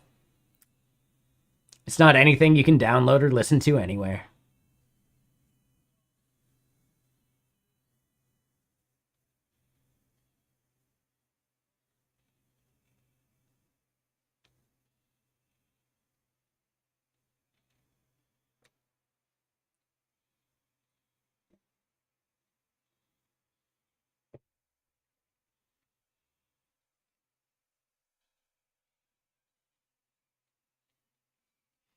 Yeah, no worries, Owen.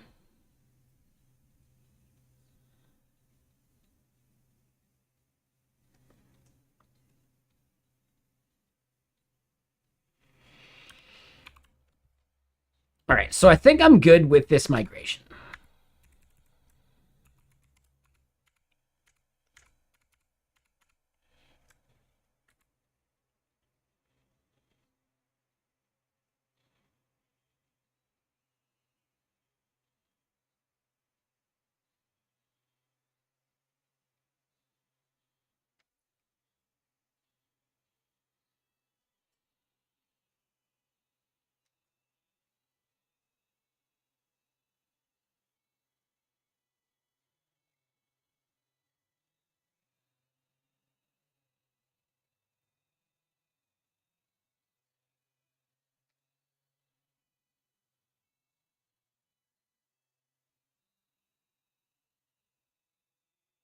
And I think I realized realize what the issue is. I think these lights are like more blue than they should be.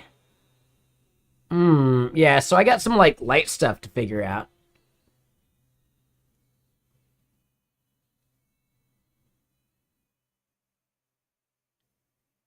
I need to make my lights a little warmer.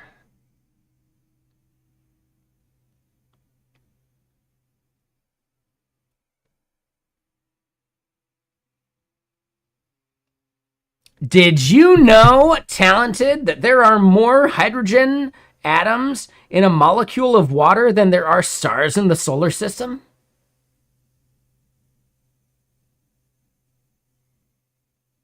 It really makes you think, doesn't it?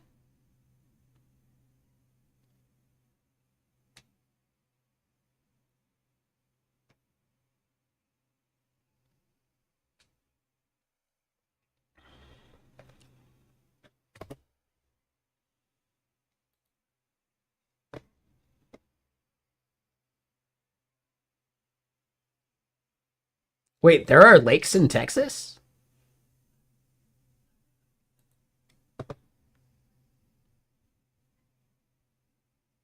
I'd say you're bullshitting just on that statement. I don't believe you. All right, so hold on. Let me get some more music going. We're late enough in stream where we can just put on anything we fucking want.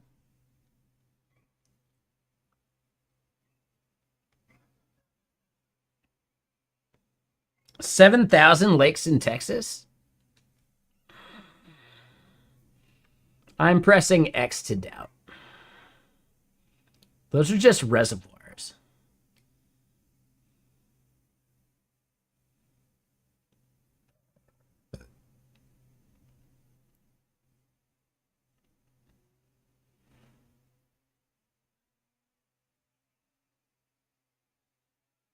The difference doesn't have to matter.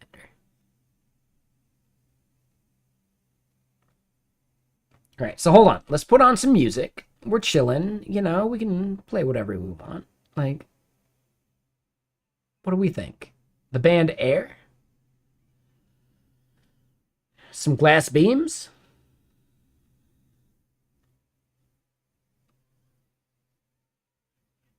Ooh. The Idols full set? All right, you know what? Hold on. We're going to give this a try. If you guys hate it, just let me know.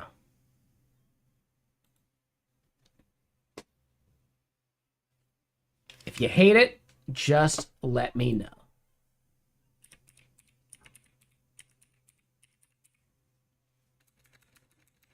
The band is called Pigs, Pigs, Pigs, Pigs, Pigs, Pigs, Pigs, Pigs, Pigs. I think that's it. We'll see.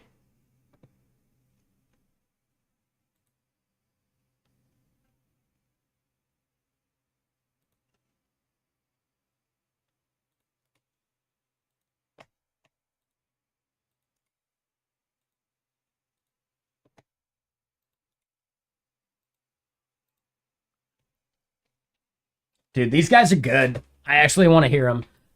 Dude's a bit of a yeller.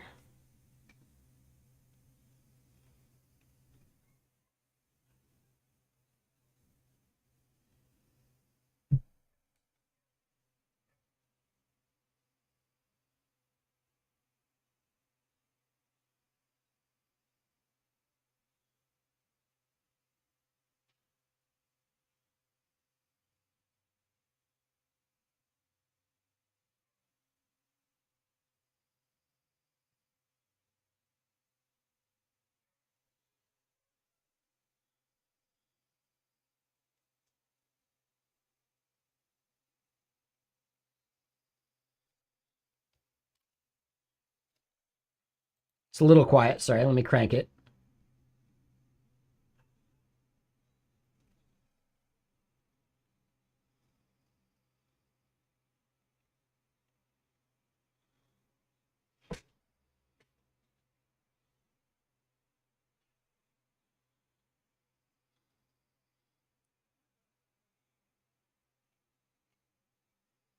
If y'all hate it, just let me know.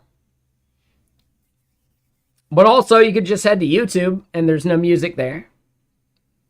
It's an option. Up to you.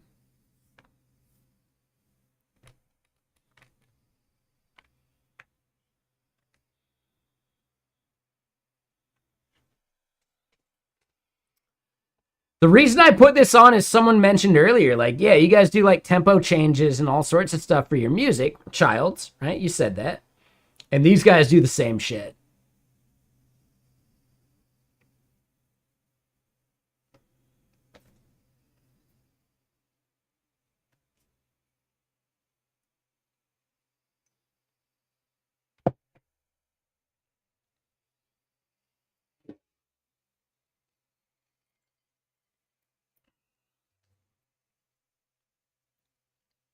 Singer dude, right? He doesn't have much range, but his voice fits the music super well. And there's some like quality to it. He's not just yelling, you know? He's not just screaming. I like it. These guys remind me of the Idols. Right? Never fight a man with a perm.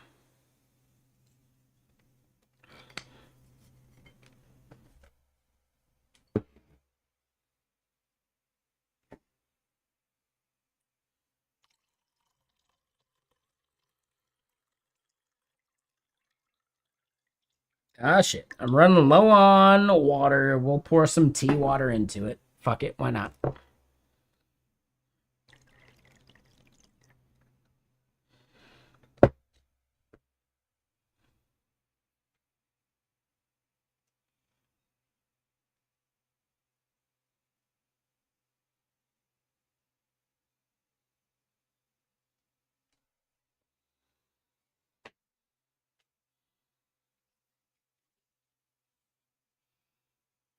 Dude's got fucking like Muay Thai fucking shorts on and a Stone Cold Steve Austin t-shirt.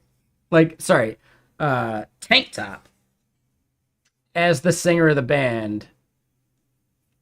Shit's a vibe, dude.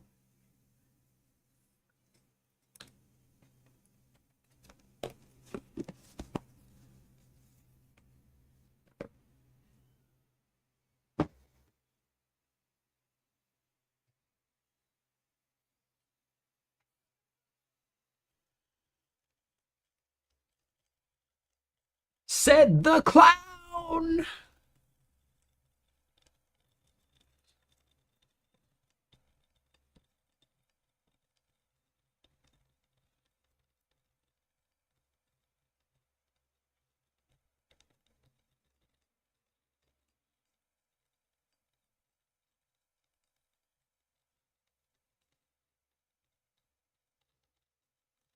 Hard to smile when you're planning to lose. I get it. I get it.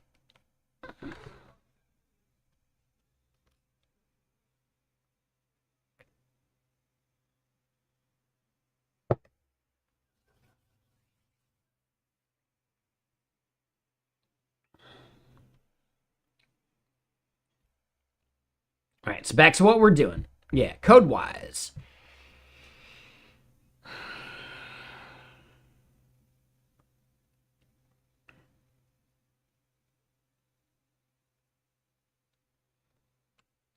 What we want to do is we want to create the entity, right, for this table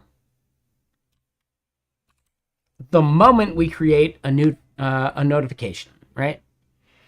And then when we what song is this? If you just do exclamation point song, you can hear everything we're listening to. If it's on YouTube or Bandcamp, you can get the link in the moment, at the exact moment of the thing we're playing. So yeah, how you doing, Fuzzy? No, this is some good, like, fucking, I don't know, like, just British, like, fuzz rock, like, fuzz metal or something. I don't know what you want to call it.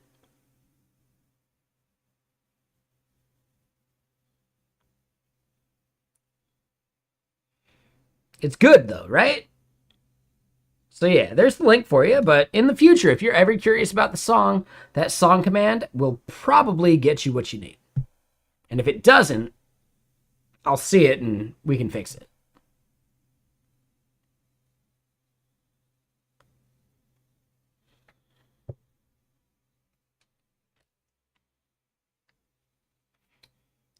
You call this stoner rock?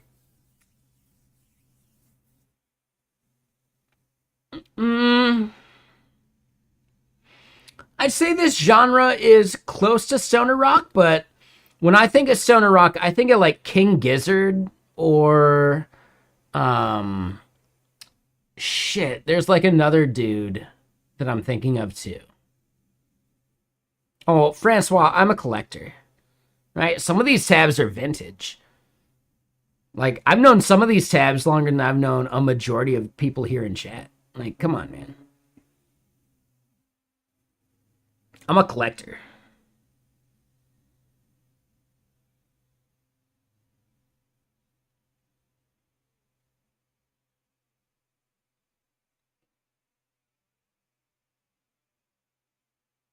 Yeah, so like I don't know. I think stoner rock fits a separate vibe. If you just want to classify it by like the instrumentation, then yeah, stoner rock. But with the yelling, ooh, I don't know. There's like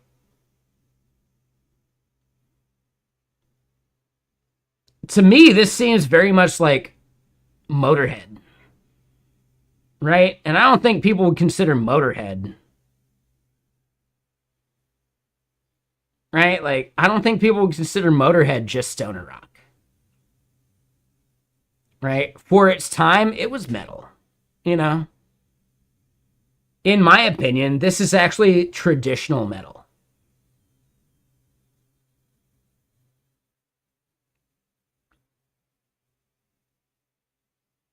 Right? Like, this is like Motorhead, like modern Motorhead, you know? I would not classify that as stoner rock.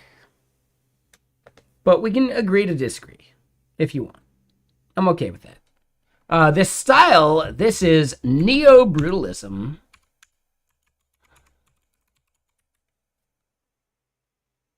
It's just a framework. It's a library you can use. Like, yeah, go for it. Have at 'em, right? Like, I don't give a shit.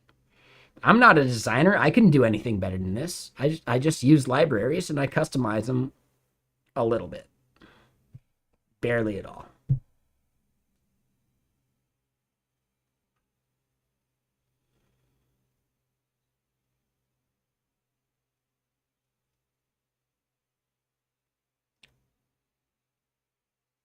I just gave you the link, dude. It's just right there in chat. Read chat.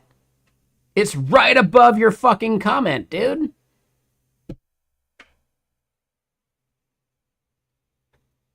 Can you... Why won't it read?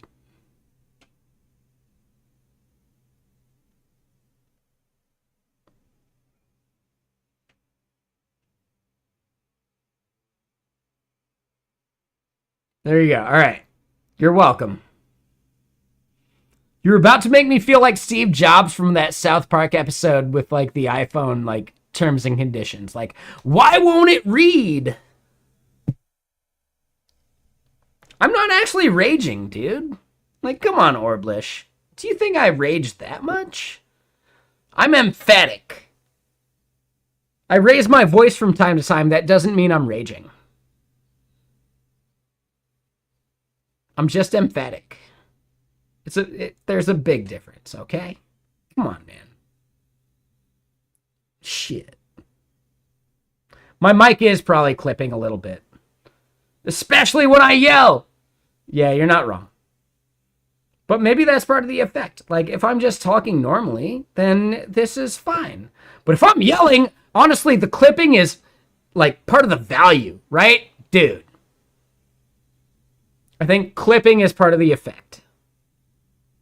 So, yes, I should actually chill. I can chat as we need to chat. But if I need to yell at people, clipping makes it more real.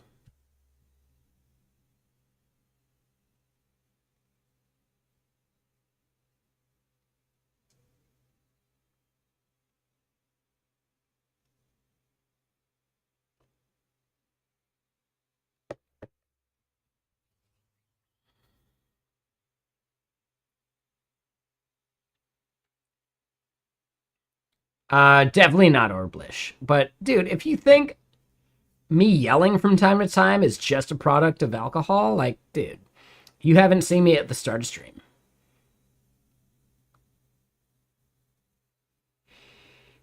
But more to your point, there's a Bill Hicks quote, right? Like you see two people fighting at some like sporting event or something, right? Are they drunk or high? They're drunk.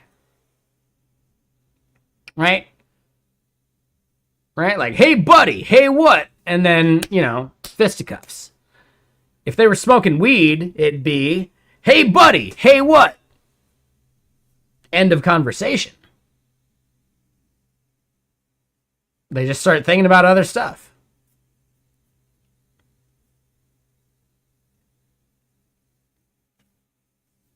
Exactly. Hey buddy, hey what? End of conversation, no fists thrown. It's that easy. It's that simple. The world would be better if we just all smoked a shitload of weed. Now, granted, worldwide reproductive rates would tank. But I get it. It's fine. I think humanity would adjust.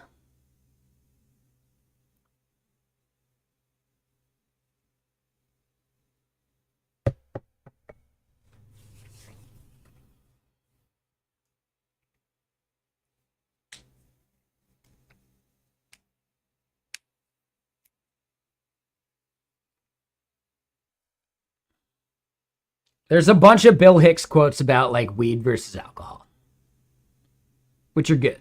They're like fun jokes.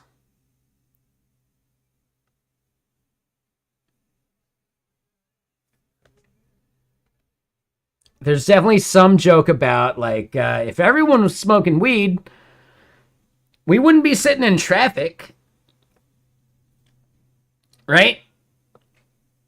Like us in general, but the freeway would be bumper to bumper fucking Domino's drivers. Beep, beep. Come on, man. I got a delivery to do. We all do, man.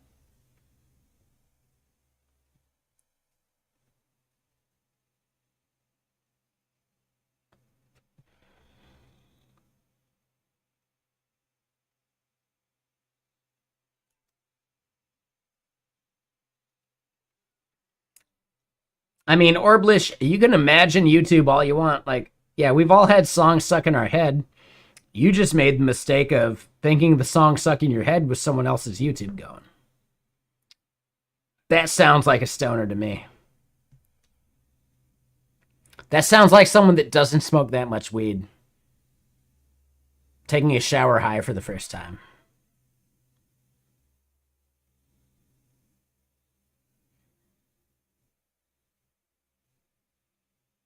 Which is okay, man. Don't feel bad about it. Enjoy the shower.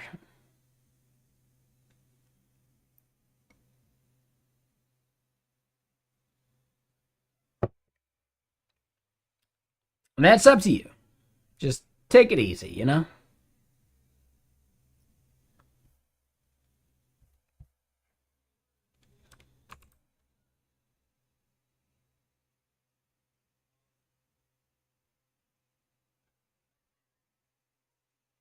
All right, so I think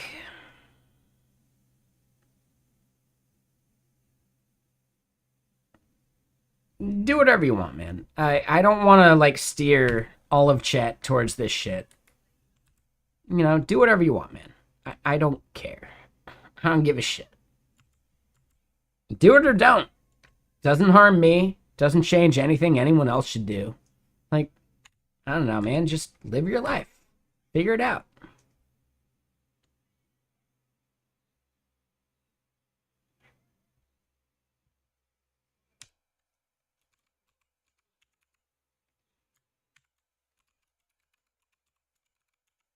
No one's forcing you to do any of this shit.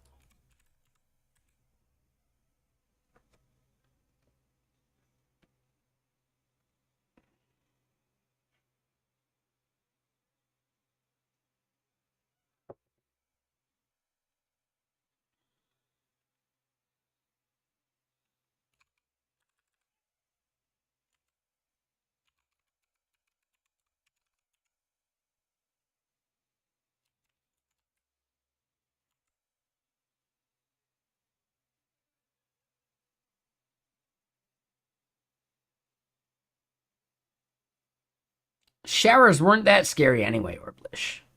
But yeah.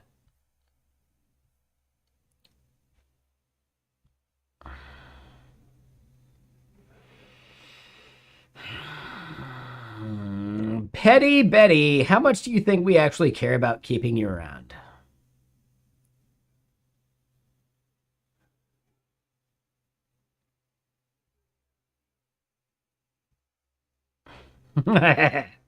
All right. I'm immature enough to giggle at your name every time I say it there, Dopless. It's called Neo-Brutalism. And what's up, Game Dev? How you doing? It's not a bad name. I will simply push back on their yapping comment as their first comment in chat.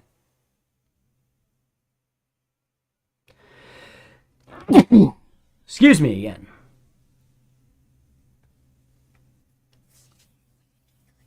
I don't know, man. We can judge people by their first chat, and that's not a good one there, Petty Betty.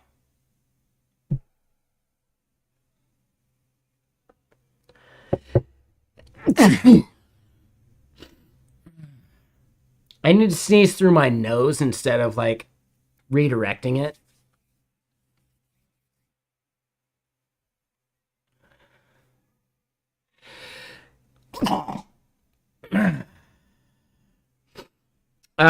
Do you? Because that was your first chat ever.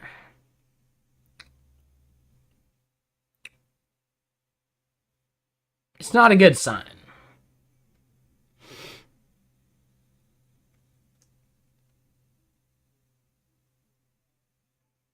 Yeah, we don't have a good watch time command. I can look at when you've been following. Yeah, Nightbot fucks it up.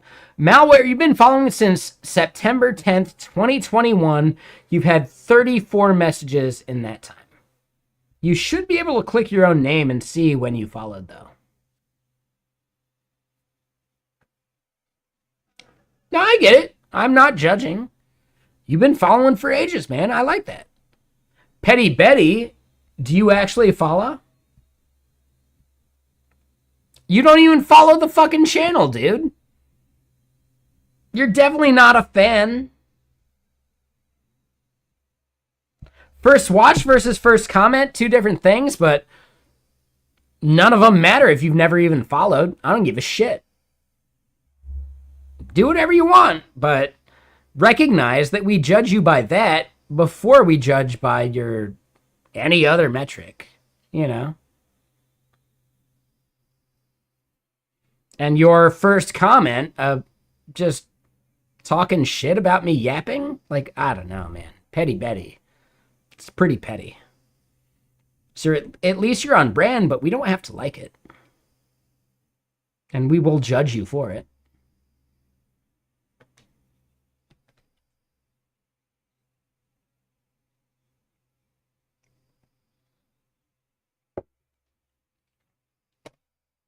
All right, so yeah, this band is done. They don't have any other songs to play. I like it when a KEXP like live band just plays their set and then the last bit is when they like bullshit in chat. I really like that, actually. That's quite nice.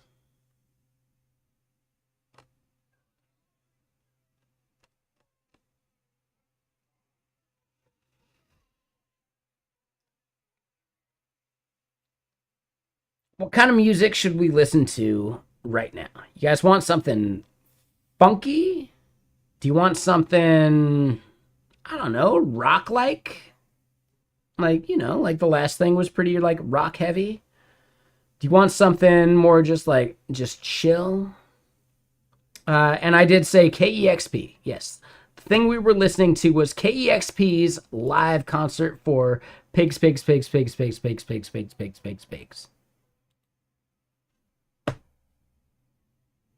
I get that, Petty Betty, but we only have one metric to judge you by, and a lack of a follow is something we will judge you by, especially when you make a comment that doesn't sit right. So thank you for the follow, but again, A shitty comment out of nowhere, especially as your first comment, is a problem. And the only metric we have to go by is how long you've been following. So you should have followed way sooner, and then it wouldn't have seemed quite as trolly. You get it? I hope you get it. I hope you understand. We only have heuristics to judge people by. And you failed a couple heuristics. Especially the first message heuristic, which is probably the most important one.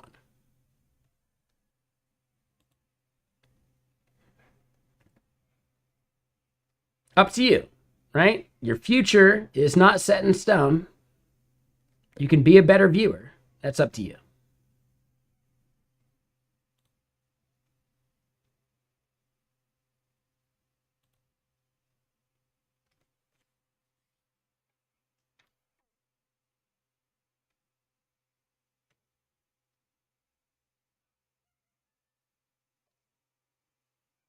Literally, yeah, trolls are a virus.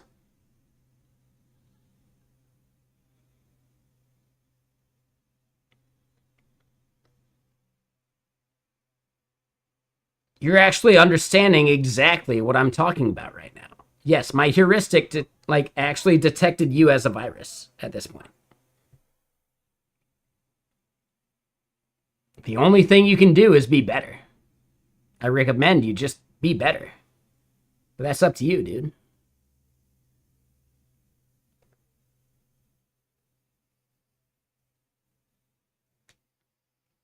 Yes.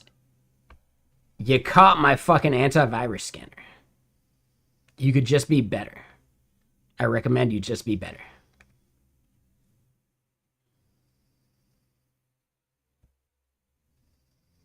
Trolls are a fucking virus. Like, literally.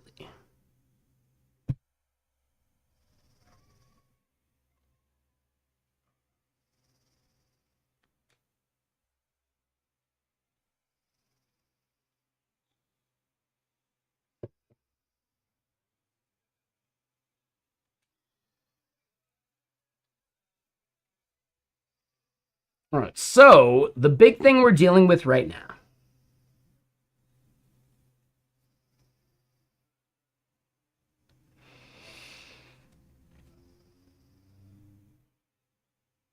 The rate limiting we want to do is a little tricky, but it's important. And I would say email and SMS rate limiting are part of our MVP. Orblish, I'm a collector.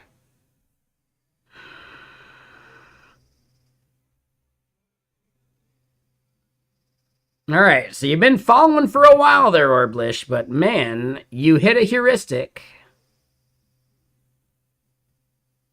And I had to double check that.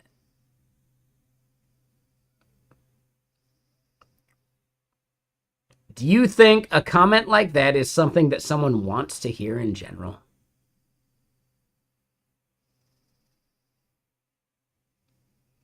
Maybe, Damon, but it's also a way of detecting people that suck to talk to. Kind of in general. You'll notice how the regulars don't give a shit anymore. It only kind of calls out the people that are less fun to talk to. I value that heuristic. See what I'm getting at?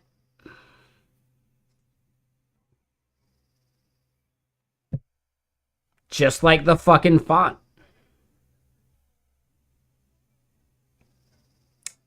It's fine, Orblish. What I'm getting at is it's still a heuristic. The people that comment on those things, the people that comment on the font, the people that do a bunch of other bullshit end up checking enough heuristics that I can recognize they're just not fun to engage.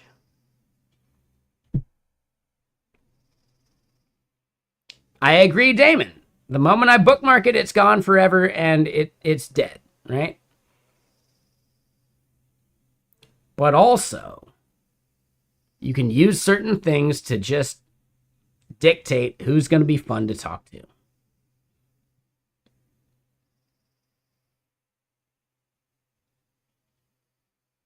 A lot of things on this stream are bait. And the people that can't get past them are not fun.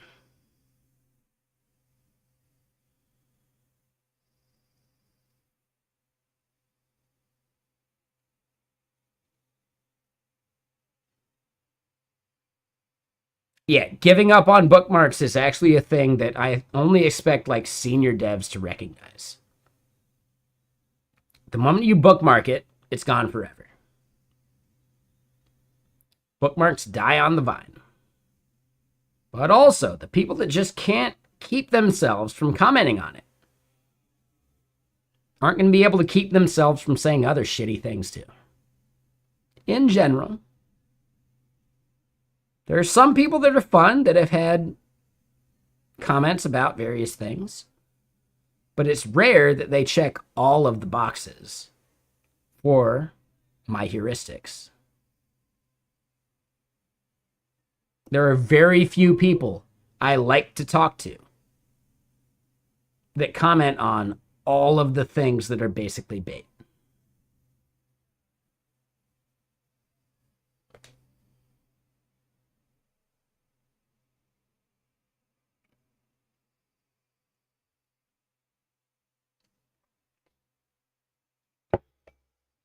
They don't matter. Only worry about yourself. Orblish, I feel like you've checked a lot of the boxes, though. Could you just chill out?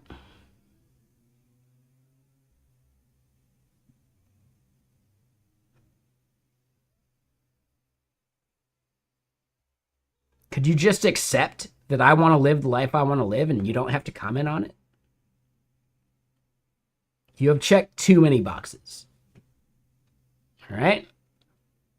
That's all I'm going to say about the subject.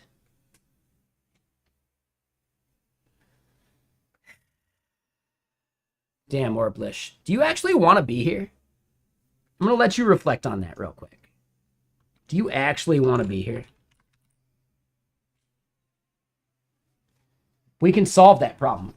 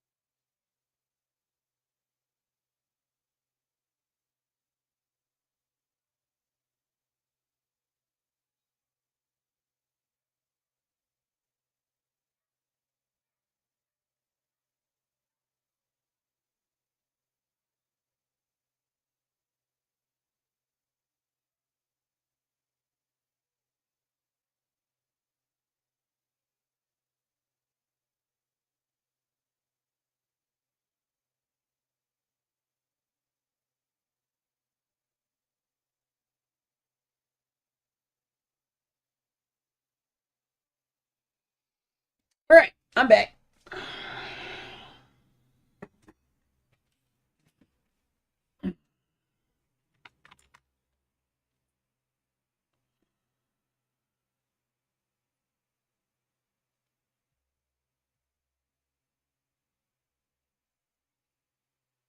Yeah, so I'm going to give you one last warning, Orblish. Be fun, or we'll fix the problem.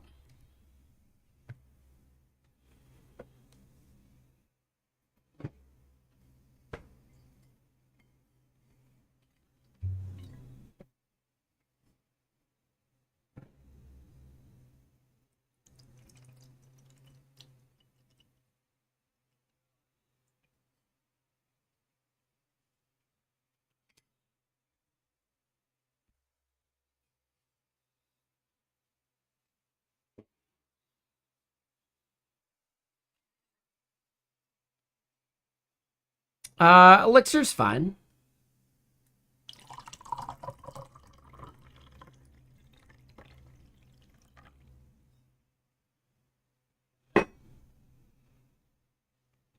And yeah, just so I can remember it.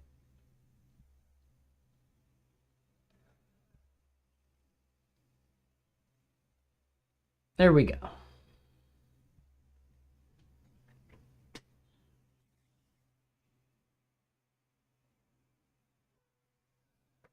Whichever one you like.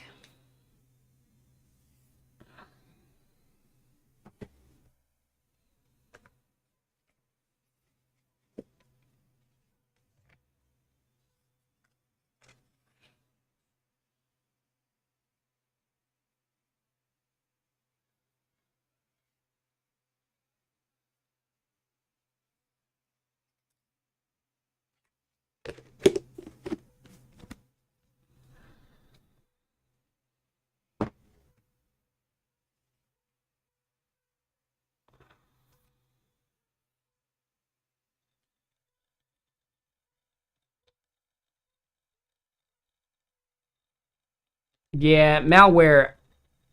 I appreciate your sincere response to them. I don't think they deserved it. They're also one of the people who's questionable at the moment.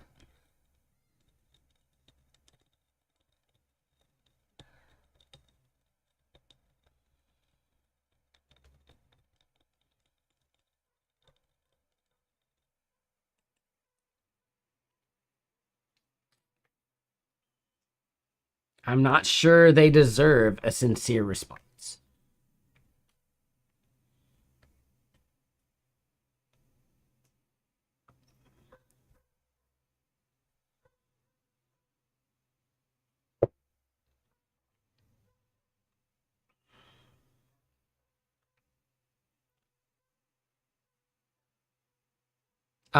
Maybe just be cool. It takes time, but with that right there, you're already proving me right. Kind of sad.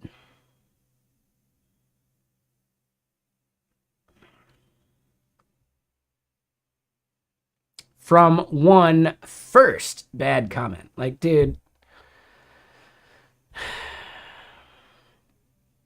I'm already tired of you. No one's forcing you to be here. Why are you being so shitty?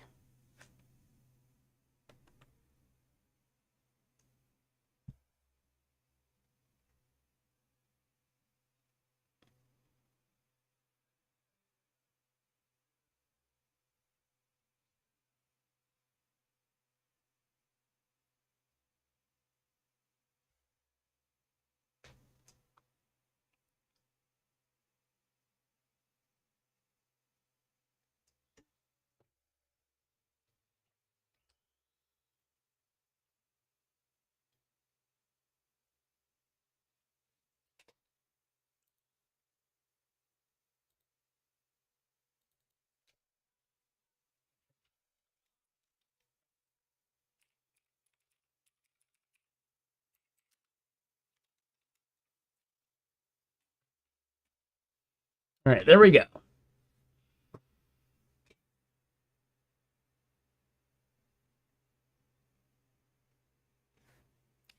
2 shitty comments within 12 is a bad ratio.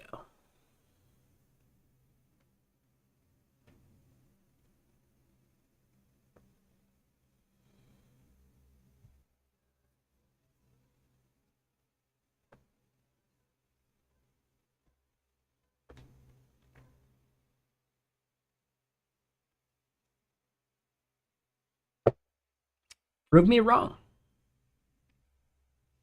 We're all hoping you do.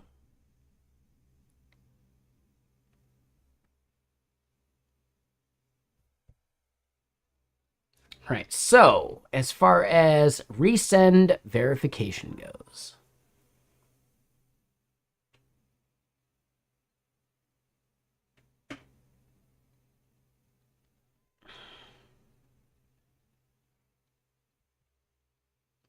that module doesn't exist.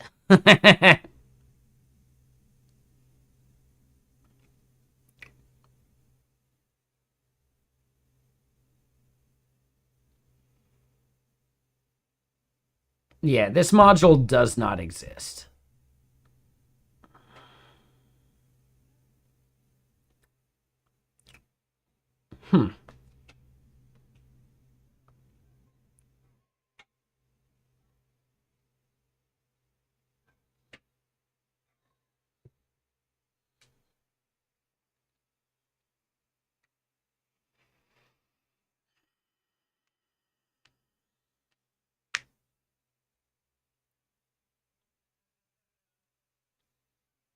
So we generated a migration and table.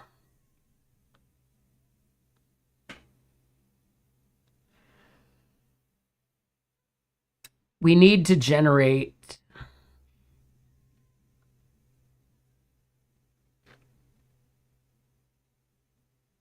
it's going to be here in notifications still, but we need to generate a schema like module for this thing.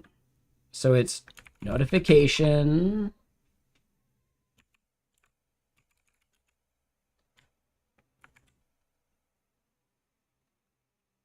What did we call it? Verification.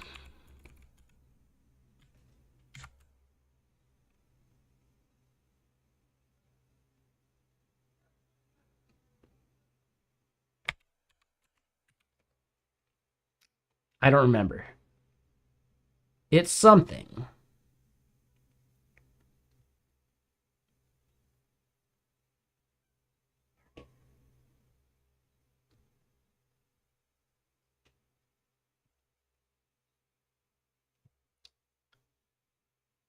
Notification, verification, resend, rate, limit. That's a bit much, but I get it.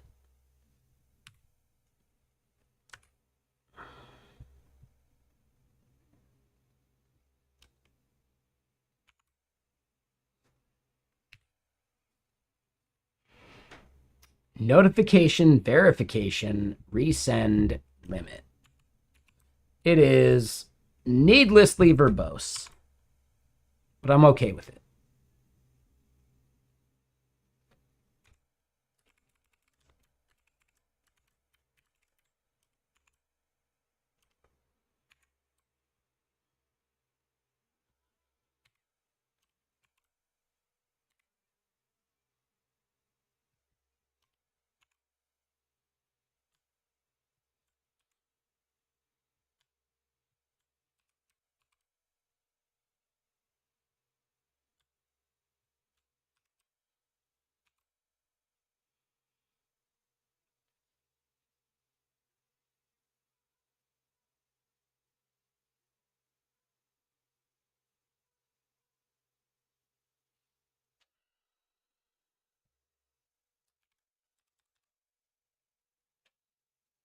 Notification, verification, resend, limit.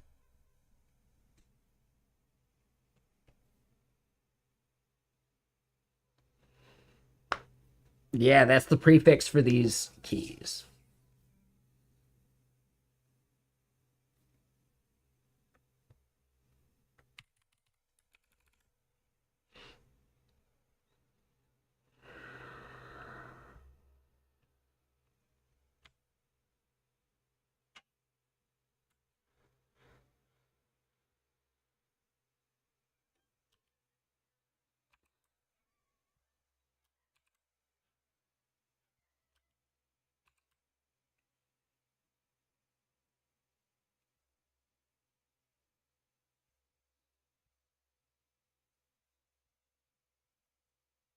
We're going to close basically everything because we got way too many files open.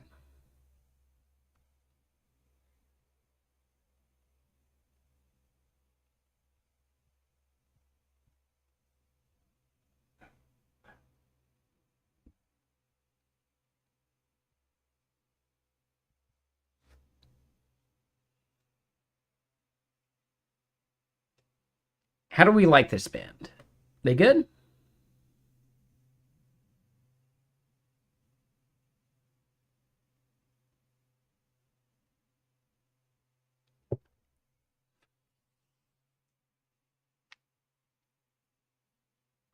Should I switch them up?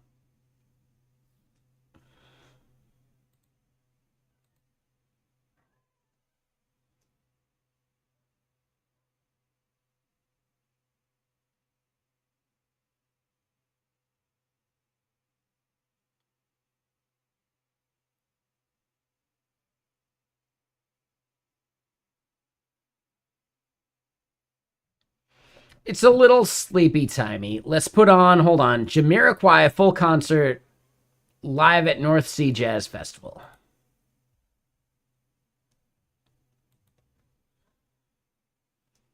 (2006) version. Oh my god. Are the Jamiroquai guys even alive still?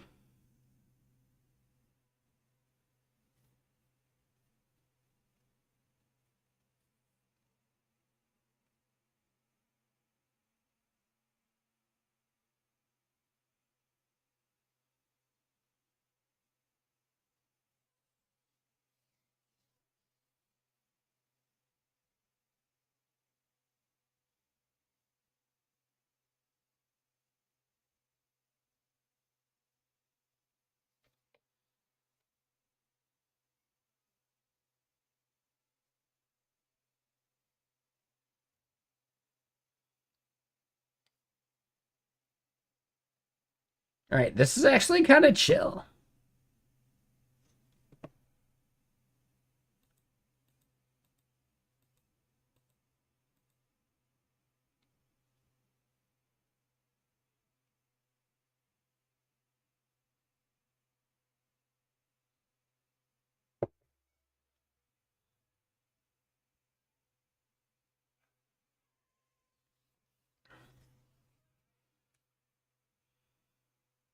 If they don't play Virtual Insanity, I'm going to riot.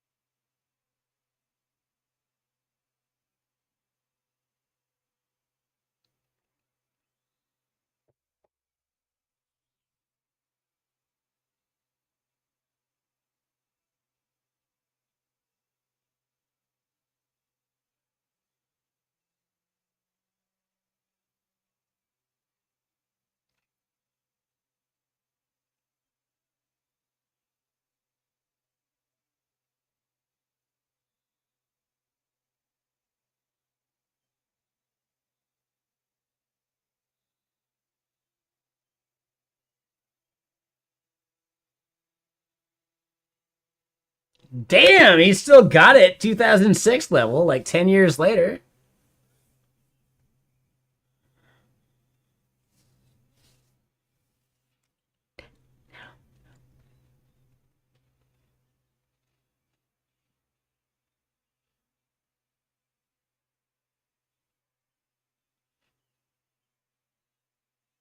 Damn, Jamiroquai still does it. All right, man.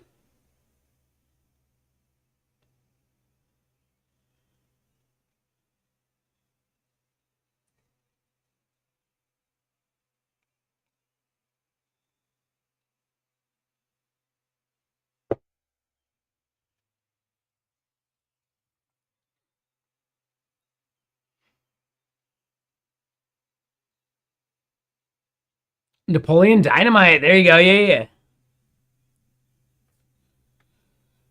Right? He's like doing his dance on stage. Nothing left to do but dance. Yeah, for sure. This might have been like the year that Napoleon Dynamite even released, isn't it? When did Napoleon Dynamite even come out? Like, dude, it might be 2006.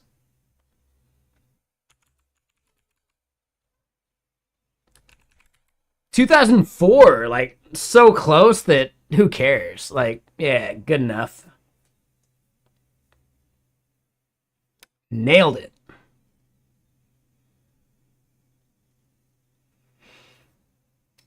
So real quick, what up, Standard Pointer? For everyone who didn't know, Deb, right, from Napoleon Dynamite, that was the kid in Waterworld, right? Tina Majorino. She was the kid in Waterworld, the one with the tattoo. If I didn't just blow your fucking mind, well, okay, touche. Your mind can't be blown.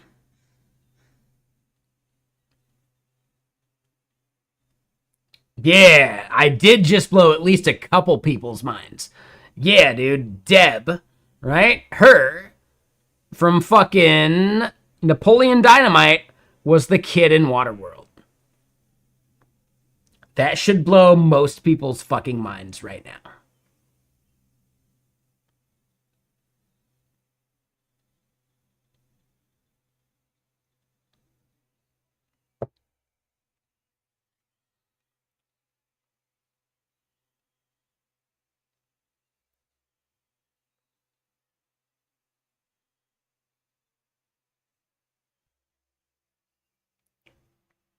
It's kind of fucking crazy, isn't it?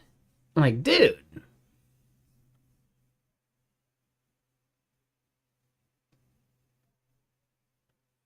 Yeah.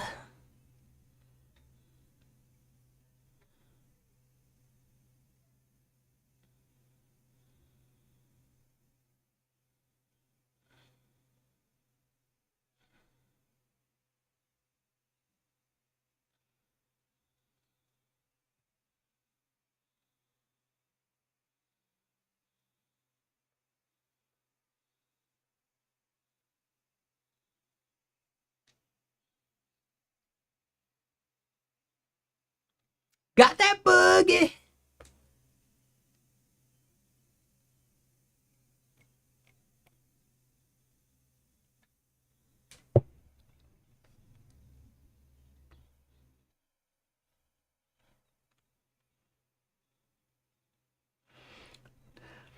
You know the real, like, MVP of this band? The bassist. Listen to that fucking bass line.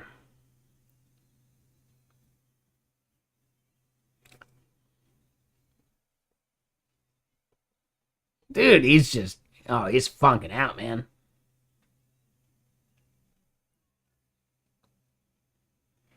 Damn, some neighbors smoking the weed. Some neighbor is totally smoking the weed. So I don't feel bad when I do at this point, because some neighbor is chiefing it up way harder than I ever have. And it smells delicious. It smells delicious. I saw an old version of Space Cowboy, like 15 minutes long, because they did a whole legalize it thing in the middle. Duh, legalize it.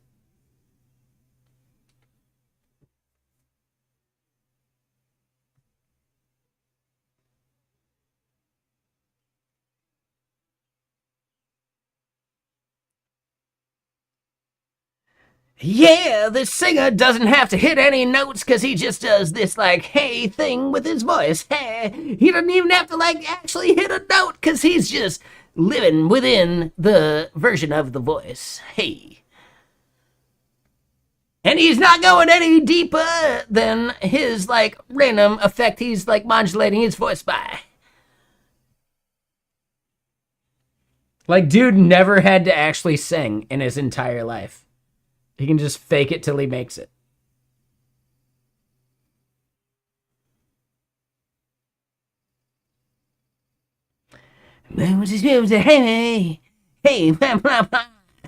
Like, dude, it's just... I love the fact that he was able to make a career out of not singing. That's kind of genius. I think I'm a little jealous. Like, dude, it's fucking hilarious to me. I can see clearly. Like, dude never had to sing a fucking day in his life. This is not considered singing. Exactly. This is not considered singing. This is my man. Like, dude, yeah. Like, you can parody it and it sounds like so close to real.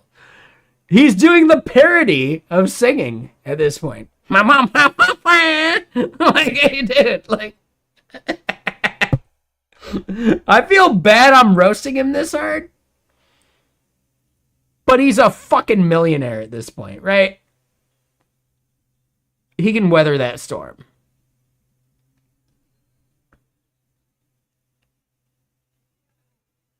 My mom, it's so bad. I'm sorry. If you're a big fan of Jamiroquai, I feel so bad for, like, dispelling the myth. But dude can't sing.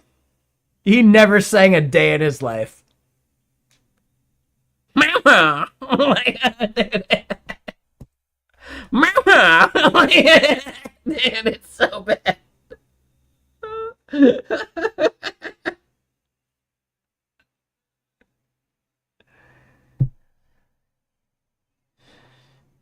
All right.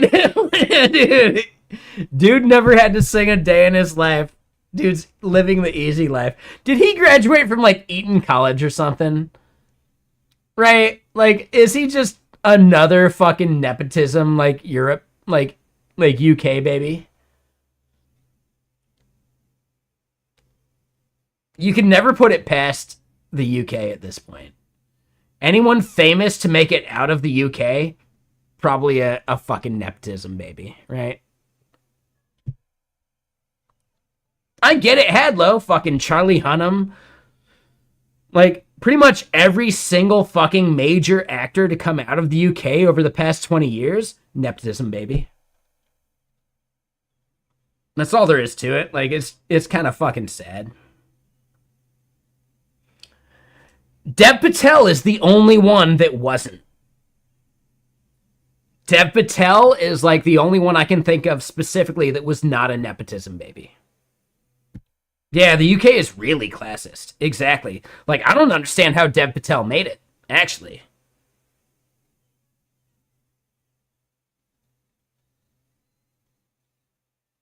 Slumdog Millionaire. That's how he did it.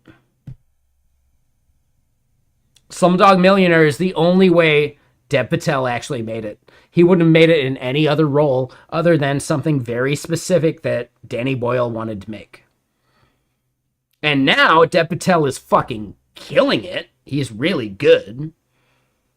Like, really, like, the UK should recognize that their fucking nepotism selection bias sucks. Because it gives us Charlie Hunnam. Ugh. Ugh. Gross. Fucking gross. Is there anyone out there that actually likes Charlie Hunnam's acting?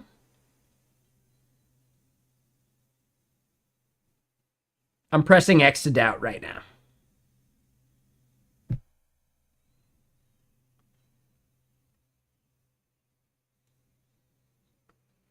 Benedict Cumberbatch is good, but I mean, just look at his face. Yeah, he's obviously a nepotism baby.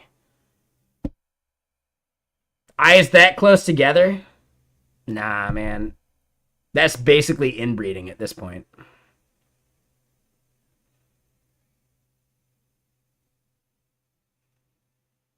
Just like the other girl, right? Like, what's the one girl who's, like, famous for her eyes being way too far apart? She was in Furiosa. Also nepotism. right? Just fucking inbreeding. Inbreeding upon inbreeding at this point. Like, come on. But she's actually good. But also, like, come on. Just look at their face.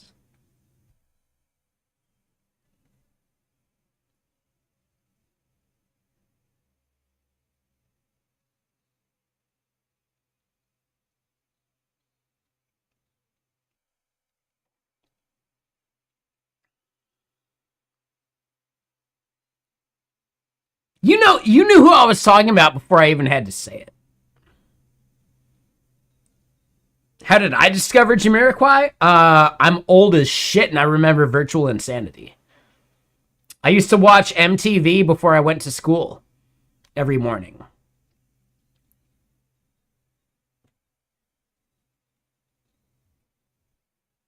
Nah, no worries there, malware. Like, I get it. Totally. But she's absolutely a fucking nepotism baby. Like, you can look that up too, right? Cumberbatch and her, like, obviously, like, they come from rich fucking families. Just look at their fucking face. Like, dude, it's kind of crazy. It's kind of insane. It's so crazy that you can look at their face and be like, yeah, that's the product of inbreeding. I get it. All right, touche. There's some aristocracy in there somewhere, which means inbreeding.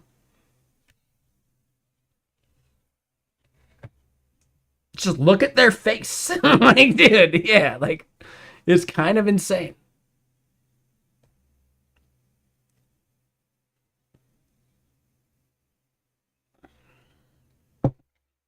But Bob, yes, I know Jamiroquai from Virtual Insanity because I was there when that song released. I was there.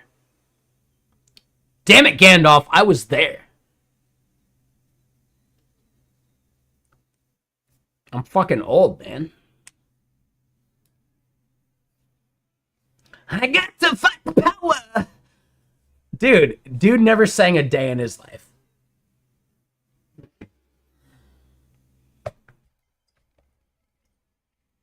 Is Cowboy Bebop actually named after one of their songs? I didn't know that. I don't watch any anime. So I'll take your word for it. I don't watch anime. Again, I'm old as fucking dirt at this point. I judge anime by early anime, and modern anime fucking sucks in comparison. Like, dude, compare any modern anime to Demon City Shinjuku. Compare any modern anime to fucking Ninja Scroll. Nah, man. I got a bias, and modern anime doesn't satisfy it.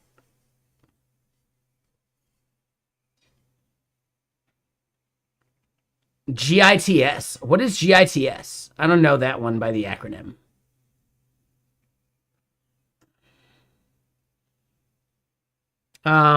A Rider M. Thank you for the follow, though. I appreciate that. Did you follow just because of my fucking like rant about old school anime? Ghost in the Shell. Okay, yeah, Ghost in the Shell sets the bar too. Ghost in the Shell, Ninja Scroll, Demon City Shinjuku. I get it. Is Cowboy Bebop really that old? No way, LG. I would not have guessed that. I had no idea. I thought Cowboy Bebop was way newer. Ninja Scroll is older than 98, though. Ooh, hold on. I gotta push back. Ninja Scroll is older than 98. 96. Okay. I'll accept 96. 2 years is important. 2 years is actually really fucking important when we're actually like talking about these things.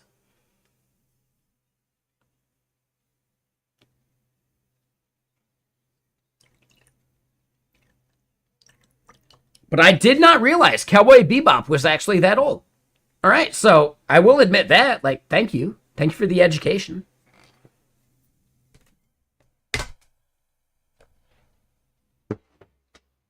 Thank you for the education. I will happily accept that. Well, shit. I had no idea.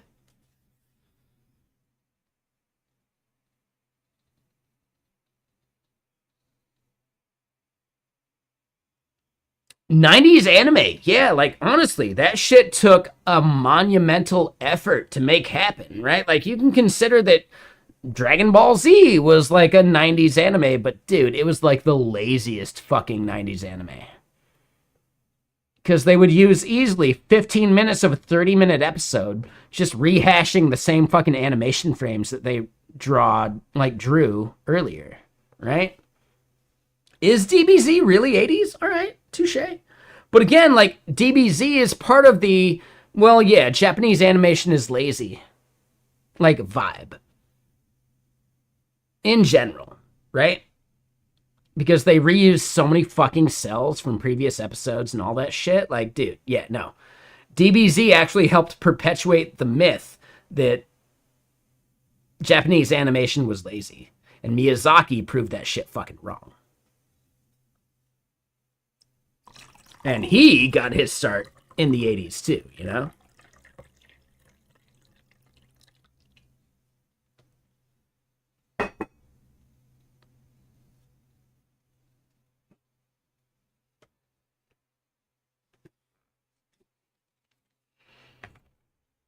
I just think Dragon Ball Z reused way too many cells.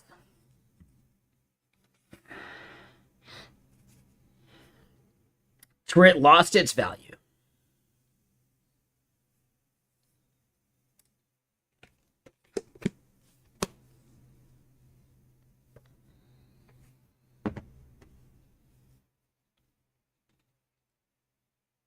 Baby, cool. Can we get back to just roasting the Jamiroquai guy? I think there's more value in that.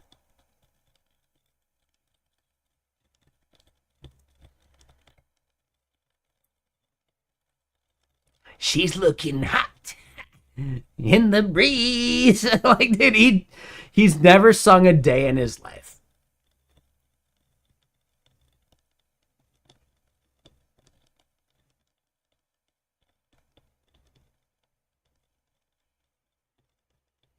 I wouldn't be surprised if the fucking Jamiroquai singer's like uncle was a fucking duke or some shit, you know?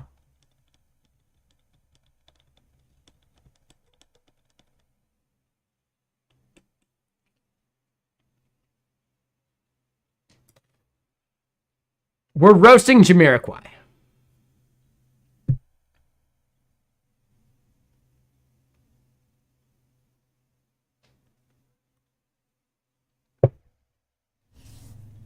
So Bob, I get that. In animation in general, each frame is considered a cell.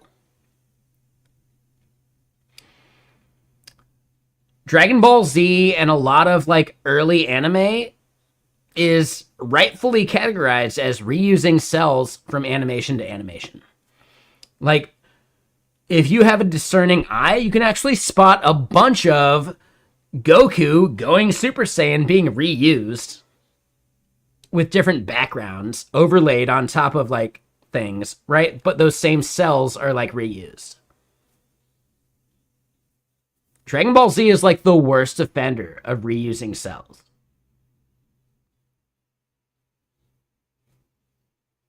It's like really fucking bad. It's why Japanese anime has been ridiculed in general, right?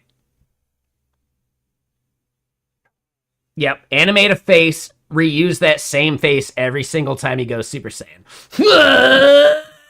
But it's still the same fucking thing you saw the first time he went Super Saiyan, but now he's going Super Saiyan 4, but who gives a shit? Yeah, like, because drawing each cell is effort, and to redraw every cell is a cost. And you can just reuse a cell from a previous like set of things. Like you can reuse an animation and then maybe just overlay it differently or whatever, right? Like change the background, but it's still the same cells because animation is drawn on transparency sheets, basically. I don't know if you knew that. Most production animation, like Dragon Ball Z, is actually drawn on transparency cells, just like old school Disney was.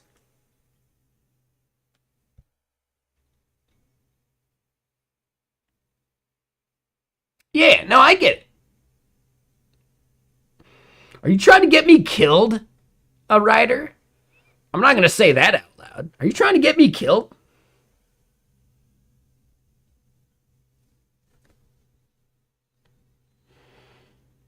Shit.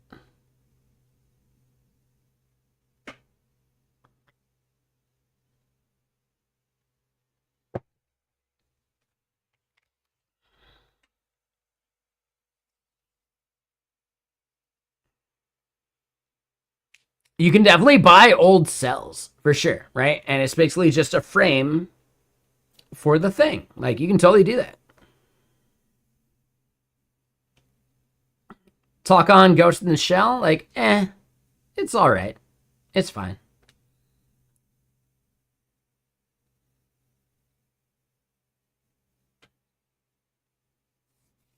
That's something people cling to if they haven't seen other good anime. You know?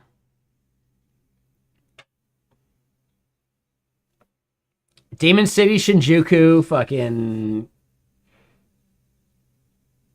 Ninja Scroll. Those are classic.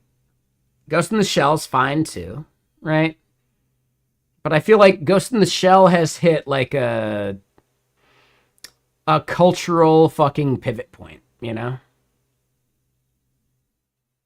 Whereas these other things I mentioned are still like niche. To where, like, yeah, charlatans can recognize Ghost in the Shell, but they've never seen the things that built modern anime, right? And it's okay if you like whatever.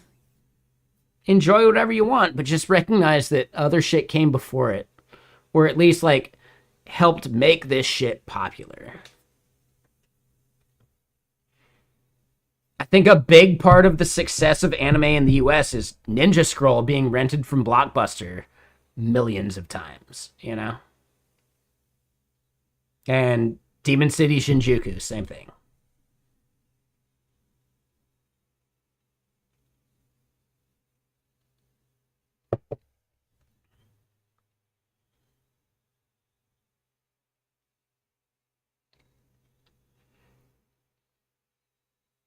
Interesting that you call out Transformers. Like, yeah, no, I remember Transformers in the 80s. Like, yeah, I wouldn't be that into fucking like anime in general without Transformers. We can all recognize GoBots as the OG triple triple, but Transformers was better, obviously. Voltron, ooh, Voltron. Good call. Good call.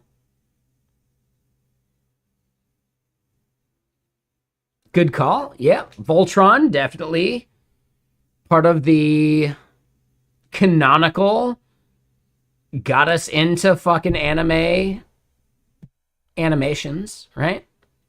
I get that. Yeah, totally, man. Silverhawks.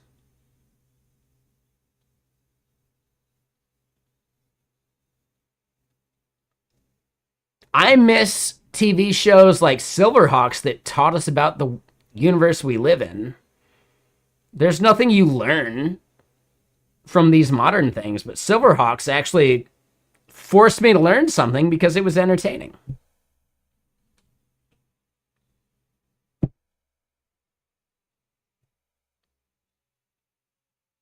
Silverhawks.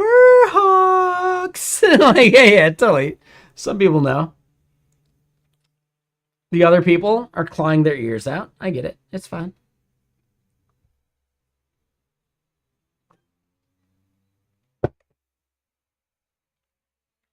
But okay, so we got this.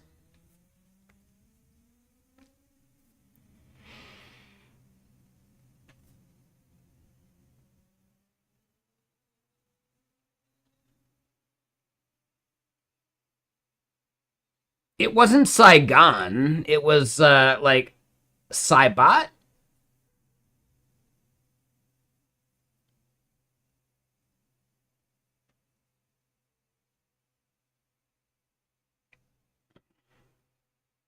It was Sai something. I don't think it was Saigon though.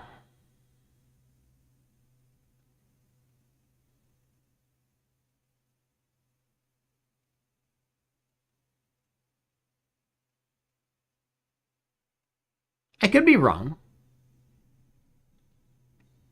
Bandai was just the toys. Okay, hold on. No, this is important. Yeah, we'll pivot. Sure.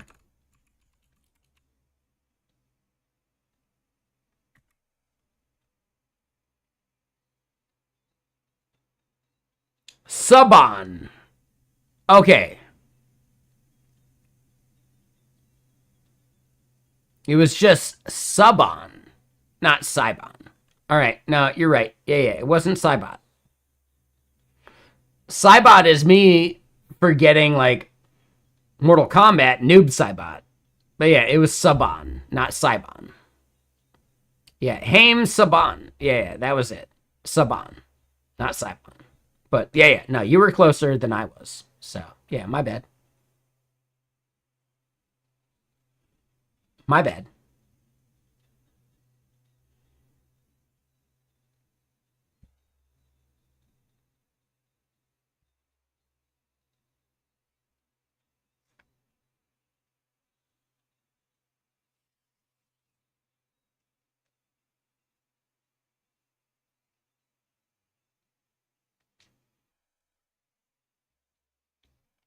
Hold on, I gotta look this up.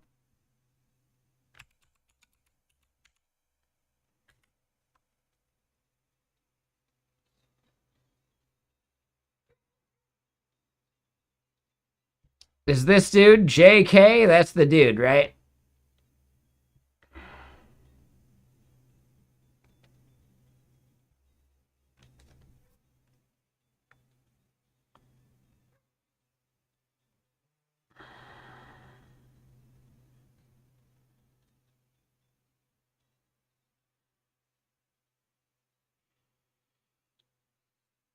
So he's actually not that much of a nepotism baby, actually.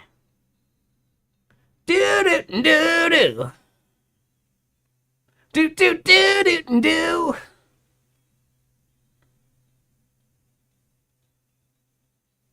No, he's actually good. Shit. All right.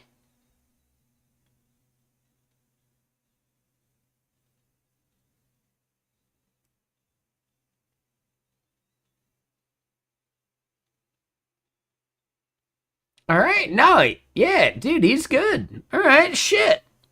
I was willing to write him off as a fucking Eton College, like, nepotism baby. Like the worst fucking actors coming out of the UK right now.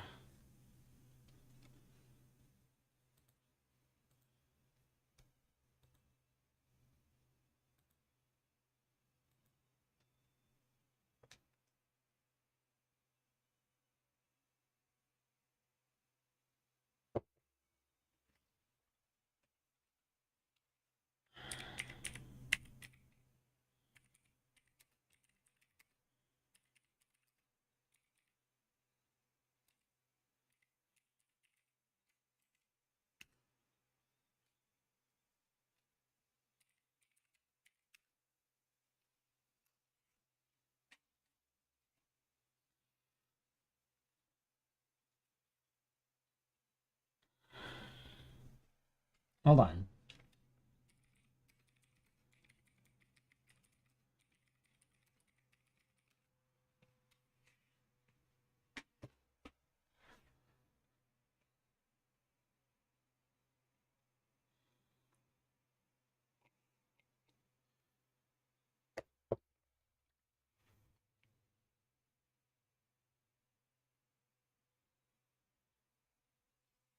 Add some green, and I'm drinking the ooze.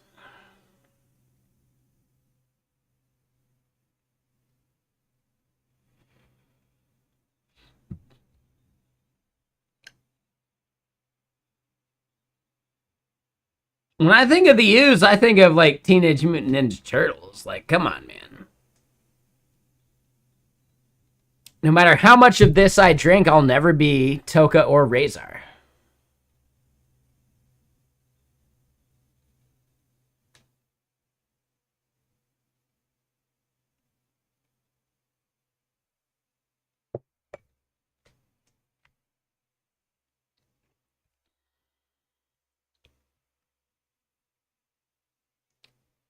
Yeah, did I nail it?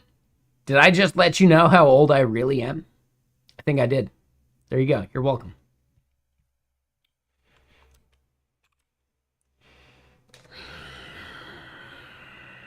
We are at 8:30 p.m. though. This might be a good moment.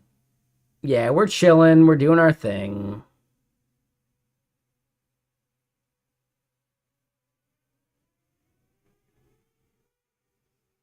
Yeah, Jamiroquai, just pause the music. Yeah, we know they're holding their good music for later. I get it. I get it. But you know what? Yeah, they didn't play the good song, so fuck them. But also, we are at 8:30 p.m.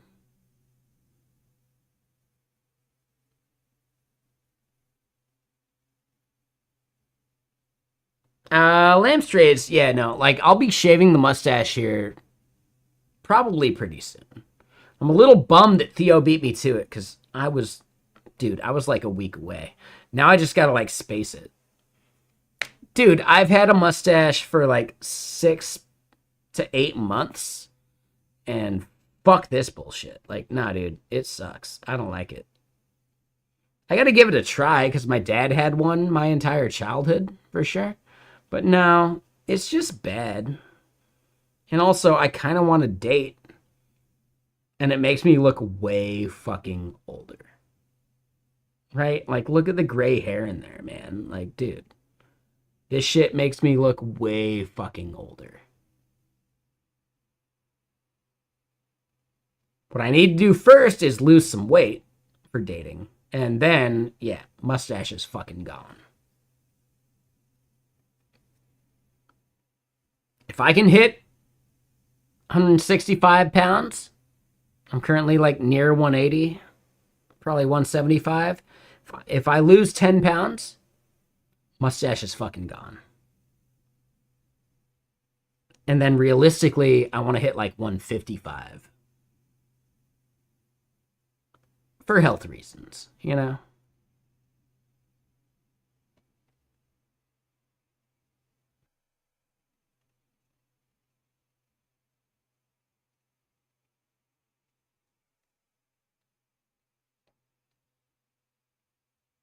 Oh, are you trying to date too? Yeah, the beard doesn't help for dating. Definitely not. Unless you got a shit chin. My double chin is basically a shit chin at the moment, so I gotta shave. Like, I gotta work on it, but I can't grow a beard, so. Is what it is. But yeah, at some point, if you're dating and you got a shit chin, you should actually just grow out the beard. Come on.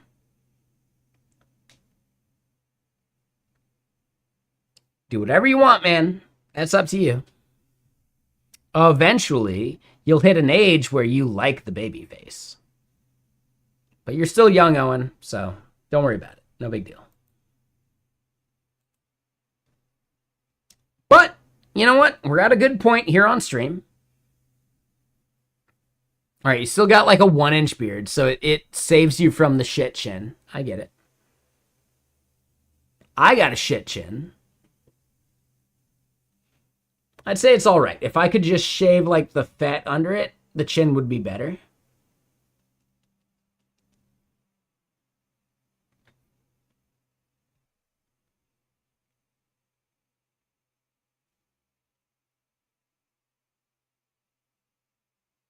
You know, we'll see. We'll see.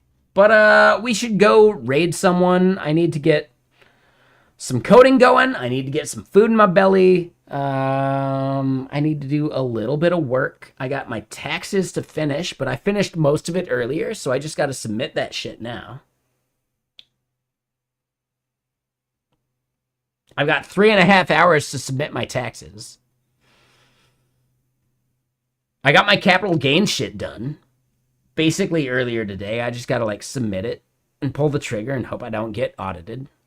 Honestly, I told the full truth, but the way I like categorize some things, Twitch didn't send me a fucking 1099 misc this year. But they should have. Like, they really should have. I made around 6K from Twitch in 2024, and they didn't send me any fucking tax document I can use. So I just had to add that shit up and report it however I see fit. Like, dude, that shit sucks. Fucking Twitch.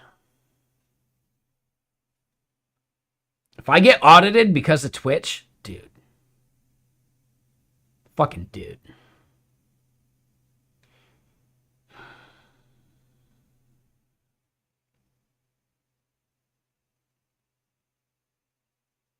I don't know, man.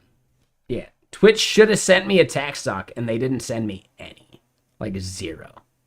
Absolutely fucking none.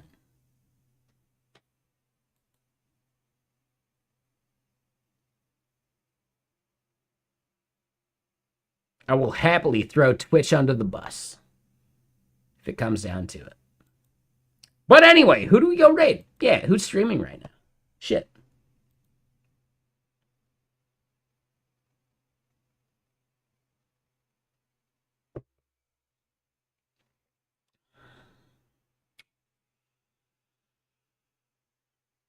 All right, so I see Rython going right now. I see Blaze Bits. I see Trycatch TV. I see Nick One Data Sci. I see Productive Time. You're thinking Trycatch? Yeah, no, they're super good. They just don't typically do our same category.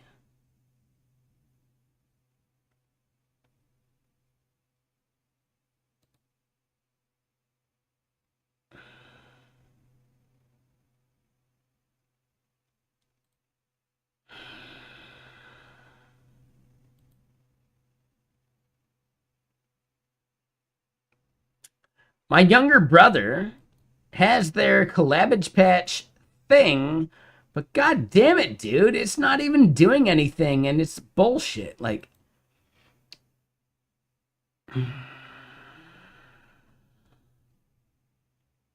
I would raid my brother at any given moment if he was actually doing something.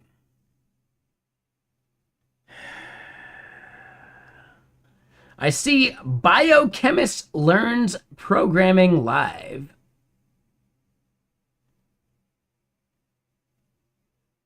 But Trycatch TV, they're a Spanish stream, and the majority of the people here on stream are not Spanish speakers. What the fuck is MCP is their title right now, and I get it. But we're just not like a Spanish stream.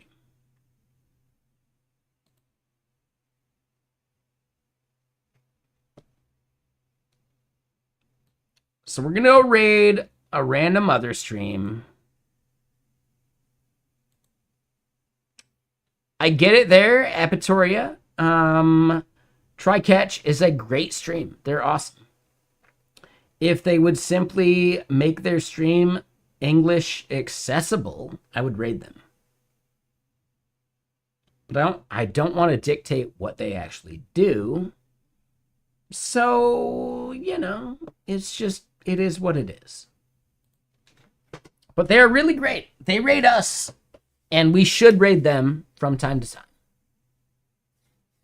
My brother's stream, like, no, it's like the Cabbage Patch or some bullshit. Like, dude, I think he left it running and forgot to fucking kill it. And we don't want to raid that. Nah. He can figure it out. He can be better. He just left it running or something. It's not a stream anyone should check out right now. But we can go check out this stream.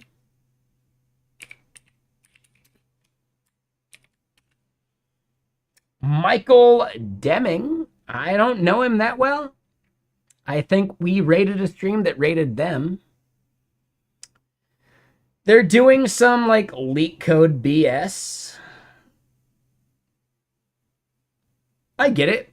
But they're a biochemist going into programming, and that's actually kind of cool because I think a lot of us watching this stream right now are trying to pivot from various things or whatever. Or we can help them out in ways when they ask, but don't backseat. And yeah, we'll just go say hi to Michael Deming, and I'll be over on Gaming Stream here in just a little bit. I gotta finish submitting my taxes.